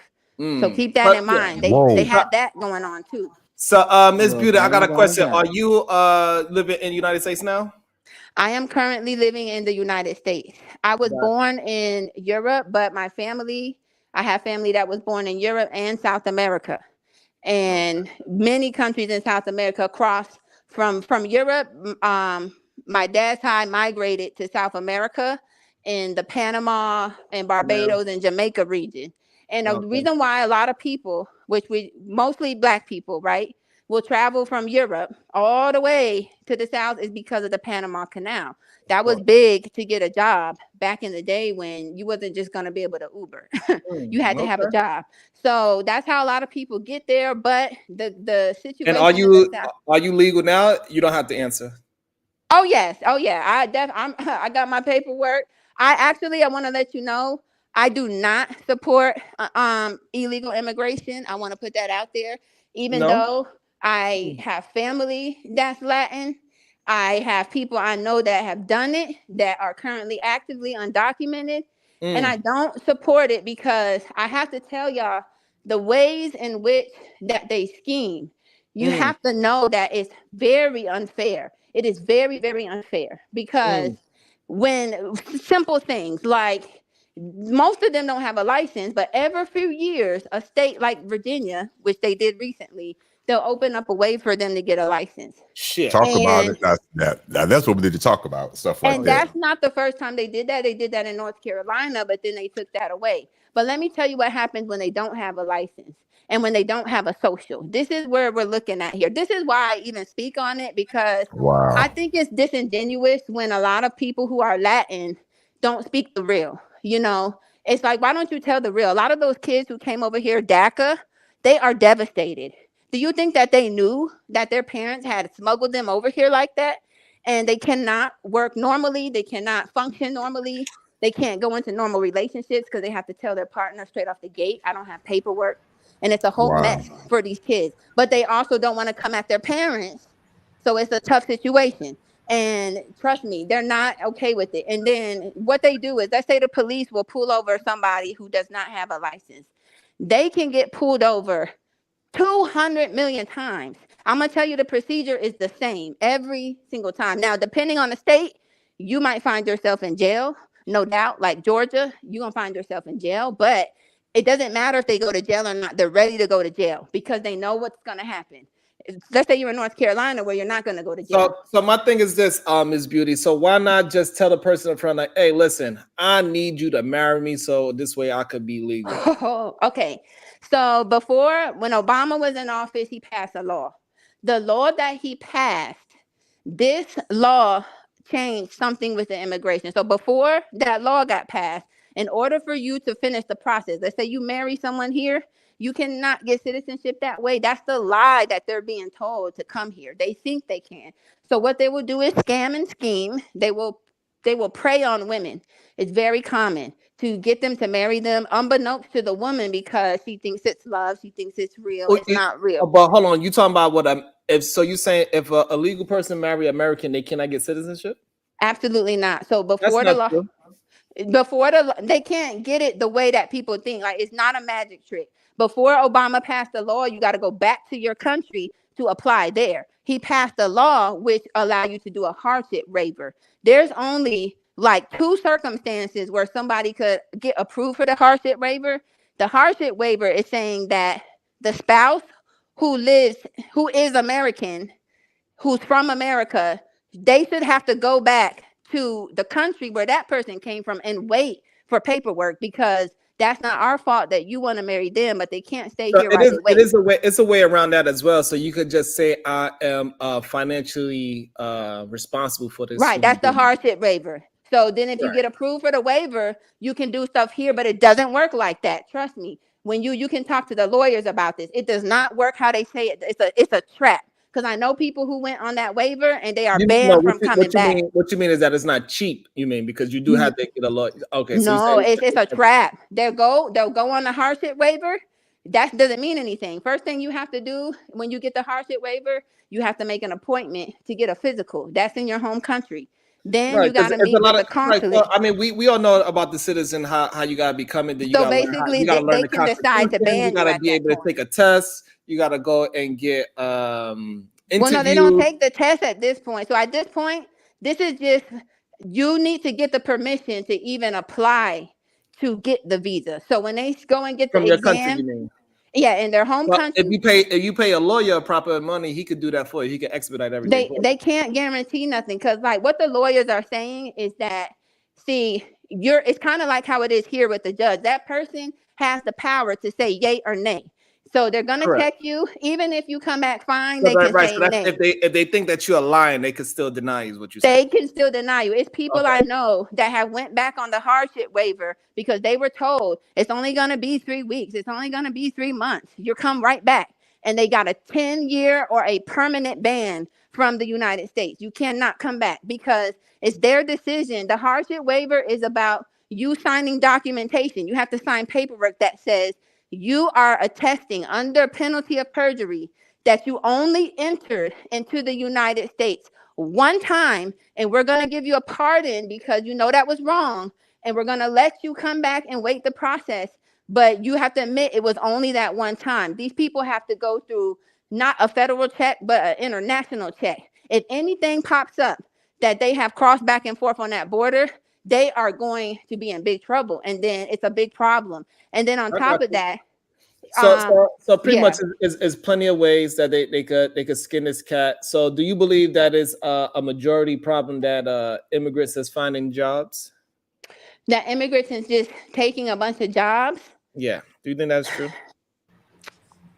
Yeah, they can only take your time. They can only work in certain types of jobs. Now, our population is big. I think it would be disingenuous if you're going to say a majority, because that would, that would make it seem like a majority. That's a lot if you're thinking about the population.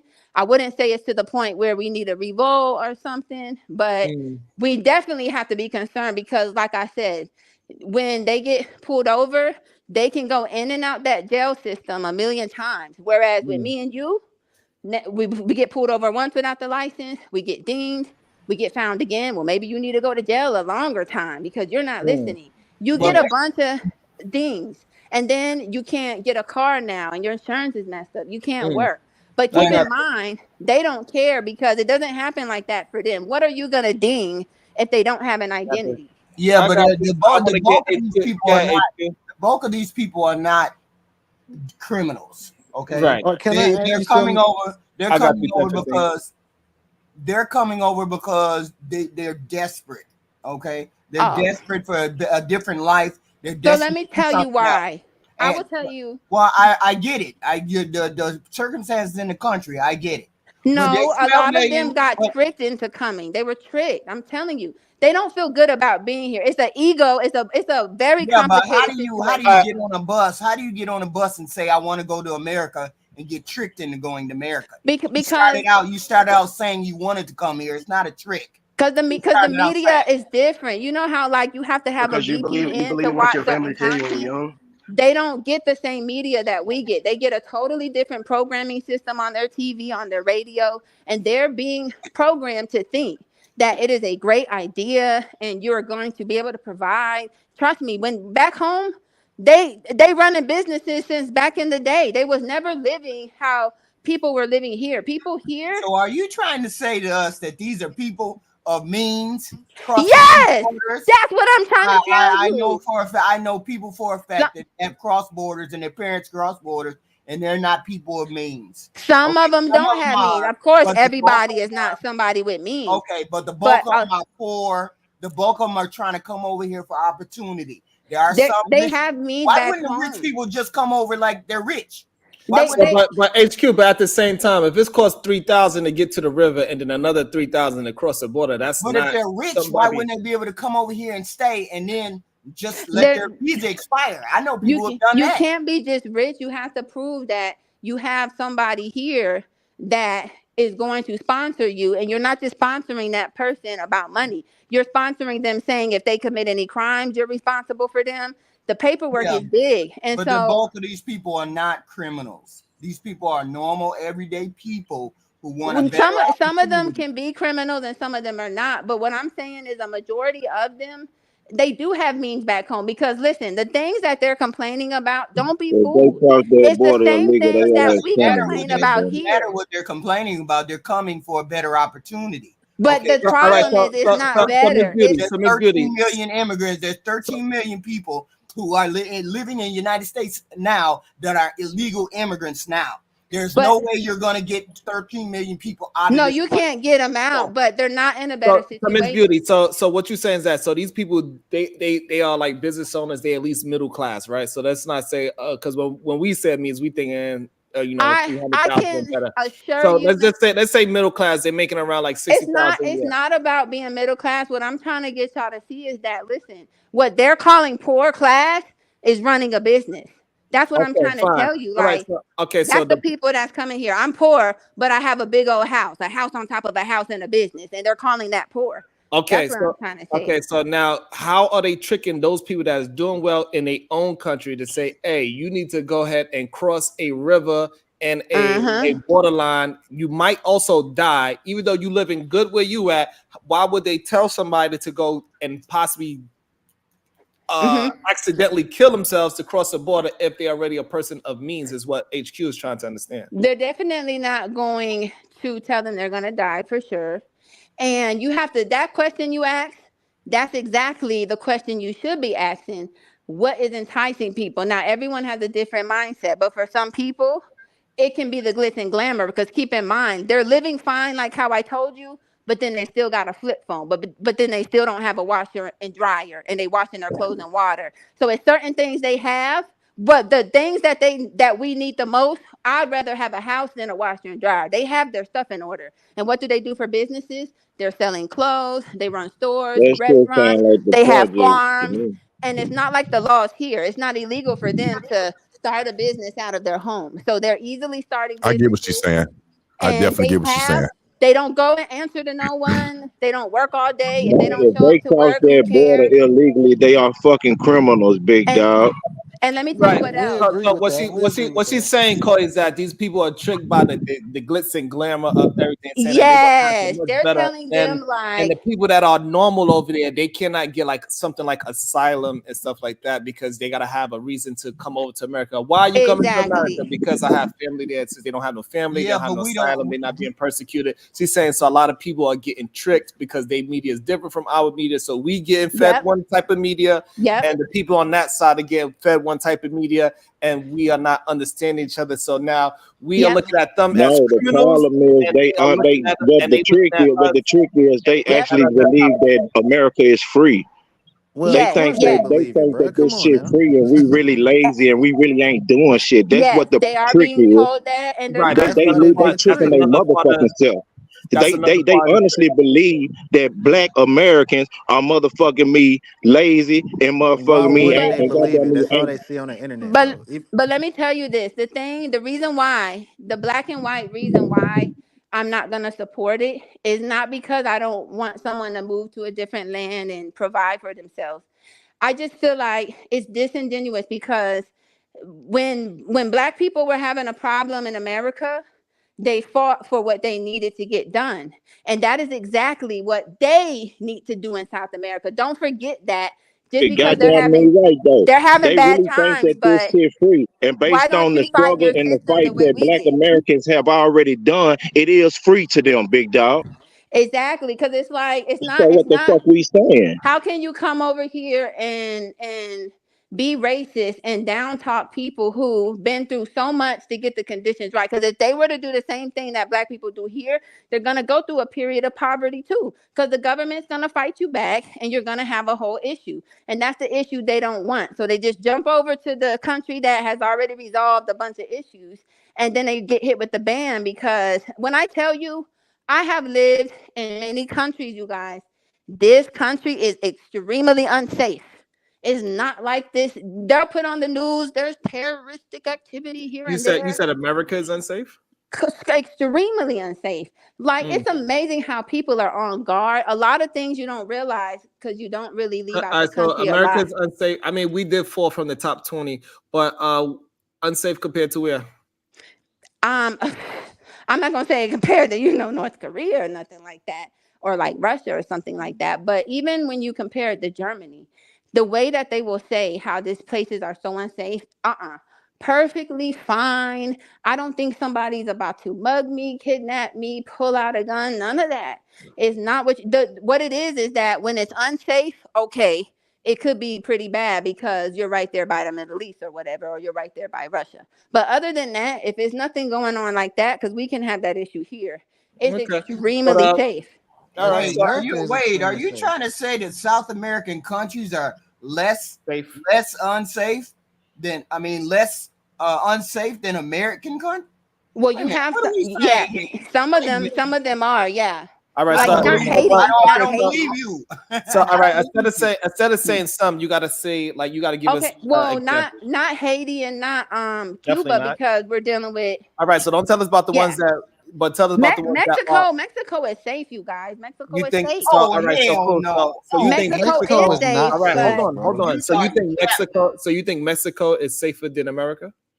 I think Mexico is safer than America. I think the standard of living is better too, because listen, I know people who live there and I'm telling you, never have a single issue. Some people are having issues, but what I'm saying is, it's no different than the issues we have here. We have those issues. So Beauty, what they want to talk about, not to certain fans, but to the whole of the country, like how dangerous is the country, not just some families that you know. Yes, the country is living fine, you guys. Like, you have to go. We understand Mexico is not that bad off. We understand, like, in the major cities, they go. People love to go to those places and have a good time. The beach is beautiful, but but what we're saying is that we don't. It doesn't seem, because we can have a different form of understanding, right? Because we have different medias, but it doesn't seem like Mexico to us is safer than America. Yes, because of the media that we get. When you go to Mexico, then nothing is going on. When I tell you, like, think about it. For instance, let's say something is simple. Like, it's the little things. Don't think the big things. It's the little things. I'm in my neighborhood. Let's say a little boy is playing on top of the roof. In Mexico, that's a normal day. You're not going to have 8 police officers pull up. What are you doing on the roof? Oh, my God. It's that kind of stuff. The murder rate in Mexico is 3 times United States. You cap it. It is more dangerous to live in Mexico than it is United States. 3 times the murder rate. But what kind of murders are it? Have you looked? But what type? It don't matter what kind of murder you're talking about, though. Hold on, it doesn't matter what kind of murder. Murder is murder. I mean, I'm not trying to disagree or nothing. I'm just giving my personal accounts. When I'm in different countries, I was born in a war zone. So I'm not just coming from trying to make places seem so safe. Even when being born in a war zone, I felt safer than here. I'm trying to tell you. The people in general. Okay, so what? It's a different sense of community. Miss Beauty, what war zone you was in? I was born in right after when the Civil War too.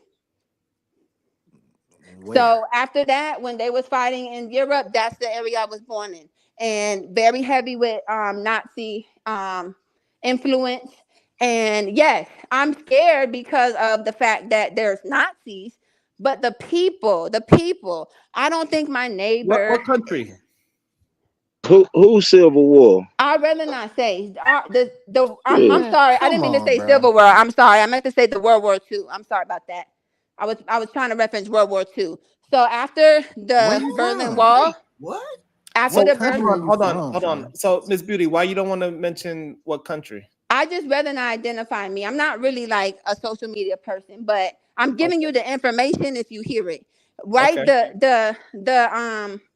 The after Hitler, right, got taken out or whatever, the Nazis were still influencing over there because it wasn't just Germany that they were infiltrating. They infiltrated France. Okay, so you say in a war-stricken country you felt safer with bombs and guns and I people didn't feel safe with the bombs and what was going on. They weren't always there. No, because I'm In the just first saying, place. like, because you saying that But you I'm feel talking safer. about the Hold on, Miss culture. Beauty. So like now they don't have that. Miss Beauty. So because you saying that when you come from a war-stricken country, Back in the day. It was pretty much never a war over here besides our own war over here. So like, how can another country that actually has wars feel safer than America? Yes. So in that era, of course, I'm not feeling safe, but like I'm saying, they don't do that anymore. And the people there have a different sense of I have your back. That's all I'm saying. When people don't have in these areas, you'll be surprised how they band together and look out for each other in a different type of way. It's not okay to just What you do, at hey, Miss Beauty? I wouldn't be surprised because we did that on American soil years ago. What you do we for a living, didn't Miss Beauty? have and we band together years ago. But then we started to have and where we didn't have to be so together. People started to have their own families, their own houses, their own homes. People migrated and went to different places from where they was birthed in America. And We it's done that nothing. It's already. nothing wrong. It's nothing wrong with America. So don't take it like I think something's wrong because I have family that was born here too. It's just that it's not the people. It's the systems that's in place that causes the chaos. And some of the systems are not in the other places because keep in Where you mind, from in America though? right now I live on the East Coast. Where? And what I'm telling you is that Where they at? buy. She don't want to. She don't want to say. She said she's not used to the social media. That's why she's talking fast. I She's don't. trying I to don't get do adjusted social media. to being speaking with a But bunch of people. But it's okay. It's okay, Beauty. So just let's just be a part of the conversation. I'm glad that you're here. You gave us a lot of things to take in. yeah, I want to get. I want HQ to get back on her point, Miss Beauty. Go ahead, HQ. What was your point? Well, my point is that on top of it, there's a lot of people that come here and make money. They come here on a ready fly in, they come on a visa, and then they stay. That's about 200,000 people, and then they make money, a decent amount of money, but they cannot be legal. Okay, and then you have the rest of the people who are just regular, ordinary people, and who come here because they're poor, because they want a better opportunity. Maybe they got tricked. We don't know what happened to them, but they come here. So it's about 12 million. Almost 13 million people here that are illegal. That includes what is it? The border of the northern border and the southern border, and any of the countries in between. So it's about 12 million people. So my whole point is, what can you do about those 12 million people? I know a personal friend of mine whose parents and brothers are not legal. They're not legal. He has to do everything. Okay, he has to do everything. He has to buy. He has to buy the houses. Maybe buy the cars. He has to do all these things in his name, okay? Because his parents and them are not legal. They can do things, but when it goes further into the government, he has to do everything, okay? And he's the youngest one. He was born here. He was born here, but his brothers and their parents were not. So he does everything, because he's legal and he speaks English and he speaks Spanish, right? Okay. So they were just a poor immigrant country. I mean, a poor immigrant family that came here and then had a child while that child is here. So there's issues and problems everywhere. My point is this: it's 12 million people here. What are you going to do with those 12 million illegal immigrants? You going to kick all of them out? There's no way you're going to be able to kick all of them out. So if they've been here longer than a certain amount of time, make them legal, make them pay taxes, make them do all the things that we do.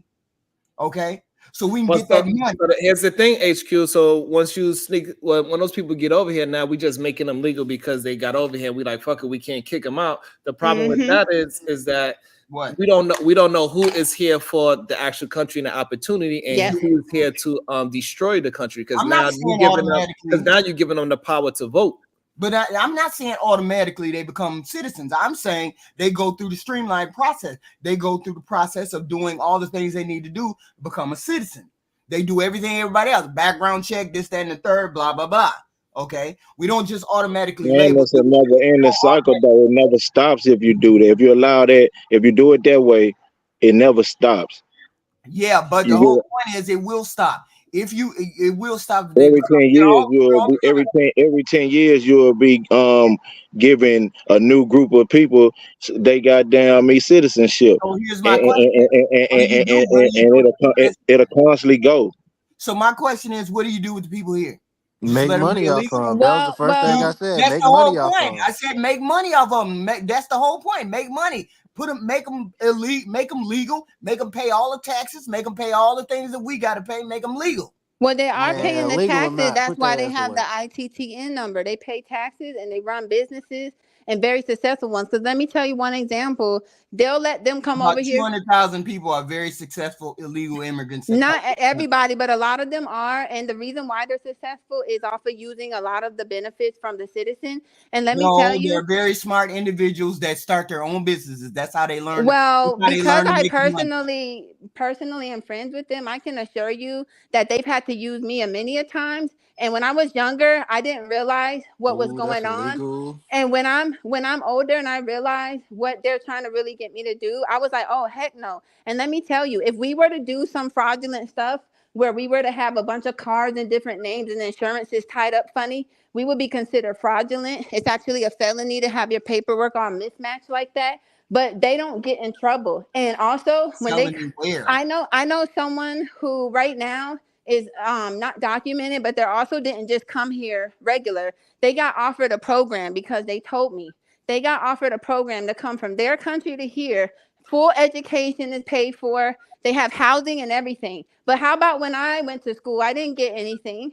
So it's not fair. Well, my question is this: what everybody's complaining about illegal immigrants? Great, fine. Mm-hmm. What do you do about them? What do? We start making buses and putting people out the country. We can't do that. They can do a lot to stop it, but they're intentionally letting them be here. When you intentionally, we already know. All right, so HQ. So you talking about what Cody is saying that we should stop the people from coming in. Like, all right, so the people that's here, okay, we can't do nothing about it, right? It's not much we could do except for when they can't stop the people from coming in. You're not stopping the people on the northern border. So why are you worried about the people on the southern border? Because the people on the beauty. So the people on the northern border, the one that's from Canada, they go back. Because they country is not. What I'm saying is they country in Canada is not that far off from what we doing. So it makes it okay for the Canadian people to come, but it's not okay for the Mexican people to come? What I'm saying is that the Canadians, they go back home. The Mexicans are not going back home. We do not have a Canadian. We do not have a Canadian. We do not have a Canadian migrant issue. We have Ukrainian, Mexico, Venezuela. It's Venezuela, Mexico, Ukrainian, and a couple of other countries. It's not Canada. It's just as much of a problem up north as it is down south. They said a lot of Chinese people come from Canada. Just don't say anything about the northern border because they seem like us. So what 1015 is saying is that like it's people come, but they're not Canadians. They just somewhat to what Miss Beauty is saying. So like if you're in Europe, you could go to you could go to Mexico, right? And then from Mexico, then now you could sneak into America. And the same thing with the Chinese, they could go from China to Canada, and then now they got to sneak in from Canada. But those people are not from Canada, and those people are not from Mexico. So if we close the border, we could stop people from jumping over the border. People that are not native to those technical borders, but they are coming in from those borders. Those are two different things. I agree with that.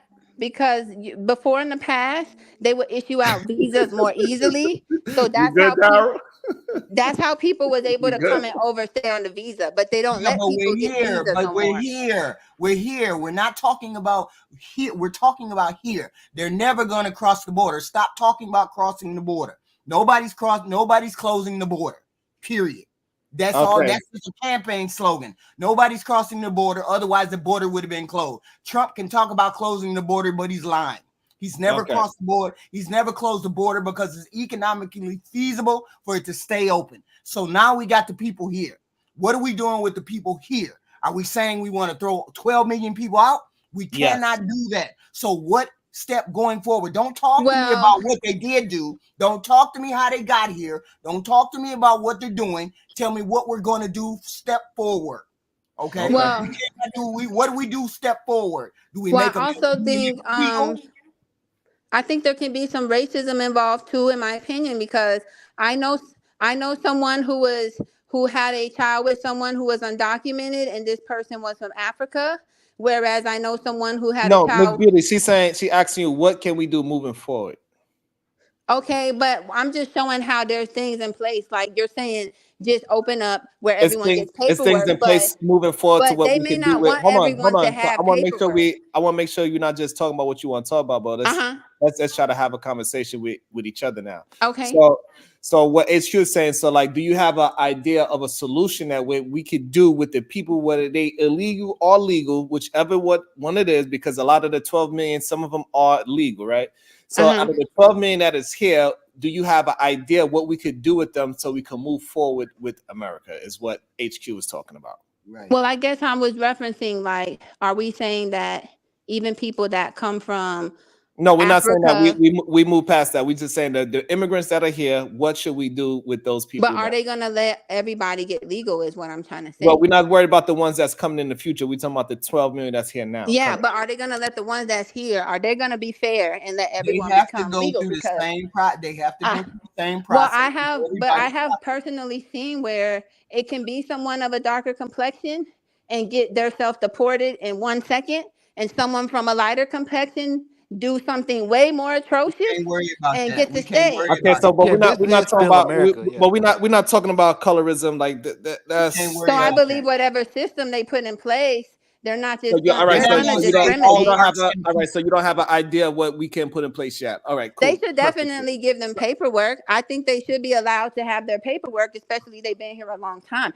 I don't think that they shouldn't be allowed, but I think that people have to also understand there's a psychological piece to it, and these people are not in the same mindset that we are. When you're allowed to break the rules, you're allowed to get a sense of entitlement. About them breaking the rules. That is dangerous. But we're not worried about stuff. But here's the thing, Miss Beauty, we're not worried about the racist part because that's a whole different topic. No, I'm not. I didn't say anything about racism. I was saying that's the road that you're leading down. You're leading down. No, I'm not leading down racism. This person versus that person. This country versus that country. We're not talking it's not about country. It's about when you're completely talking about. I got you, Miss Beauty. But so I'm gonna ask somebody else so this way you can get the gist of the question, because you're not answering the question. Maybe you think you are, but you are not answering the question. So Otis, who are you there? He might be left. So 10-15, what is your thoughts? What can we do with the 12 million that is still here? What can we do with them? I told you, the only thing we can do is put them to work, bro, because we can't do nothing about them being here. You know what I'm saying? The complaining only gonna run your blood pressure up, man. Only thing you can do is try to capitalize off them niggas being here, man. I mean, they said we smarter than them. All right, so now the problem with that, so now they here, and then now we make them American citizens to work, so now we got to pay them like American citizens, correct? We paying them No, now. I think they'll be happy with low wages. They'll be coming from where they come from. They'll be satisfied with the low wages. But that's the problem that HQ is saying that. So HQ is saying that we need to make sure they are legal. So once they become legal and they are citizens of this country as well, right? After they go through the paperwork and now they can work properly, they got to get paid American money. We can't pay them in pesos. But you gotta think though, Americans don't even want to work minimum wage. You know what I'm saying? So you can still pay a minimum wage and still come out on top. Americans ain't even gonna do the shit for minimum wage. You know what I'm but saying? that's not gonna last long, because when we talk about grown people, like they are not going to be working in McDonald's. They're not aspiring to work in McDonald's for the rest of their life. That's just only the beginning. Eventually, they're gonna get Americanized. So you HQ. So HQ, what's your thoughts? What can we do with the 12 million that's here? Well, the 12 million that are here who have been here longer than 5 years. Okay, because there's a process that you got to go through before you become legal, right? So it's a long process, maybe 5-10 years. Okay, let's cut that 5 years. Let's cut that process in 5 years. If you've been here longer than 5 years and you're illegal, we take you through the ringer. We take you through the process of becoming legal. Long as you're not a criminal, long as you're not in, long as you haven't committed any crime in the United States, long as you've lived as a productive citizen, we make you legal so we can earn money off your back. You just ain't here making illegal money or getting hired and not paying any kind of wages, okay? So if you've been here longer than 5 years, make you legal. Anybody under 5 years, you still have to go through the regular process, and then there's other issues that you got to go through. But the people who have been here, because there's people that are in their 40s, 50s, 60s, 70s that have been here all this time and they're not legal. Those people, as far as I'm concerned, should be made legal, and they should be paying taxes like everybody else. I don't know what you would do with the people under 5 years, but I would cut that cap at 5 years, okay? Because if you've been here longer than 5 years, then that means you really want to stay. That means you're earning an income. You're doing something that you haven't been caught by the law. So maybe you're a law-abiding citizen. So let's make that person legal. Okay. And then we deal with the under 5 year crowd.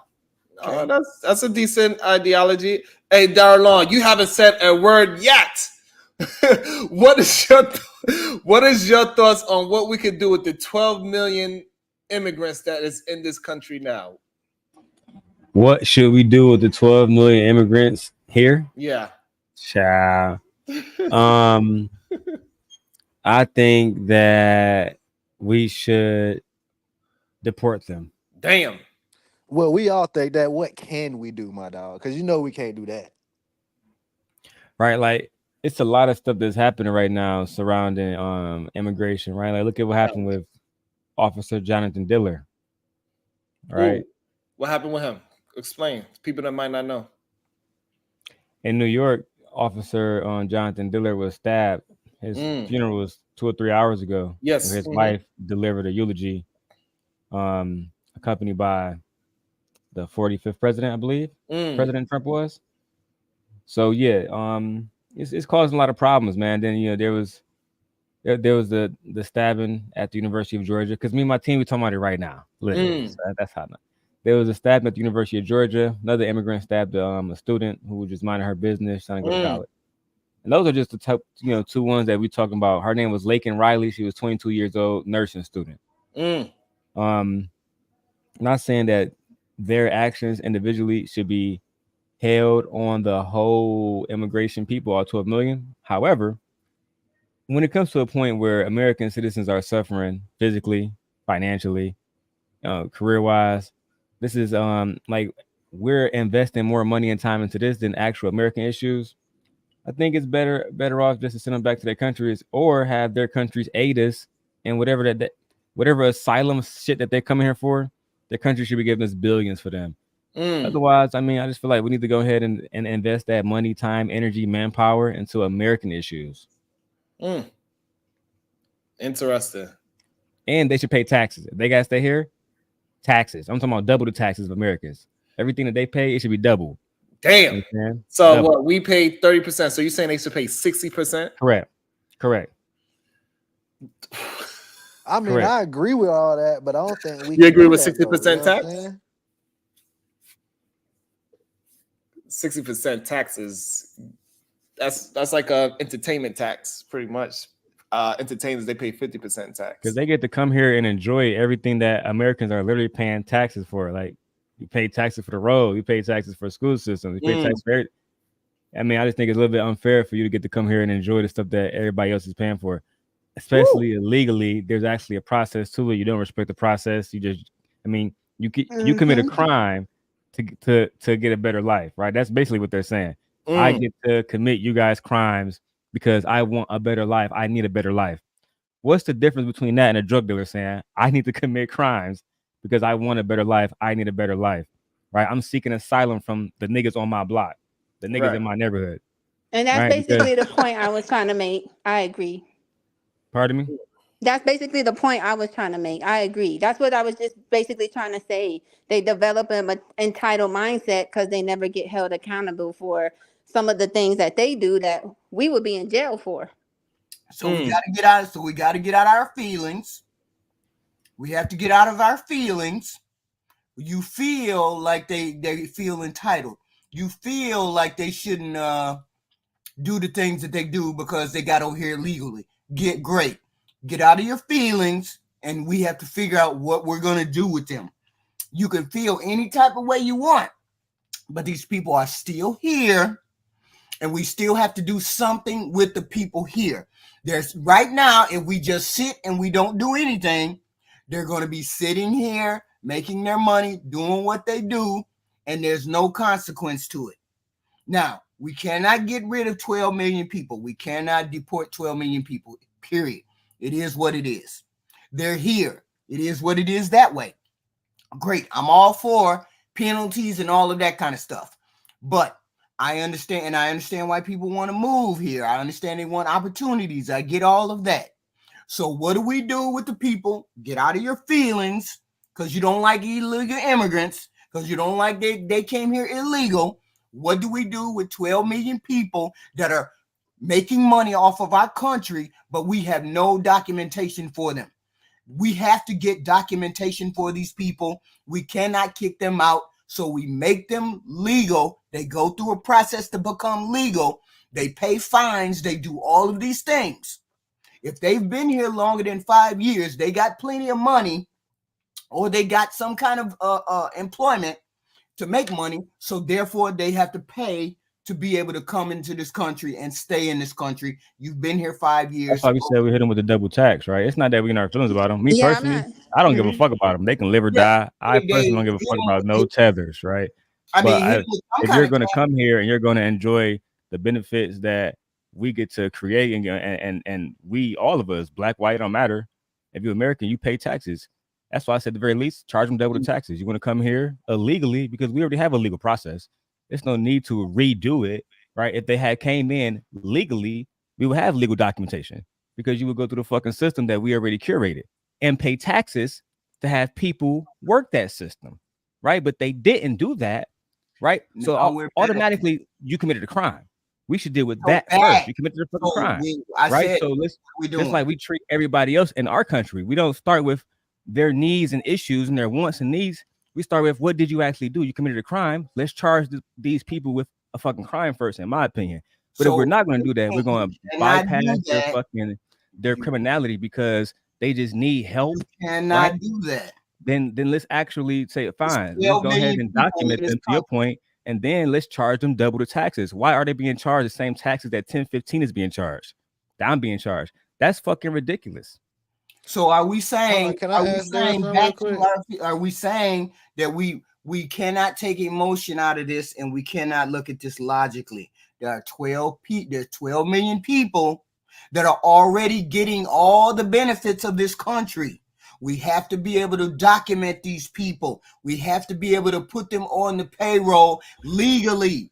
So why we can't make up why we can't just get goddamn jail for them, specifically for them? They do your time. 12 million people in jail. 12 million people in jail. We the most incarcerated country in the world. Why not? You can't put 12 million. Where us black people make up 12 million people. Us black people make up almost 12 million people, or half of that. How are we gonna put 12 million people in jail? We don't have. But you also said, HQ, you also said that 12 out of the 12 million, all of them are not illegal. No, the 12 million. I'm talking about 12 million illegal. I'm talking about all that are illegal. That's 12 plus million people. There's no way to put that many people in jail. Okay. They have kids that they gave birth to over here. They have children that were born over here. They have all different kinds of circumstances. We need to have these people documented into the system. They're already, if we don't do anything, if we just sit here and we complain, they're going to just sit here and be what they're doing now. And we're going to be complaining about them getting on the payroll, making money, staying here. You don't want to sit here and complain about these people for 10, 15 years. So I'm saying they're here now. Stop worrying about how they got here. Stop worrying about whether they illegally came here. Stop worrying about any of that. Make them pay just like we have to pay. Okay? Just like we have to pay, make them legal if they've been here longer than 5 years.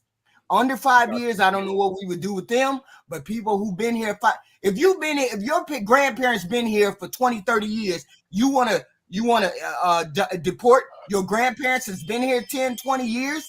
Since they've been here 10, 20, 30 years, they came here when they were 18, now they're 50. You want to deport them back to a country they know nothing about? We can't do that. That's feasible. Okay. Okay, So I can rock with that. I want to bring Sway Producer into the show. What's up, Sway Producer? What's your thoughts?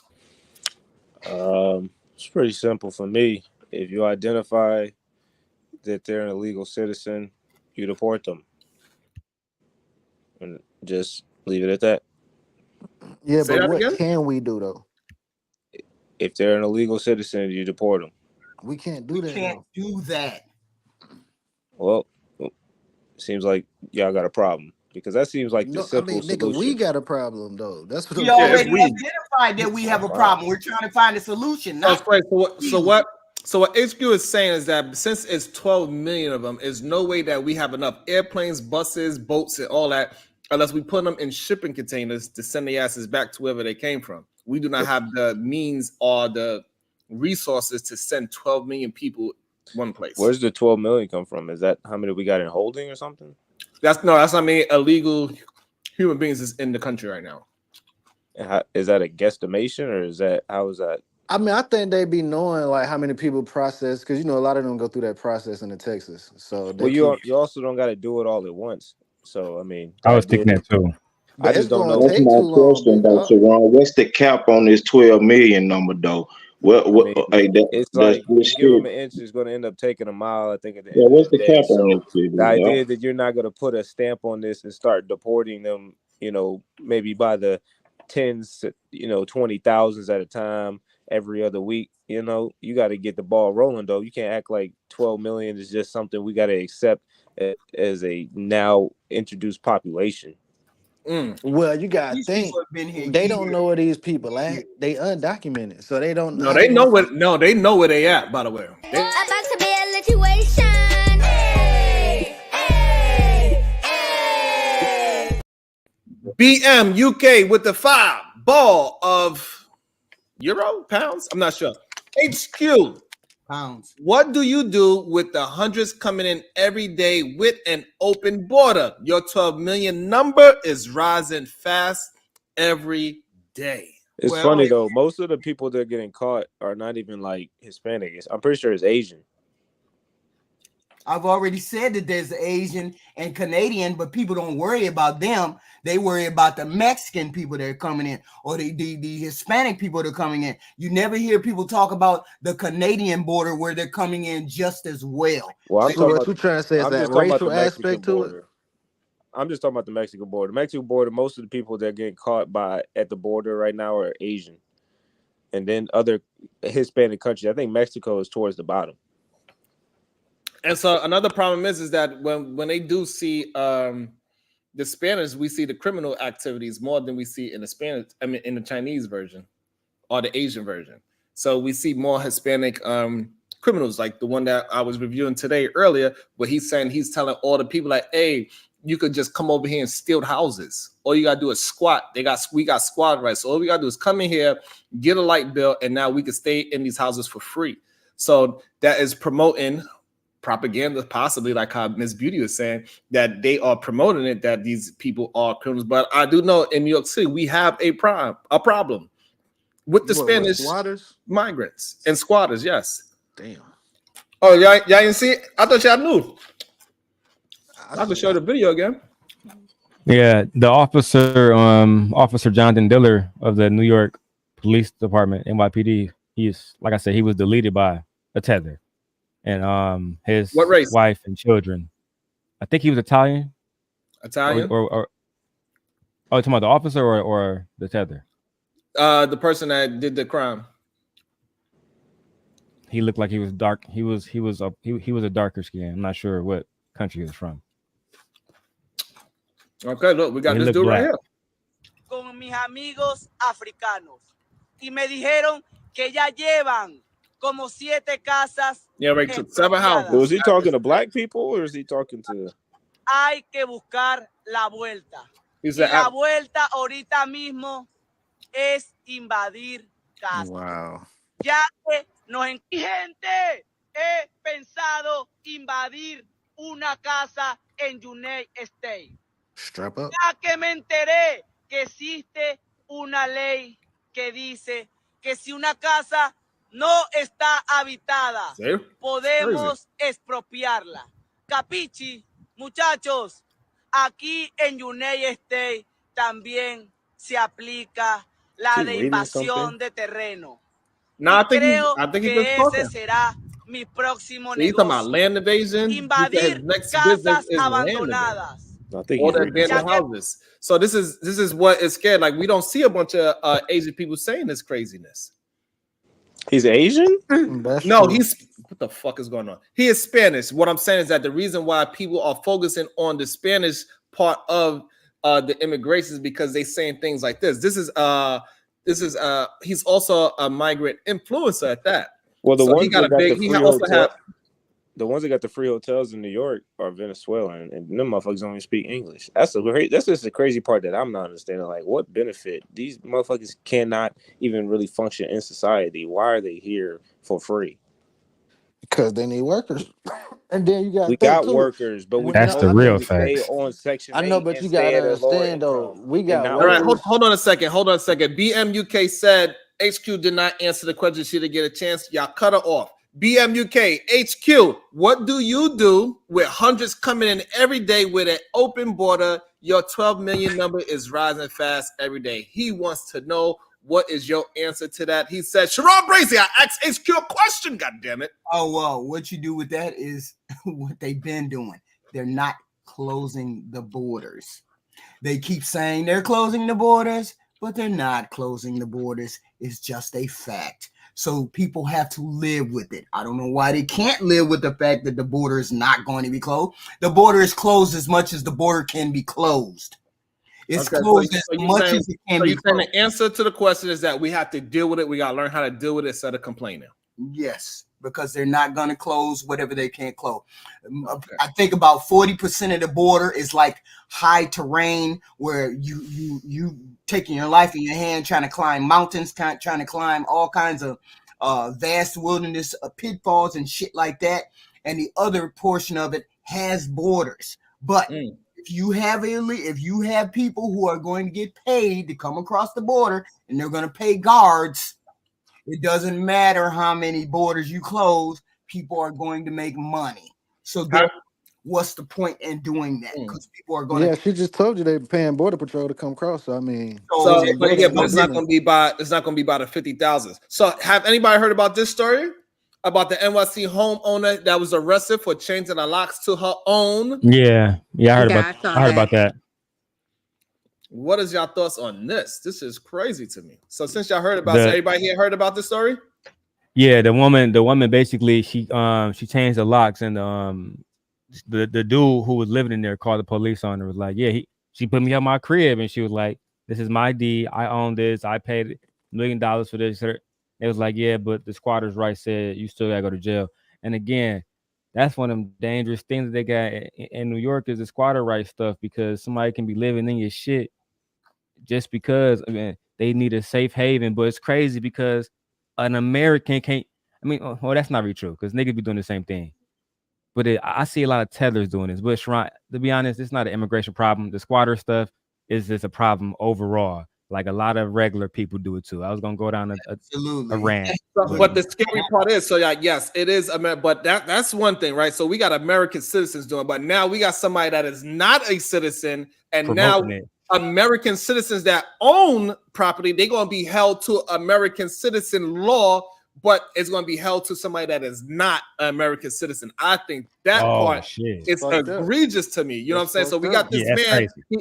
He's a migrant influencer, right? But he's like, yo, listen, I found out the loophole. We invaded all of these abandoned houses. We need all y'all to come. They can't kick us out because it takes about at least 6 months to a year to kick us out. By that time, we should have been accumulating enough money. They can't change no locks because that's why she originally got locked up, because she is arrested for an unlawful eviction when she changed the locks. Bro, I saw one squatter he was putting somebody's shit on Airbnb and everything. He was renting their rooms out and shit.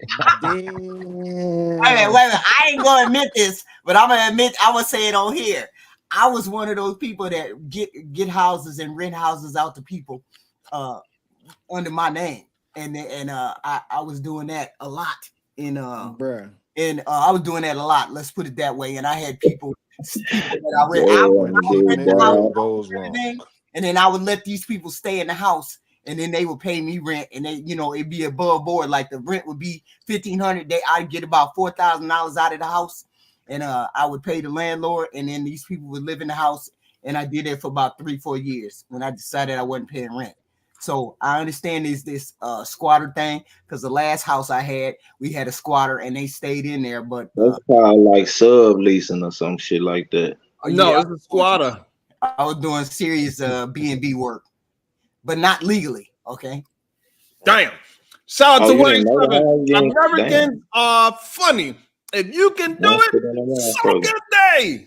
He's talking about the squatter. No, absolutely not. Like, so that's the only issue that I have with it, is that, like, no, if you are an illegal person, you should not be able to hold me to my own kind of law. No, you don't live. You don't live here. You don't really even exist here. But they smart enough to do it. So if they smart enough to do it, if they smart enough to do it, there ain't no laws that say they can't do it. They figured the laws out. As long as you got. See, as long as the illegal immigrants just got one American that know what's going on, one American that can speak for them, one person that's legal that can speak. When they do it, there's a problem when I do it. But they will do all of that. Hold on, but I thought that the law, like for you, I thought it's only for the citizen. I didn't know it was for illegal people as well. Yeah, but how do they know they're illegal? If I got a family full of Africans, right? I got a family full of Africans, come over here. I'm doing all they talking. I'm doing a negotiating. Well, I'm saying, well, I did it just before. I did all the negotiation. I did all the finding the house. I did all the paying of the money. They talked to me. They didn't talk to none of them people. And all them people lived in that house. And that's all I did was collect the money for these people and made sure they was fine and this, that, and the third. And nobody saw nobody but me. This is probably a good point. It is not your law, Sharon. It's the law of the land. So it doesn't matter if you here legally or not. It's just the law of the land. So he might be correct in that. I'm about to do some research. That's very interesting to me. Right. But I just feel like somebody that's not legal here should not be able to hold me accountable. We all feel like that, but we coming from a realness right now, bro. What can we do with these niggas, man? They here, they ain't going nowhere. What can we do with these niggas? Right. We know we want them gone. We want them deported. We know all that. Nah, but look back, big dog. We all understand what HQ saying. Listen, big dog. We understand what HQ saying as far as goddamn me figuring out a way to make the ones that's here legal. But the issue is that number don't stop. It continues. Not because guess what? This motherfucker ain't been here but 3 years, but in 2 years he'll be here 5 years. That's a part of the same 12 million people. But then you got people who consistently coming in this motherfucker on the daily and working their way to them 5 years. You see what I'm saying? So that's the question. It's a never ending cycle. We understand with the 12 million. They're not gonna close the borders. Yeah, that's what we said. They ain't gonna close the border, bro. They doing this shit on purpose. So what can we? They ain't closing the border. Listen though, it ain't about closing the border. I'm saying we got border patrol and shit, right? Right. Who's taking money and letting people in? I mean, but we can say that, but we don't know on what scale they doing that shit. You know what I'm saying? Right. Yeah, Sharon, I want to say this too. I think it's so dangerous. We can't do hypothetical math. You understand what I'm saying? But we can't do math with numbers that don't exist. We can have a hypothetical conversation, but we can't do math. How are they coming in? Right. Somebody said something about 500 people a day. Where are these people coming in at 500 people a day? There's not just Mexican people coming in at 500 a day. These are Canadian people. These are people at the northern border. And I gotta say this, Cody, right? We gotta stop the whole because these people doing a lot of different things, right? Like I said, we just had a fucking funeral for a fucking decorated officer today, right? So it's not like this is just a problem. So when people say, "Well, F your feelings," we can say that about everything. When somebody rob in and break in and shoot your grandma, F your feelings. When somebody use a switch and they light up your little son or something like that, F your feelings. We don't gotta talk about the criminality part of it. Y'all gotta stop that ad hominem goofy shit. If you're not psychologically prepared to have a fucking conversation, bow the fuck out. But all that F your feeling stuff, we can apply that everywhere. Everywhere. Stupid. Again, go to Officer Jonathan Diller's wife who just buried her fucking husband, right? And go to his motherfucking kids and say, F your feelings. F your feelings. And see how they treat you out there. See if the NYPD is gonna say, yeah, he right. F your feelings, ma'am. You fucking goofy. That's why I don't like y'all tethers now. And the non-intellectuals who say stupid shit like that. And I have heard. As if yeah, I don't think I was speaking specifically to just the Mexican border though. I'm thinking we were speaking to immigration in totality. You get what I'm saying? Mm-hmm. Immigrants in totality. You get what I'm saying? Because shit, if they coming in this motherfucker illegal, they illegal, big dog. I don't give a damn where they come from. That's the part I'm saying. I'm saying, but everything I ever did in America that was illegal, they locked my nigga ass up for it. Mm-hmm. 187. F your feelings. Also, 187. I was talking to Sharon. Lotion boy. They still talking about my dick over there? Goddamn. Let me go smoke a blunt, child. You this child should be cooking me. I ain't never met grown men that talk about another nigga dick 10, 15, and that make them masculine. And I did personally.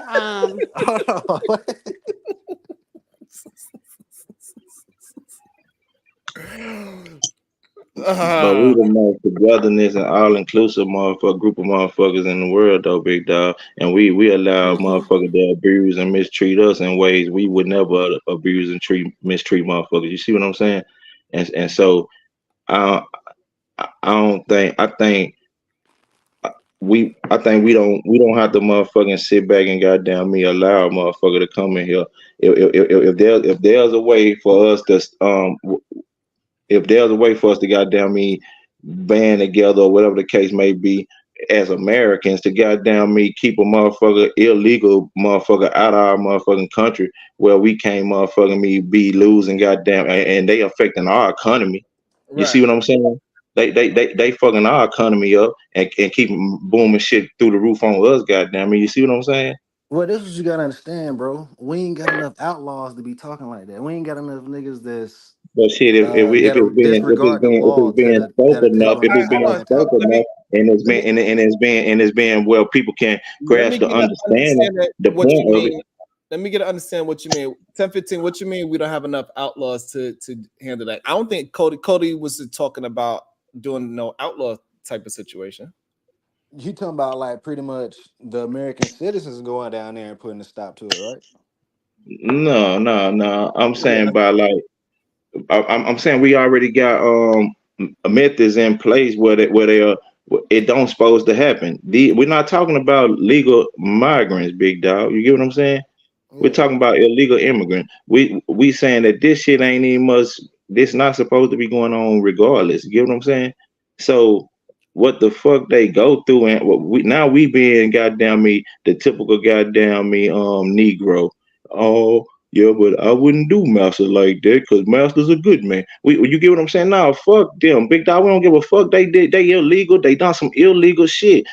How they struggle, how they had to go through to get over here don't mean a motherfucking thing because they chose it. Motherfucking me. And what we do to them motherfuckers to get their ass back over there is up to us. Hey, man, get their ass to fuck from over here if they illegal. Lock their ass up if they motherfucking criminal on anything for the smallest shit because guess what they do to us? If for the smallest shit, they lock us up. No, I feel you, bro. Shout out to 187. Lotion equals eggplant. That is the goddamn solution. She started hollering, you can't lock them all up. Man, how many motherfuckers in the penitentiary? Let me read the super chat. Hold on. Let me read the super chat. You can lock up as many motherfuckers that need to be locked up. My fault, big dog. 187 with the 2-ball. Lotion equals eggplant. They just want to be seen. Go ahead, Cody. Yeah, but fuck that. We being too goddamn friendly with this shit, big dog. I mean, shit, this either our country or it ain't, big dog. And and we ain't running over in motherfucking droves to no other motherfucker and goddamn me sucking up their resources. What our motherfucking government do They government need to be goddamn at war with our government and trying to come over here and get ours. If that's the But case. what you gotta understand is what Heathen Queen is saying what? is the government got a hand in this shit, bro. So So I got a question. you talking all this locking people up, and Yeah. they ain't gonna do that. That's Ain't what we gonna trying to do say. that. So So we what? gotta Also, I got a question for y'all. So what are we gonna do with the people that come in legally, but they overstay their visa and now they staying? These are the illegal immigrants. That's what we're talking about. That's included in that 12 million. Yeah, that's illegal. Okay, All that shit. so now the trick is with them is the ones that did start off legally. Now they do have a legal work visa. They overstay their work visa, but they still potentially use. They got paperwork on them motherfuckers. Right, they do have the paperwork, and they still could use them. Actually, Kelly Bev, she just said that too. So what about those? Are we going to keep those? Are working citizens? We know those are not criminals. We know they came here legally. They're working. Exactly. You cannot kick them out. These people are productive here. A lot of them are productive here. They're not sitting on. They just not sitting there gathering up our resources. There's a lot of things that can happen if you kick all of them out. There's a lot of them that own houses. There's a lot of them got college degrees. If you decide you want to deport all these people and kick them out of the country, you're gonna have. They got all that shit illegally. Hold on. So this is what now I'm understanding your premise up to the 5 year, because the ones that have been here for 5 years, most likely those are the productive immigrants that adapted our cultures and they want to work, they pay taxes and so on and so forth. So that's why you're saying 5 years at least. They prove that they are law-abiding human beings at least. The bare minimum. We could. But I thought we already agreed on that though. I didn't. But it's about the what my boy said in the super chat. That's the problem. What we trying to resolve now. At this 12 million number, it's increasing on the daily. You get what I'm saying? So what's the cap on this number? So that's what HQ is saying. So are she's we saying constantly don't consistently let them in?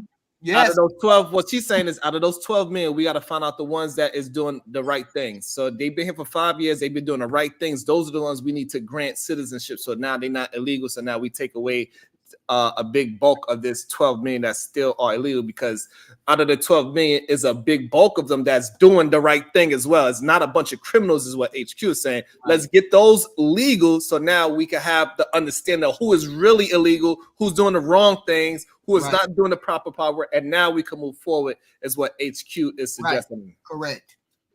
That is okay. See, sometimes we got to get around it to understand it. That was good. When I said we just ain't gonna be able to kick them out. We're not gonna be able to do that. These people own homes. These people own cars. What if we deported all 12 million? We would lose houses. There would be houses going under. There would be young children here by themselves trying to go into the foster system. We'd have a whole range of things, because you cannot kick a child out that was born here. That's just the way it is. If you're born here, you're a United States citizen. So what about those people who have had children that are born here? We gonna deport the people that have these children, and then their children are left here? We can't do that. All that shit they did was illegal, though, my girl. From the moment they crossed that border illegally, everything they did on this soil was illegal. What the fuck y'all mean? See, no. I ain't take feelings out of it. I ain't going that far where she going. I'm talking about when I say we can't do nothing about it, they here. I'm talking about because we don't know where they at. A lot of these people is we know where they at. We not know all where of they're them. at. Not all of them. Them people that got one at a time, y'all. One at a time. We can't hit. So what HQ is talking about is a good. She's saying I don't know what percentage we could say, but she's saying a good percentage of the ones that we are saying that is a part of that 12 million. They are doing the right things, and we know where they at because they got college degrees, they got children here, they got houses, they got apartments. The DACA people, the DACA people, their parents were illegal, but they're legal. Those DACA folks, they've had children. The people who are illegal who have had children, you got all kinds of situations where you can't just throw people out. Young people that have had children, you can't do that. So we have to do something. We don't care whether they're here illegally. We all understand that they came here illegally. We get all that. But But I guess that's the people are bottom line, concerned though. That's the because bottom fucking line. The I bottom got line is you. they came here illegally, and from that moment when they crossed that motherfucker, everything they did on this soil was illegal. Whether they did it, goddamn me, and got a job and bought a Understand house that. and had Understand children on this soil, them children is illegal because they was illegally fucking they're on this not motherfucking soil. illegal. Goddamn me. They're Again, born here I and want to they're get illegal. I want to get Miss Beauty in there as well. Again, Miss Beauty, you have something to say? Yes, I was just gonna say I agree with everyone. By the way, everyone is making good points because I can see the frustration on both sides. But it does seem unfair because the reason why they're so stable and so productive, you would be surprised all the little ways they use Americans. And then once they get stable and productive, you should look up the numbers. They have more wealth. Undocumented immigrants have more wealth than Black people who were born here. And the more they get help, the more they get success. They're not going to come back and say, let's help Black people now. And they're going to separate and they're going to act like they made it. And it's going to be hard either way. Of course, you can't just deport them, but it's like it's hard when you're dealing with people that never get held accountable for their actions because Thank you. we can't even cross the street without getting locked up, honestly. Damn. About to be a situation. Hey, hey, hey. Shout out to Big Mufasa with the 20 ball. I appreciate you. Thank you. I appreciate you so much. We cannot close the border because of mindset like this. We can't control Middle Eastern borders, but not our own. Deport them. That was a great song, by the way, by Sean Paul. And no government assistance for the people here. Fuck your feelings. Here's the problem. People keep saying they want to deport them.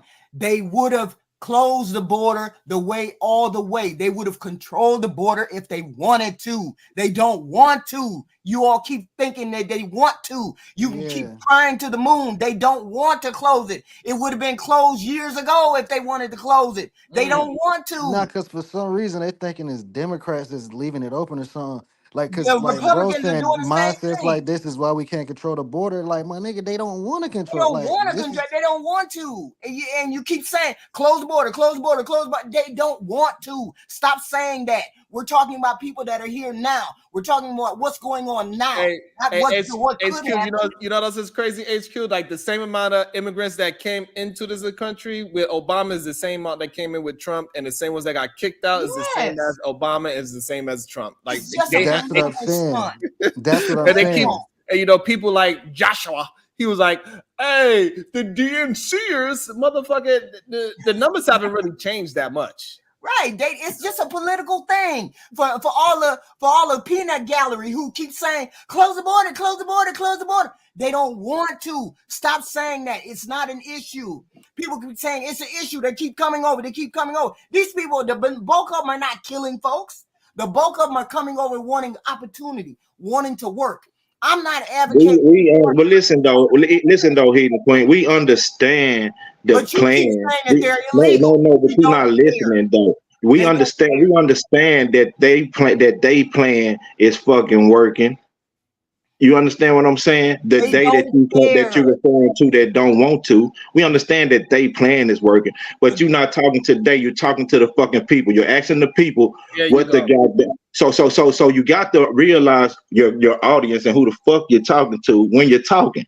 That's my whole point with your conversation. We understand everything you saying. So what don't you understand? So why do you keep saying? No, what you're not understanding. What you're not understanding is the fact that you're asking the people what their opinion is on how to resolve an issue, right? They're giving you their opinion. You're not talking to the people. We understand as a people, we understand that they plan is, hey, keep flooding them up, let the motherfuckers keep coming in, so we ain't got to pay X amount of dollar. Where the minimum wage don't got to go to X amount of dollar. We understand the plan. So give us a solution. And what she's saying is you don't understand is they ain't gonna close the border, bro. So stop saying that. We all want the border closed. We all want them we all deported, want it closed. but they're not gonna do it. That's what you not understanding, bro. You keep saying that's the part like, why you you gonna missing. continue to just like close the border when we know they're not gonna do it, my nigga? What's the other solution? What's the other solution? They ain't closing the border. What else we gonna do? So what HQ says that, like, even though we all want the border closed and we just close it up and nobody else is allowed into this country for the next 5 to 10 years, at this point, we need to figure out a new plan for the border and the people that are here. So we had 12 million that are here. Out of that 12 million, some of them are illegal. However, they are not illegal in the sense of criminal. Right. Because they've been working and they've been grinding with us. They've been doing the same thing. They buying houses. They starting businesses. Right. It's just that they've been here for so long. They don't see the need to actually go ahead and do the legal thing now because they just a part of the ecosystem. Them because they look, and these people look like us. Canadian people look like us. They come across the border. There's last year, 12,000 people crossed the border from, and within a week's time, 12,000 people crossed the Canadian border. It's about the same rate as the Mexican border. Okay, almost the same rate. Not quite, but almost. But nobody complains about that side of the border. I'm not worried about. I don't care whether you're illegal. You came here illegal or not. That makes no difference now because the politicians don't care whether they come across or not. So closing the border, that's not going to happen. So what do we do moving forward? The only thing we can do is either deport them, which we're not going to do, or we make them legal and make them pay like we are being charged. Those are the only two options that we have. You know what I'm gonna do, HQ? I just figured it out. I'm gonna go buy me some land in like Oklahoma, something like that. I'm gonna start me a strawberry farm. I thought about that too. I was like, let me buy some land. Let me hire all these folks. Let me do something. Damn, that's what it sounds like to me. I ain't fighting it no goddamn more, Cali Beth. I'm gonna start growing me some oranges, some strawberries, so we can get some beeswax. But you gotta think about it. Doing here, you know, I'm gonna get the beeswax formula for Cali Beth. We're gonna start importing beeswax. I'm gonna have a bee farm and everything. But you gotta think about it, Sharon. If we really gonna close the borders, that's why I said we ain't got enough outlaws to do that. Because we gonna have to go above the law to do that. Because they ain't gonna do it. So in order for them borders to get closed, the American citizens gonna have to do that shit. So when he said band together, I thought he was talking about the American citizens taking it into their own hands. Because we outnumber the government. If we had enough niggas with that mentality, we would destroy the government. But that's why I thought we cannot beat the government. Stop. Yes, we can. We outnumber them. If they made a we do not outnumber. So 10-15. I thought you was in the military. I was. All right, so you know damn well if the citizens go again, you know it's about like every one of y'all could probably take out 10 Americans. Hell no, dog. I don't believe that. Them niggas in the military just like these civilians, lazy.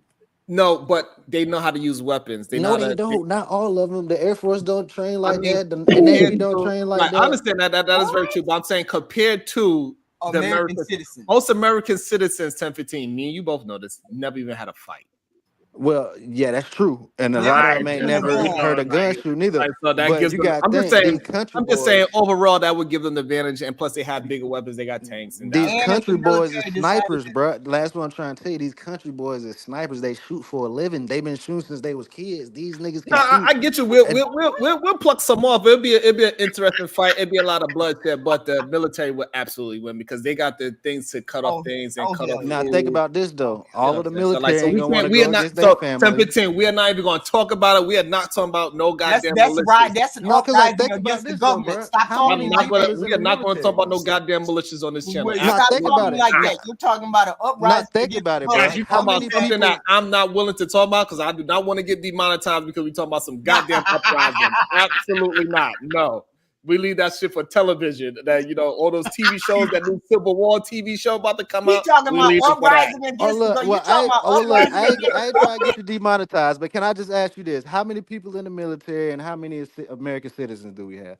I guarantee it's probably less than 1 million people in the military. No, we got more than most of us are not going to fight. Most of us are not going to fight against the military. So forget that. When the militia come and get into our neighborhood, most of us are gonna stay in our house and shut the fuck up. We ain't fighting no military, period. And the country boys can come out if they want to. The snipers will take care of them. So we leave helicopters, tanks. Yeah, They're and they're gonna stop forcing and plus they're gonna stop the food and water supply too. So hell yeah, turn all your utilities off. Talking crazy. So can I ask y'all a question? Yes. Do you all think that It's there's 2 million people in the military, by the way, over 2 million. Do you all think there's a possibility that they Alright. want people to migrate over here? Because usually the people that migrate for opportunity, quote unquote, they have a lack of resources. Do you think they try to get everybody here and that way they go into these areas and buy up all the nice houses with that Nah, have the that's not what it view? is. So anytime when it's an opportunity, If you ever have an opportunity where you're like, I'm not sure what to do, then just come inside. that's what we do with opportunities over here. So all those people that they ain't coming over here to just buy houses. Those No, motherfuckers I meant, did the government go, like, do the rich people or the government go back to their land? So they get them to come here, but then they go back there and buy up all the low cost housing, like that be on the coast, that be having nice views, because they got them to come here and believe it's better here than there. And then do they go back there and build houses on the land and stuff? It doesn't. So according to the history, it doesn't seem so. No. Oh, okay. Or Miss Beauty, can I ask you this? Uh-huh. In Mexico, do the cartel run the government out there? They're working together. Do the cartel run the police departments out there? The cartel's not gonna answer to anybody. And so they pretty much run that country, don't they? Yeah, that's one of the reasons why people want to come is because if they start a business there, the government is so corrupt they don't know what's going to be the consequence. So it's not they don't really want to change the community. I do believe there is a fear because of the corruption there, but I mean, I still think it's worth a shot to try and better your community because a lot of them will come here and they have so much pride for their country, but for 2 generations they never live in their country. I need 9 more likes. Y'all tripping, man. I'm tired of y'all. My point of breaking up the cartel is they use violence to get their power, and the government know that they outnumbered, so they fall in line. The police departments know they outnumbered because it's too many violent niggas over there. So the cartel run that country through So with that's violence. why it's more dangerous than it is United States. Oh, of course it is. I never said it wasn't. wasn't. As safe as your law enforcement. You're only as safe as that. If your law enforcement is corrupt, that means you don't live in a safe community. Absolutely. Yeah, I'll agree. The law enforcement definitely more corrupt for sure. Absolutely, I agree 100%. HQ, you be doing shows? HQ? No, I be doing fuckery on my channel. What you mean? Well, you gotta invite me to one of the. I ain't monetized. I don't care whether I'm monetized or not. I just be doing. I say whatever I want to say and how I want to say it. I be doing fuckery on my channel. People just come over my channel to have fun. You just come over and have fun, listen to some roasting, and that's it. I don't have no productive nothing. I'm the first one to admit it. No productive anything, just jokes. God damn. Callie Bell, who here you twisting up, Callie? My youngest. The youngest? Okay. Yeah. I'm almost done. No, it's not. That look about like another 30 more twists. No, not quite. Not quite 30. Probably about maybe 15. Oh, okay, yeah. So yeah, you're almost done. 15, you're almost done. But look, I clicked the link because y'all was on that what can we do about it stuff and everything. And I'm like, the government, like AQ and 1015 was saying they not gonna allow us to close the borders. They don't want the immigrant situation solved or anything like that. This has been an ongoing conversation for like over 40 years since the 80s. And if I'm not mistaken, I think that they either passed an amnesty in the 80s or they at least proposed amnesty in the 80s.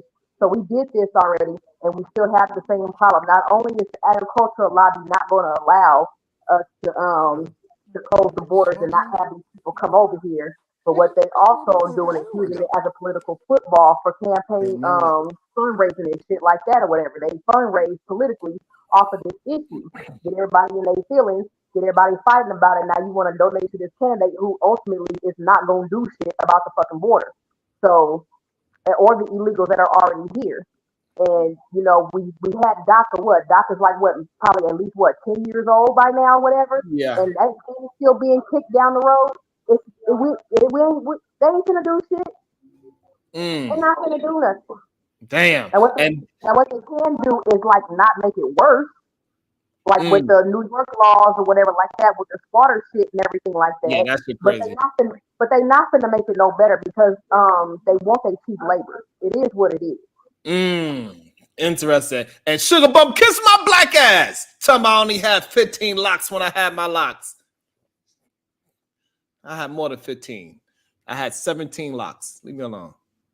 God damn it.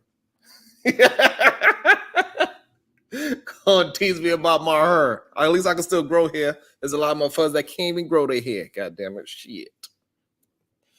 God damn it. Yeah, man. I think the only people who can close that border is the people. Ooh. Baby. We, the people, gonna have to close that border if that's really what y'all want done. If not, we need to find a way to put these motherfuckers to work. Put your entrepreneur hat on. Goddamn, go start you up a little business. Why I gotta be little? I mean, hey man, whatever you got there gonna do. You feel whatever you got the money to afford. Gonna start that thing up and put their ass to work.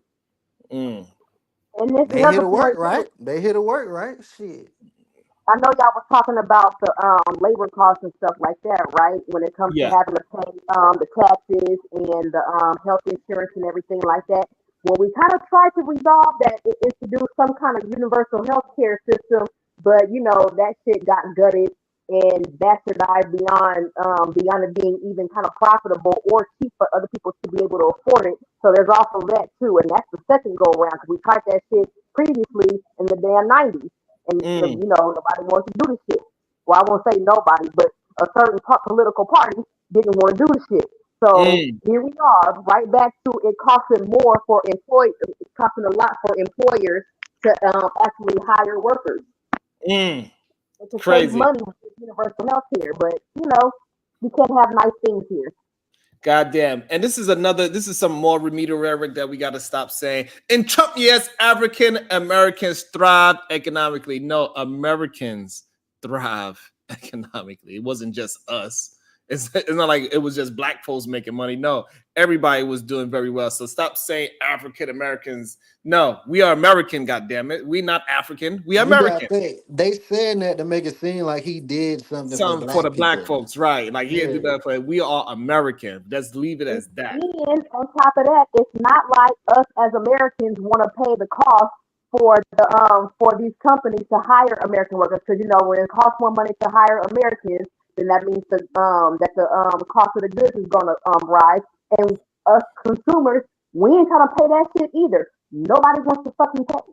Yeah, but that's something that we do need to stand on as Americans and say, hey, listen, we're gonna stop with this whole you gotta raise the cost because you want to keep your same salary as a CEO. You need to come off your goddamn CEO pay, goddamn it. Stop trying to bring the cost on a goddamn consumer, because guess what? You could afford to drop down a couple of M's. I'm sorry to tell you. You don't need all that goddamn money. But we are free capitalists, so you know we can't do none of that. So, you know, it is what it is. And we've been doing this for almost 6 hours. And you know, at the 6 hour mark, you cannot edit anymore. So I am not trying to have none of that because that makes things a little bit too difficult for me to figure it out. So shout out to y'all. You are I'm not doing no goddamn commie talk. Stop it. Shout out to y'all. We are the solution-based group. We here building this plane as we fly. We here rebel against remedial rhetoric. Thank you for everybody that joined us. Hit the like button that supported the show. I appreciate every last one of you. Without you, I cannot get this done. Let's keep on building. Let me get 5 more likes. Make sure you hit the goddamn like button before you leave too. Y'all be so damn cheap with the like button. No, you had a good time. Get on my damn nerves. But let me hit this thing before we hit the 6 hour mark. Appreciate you.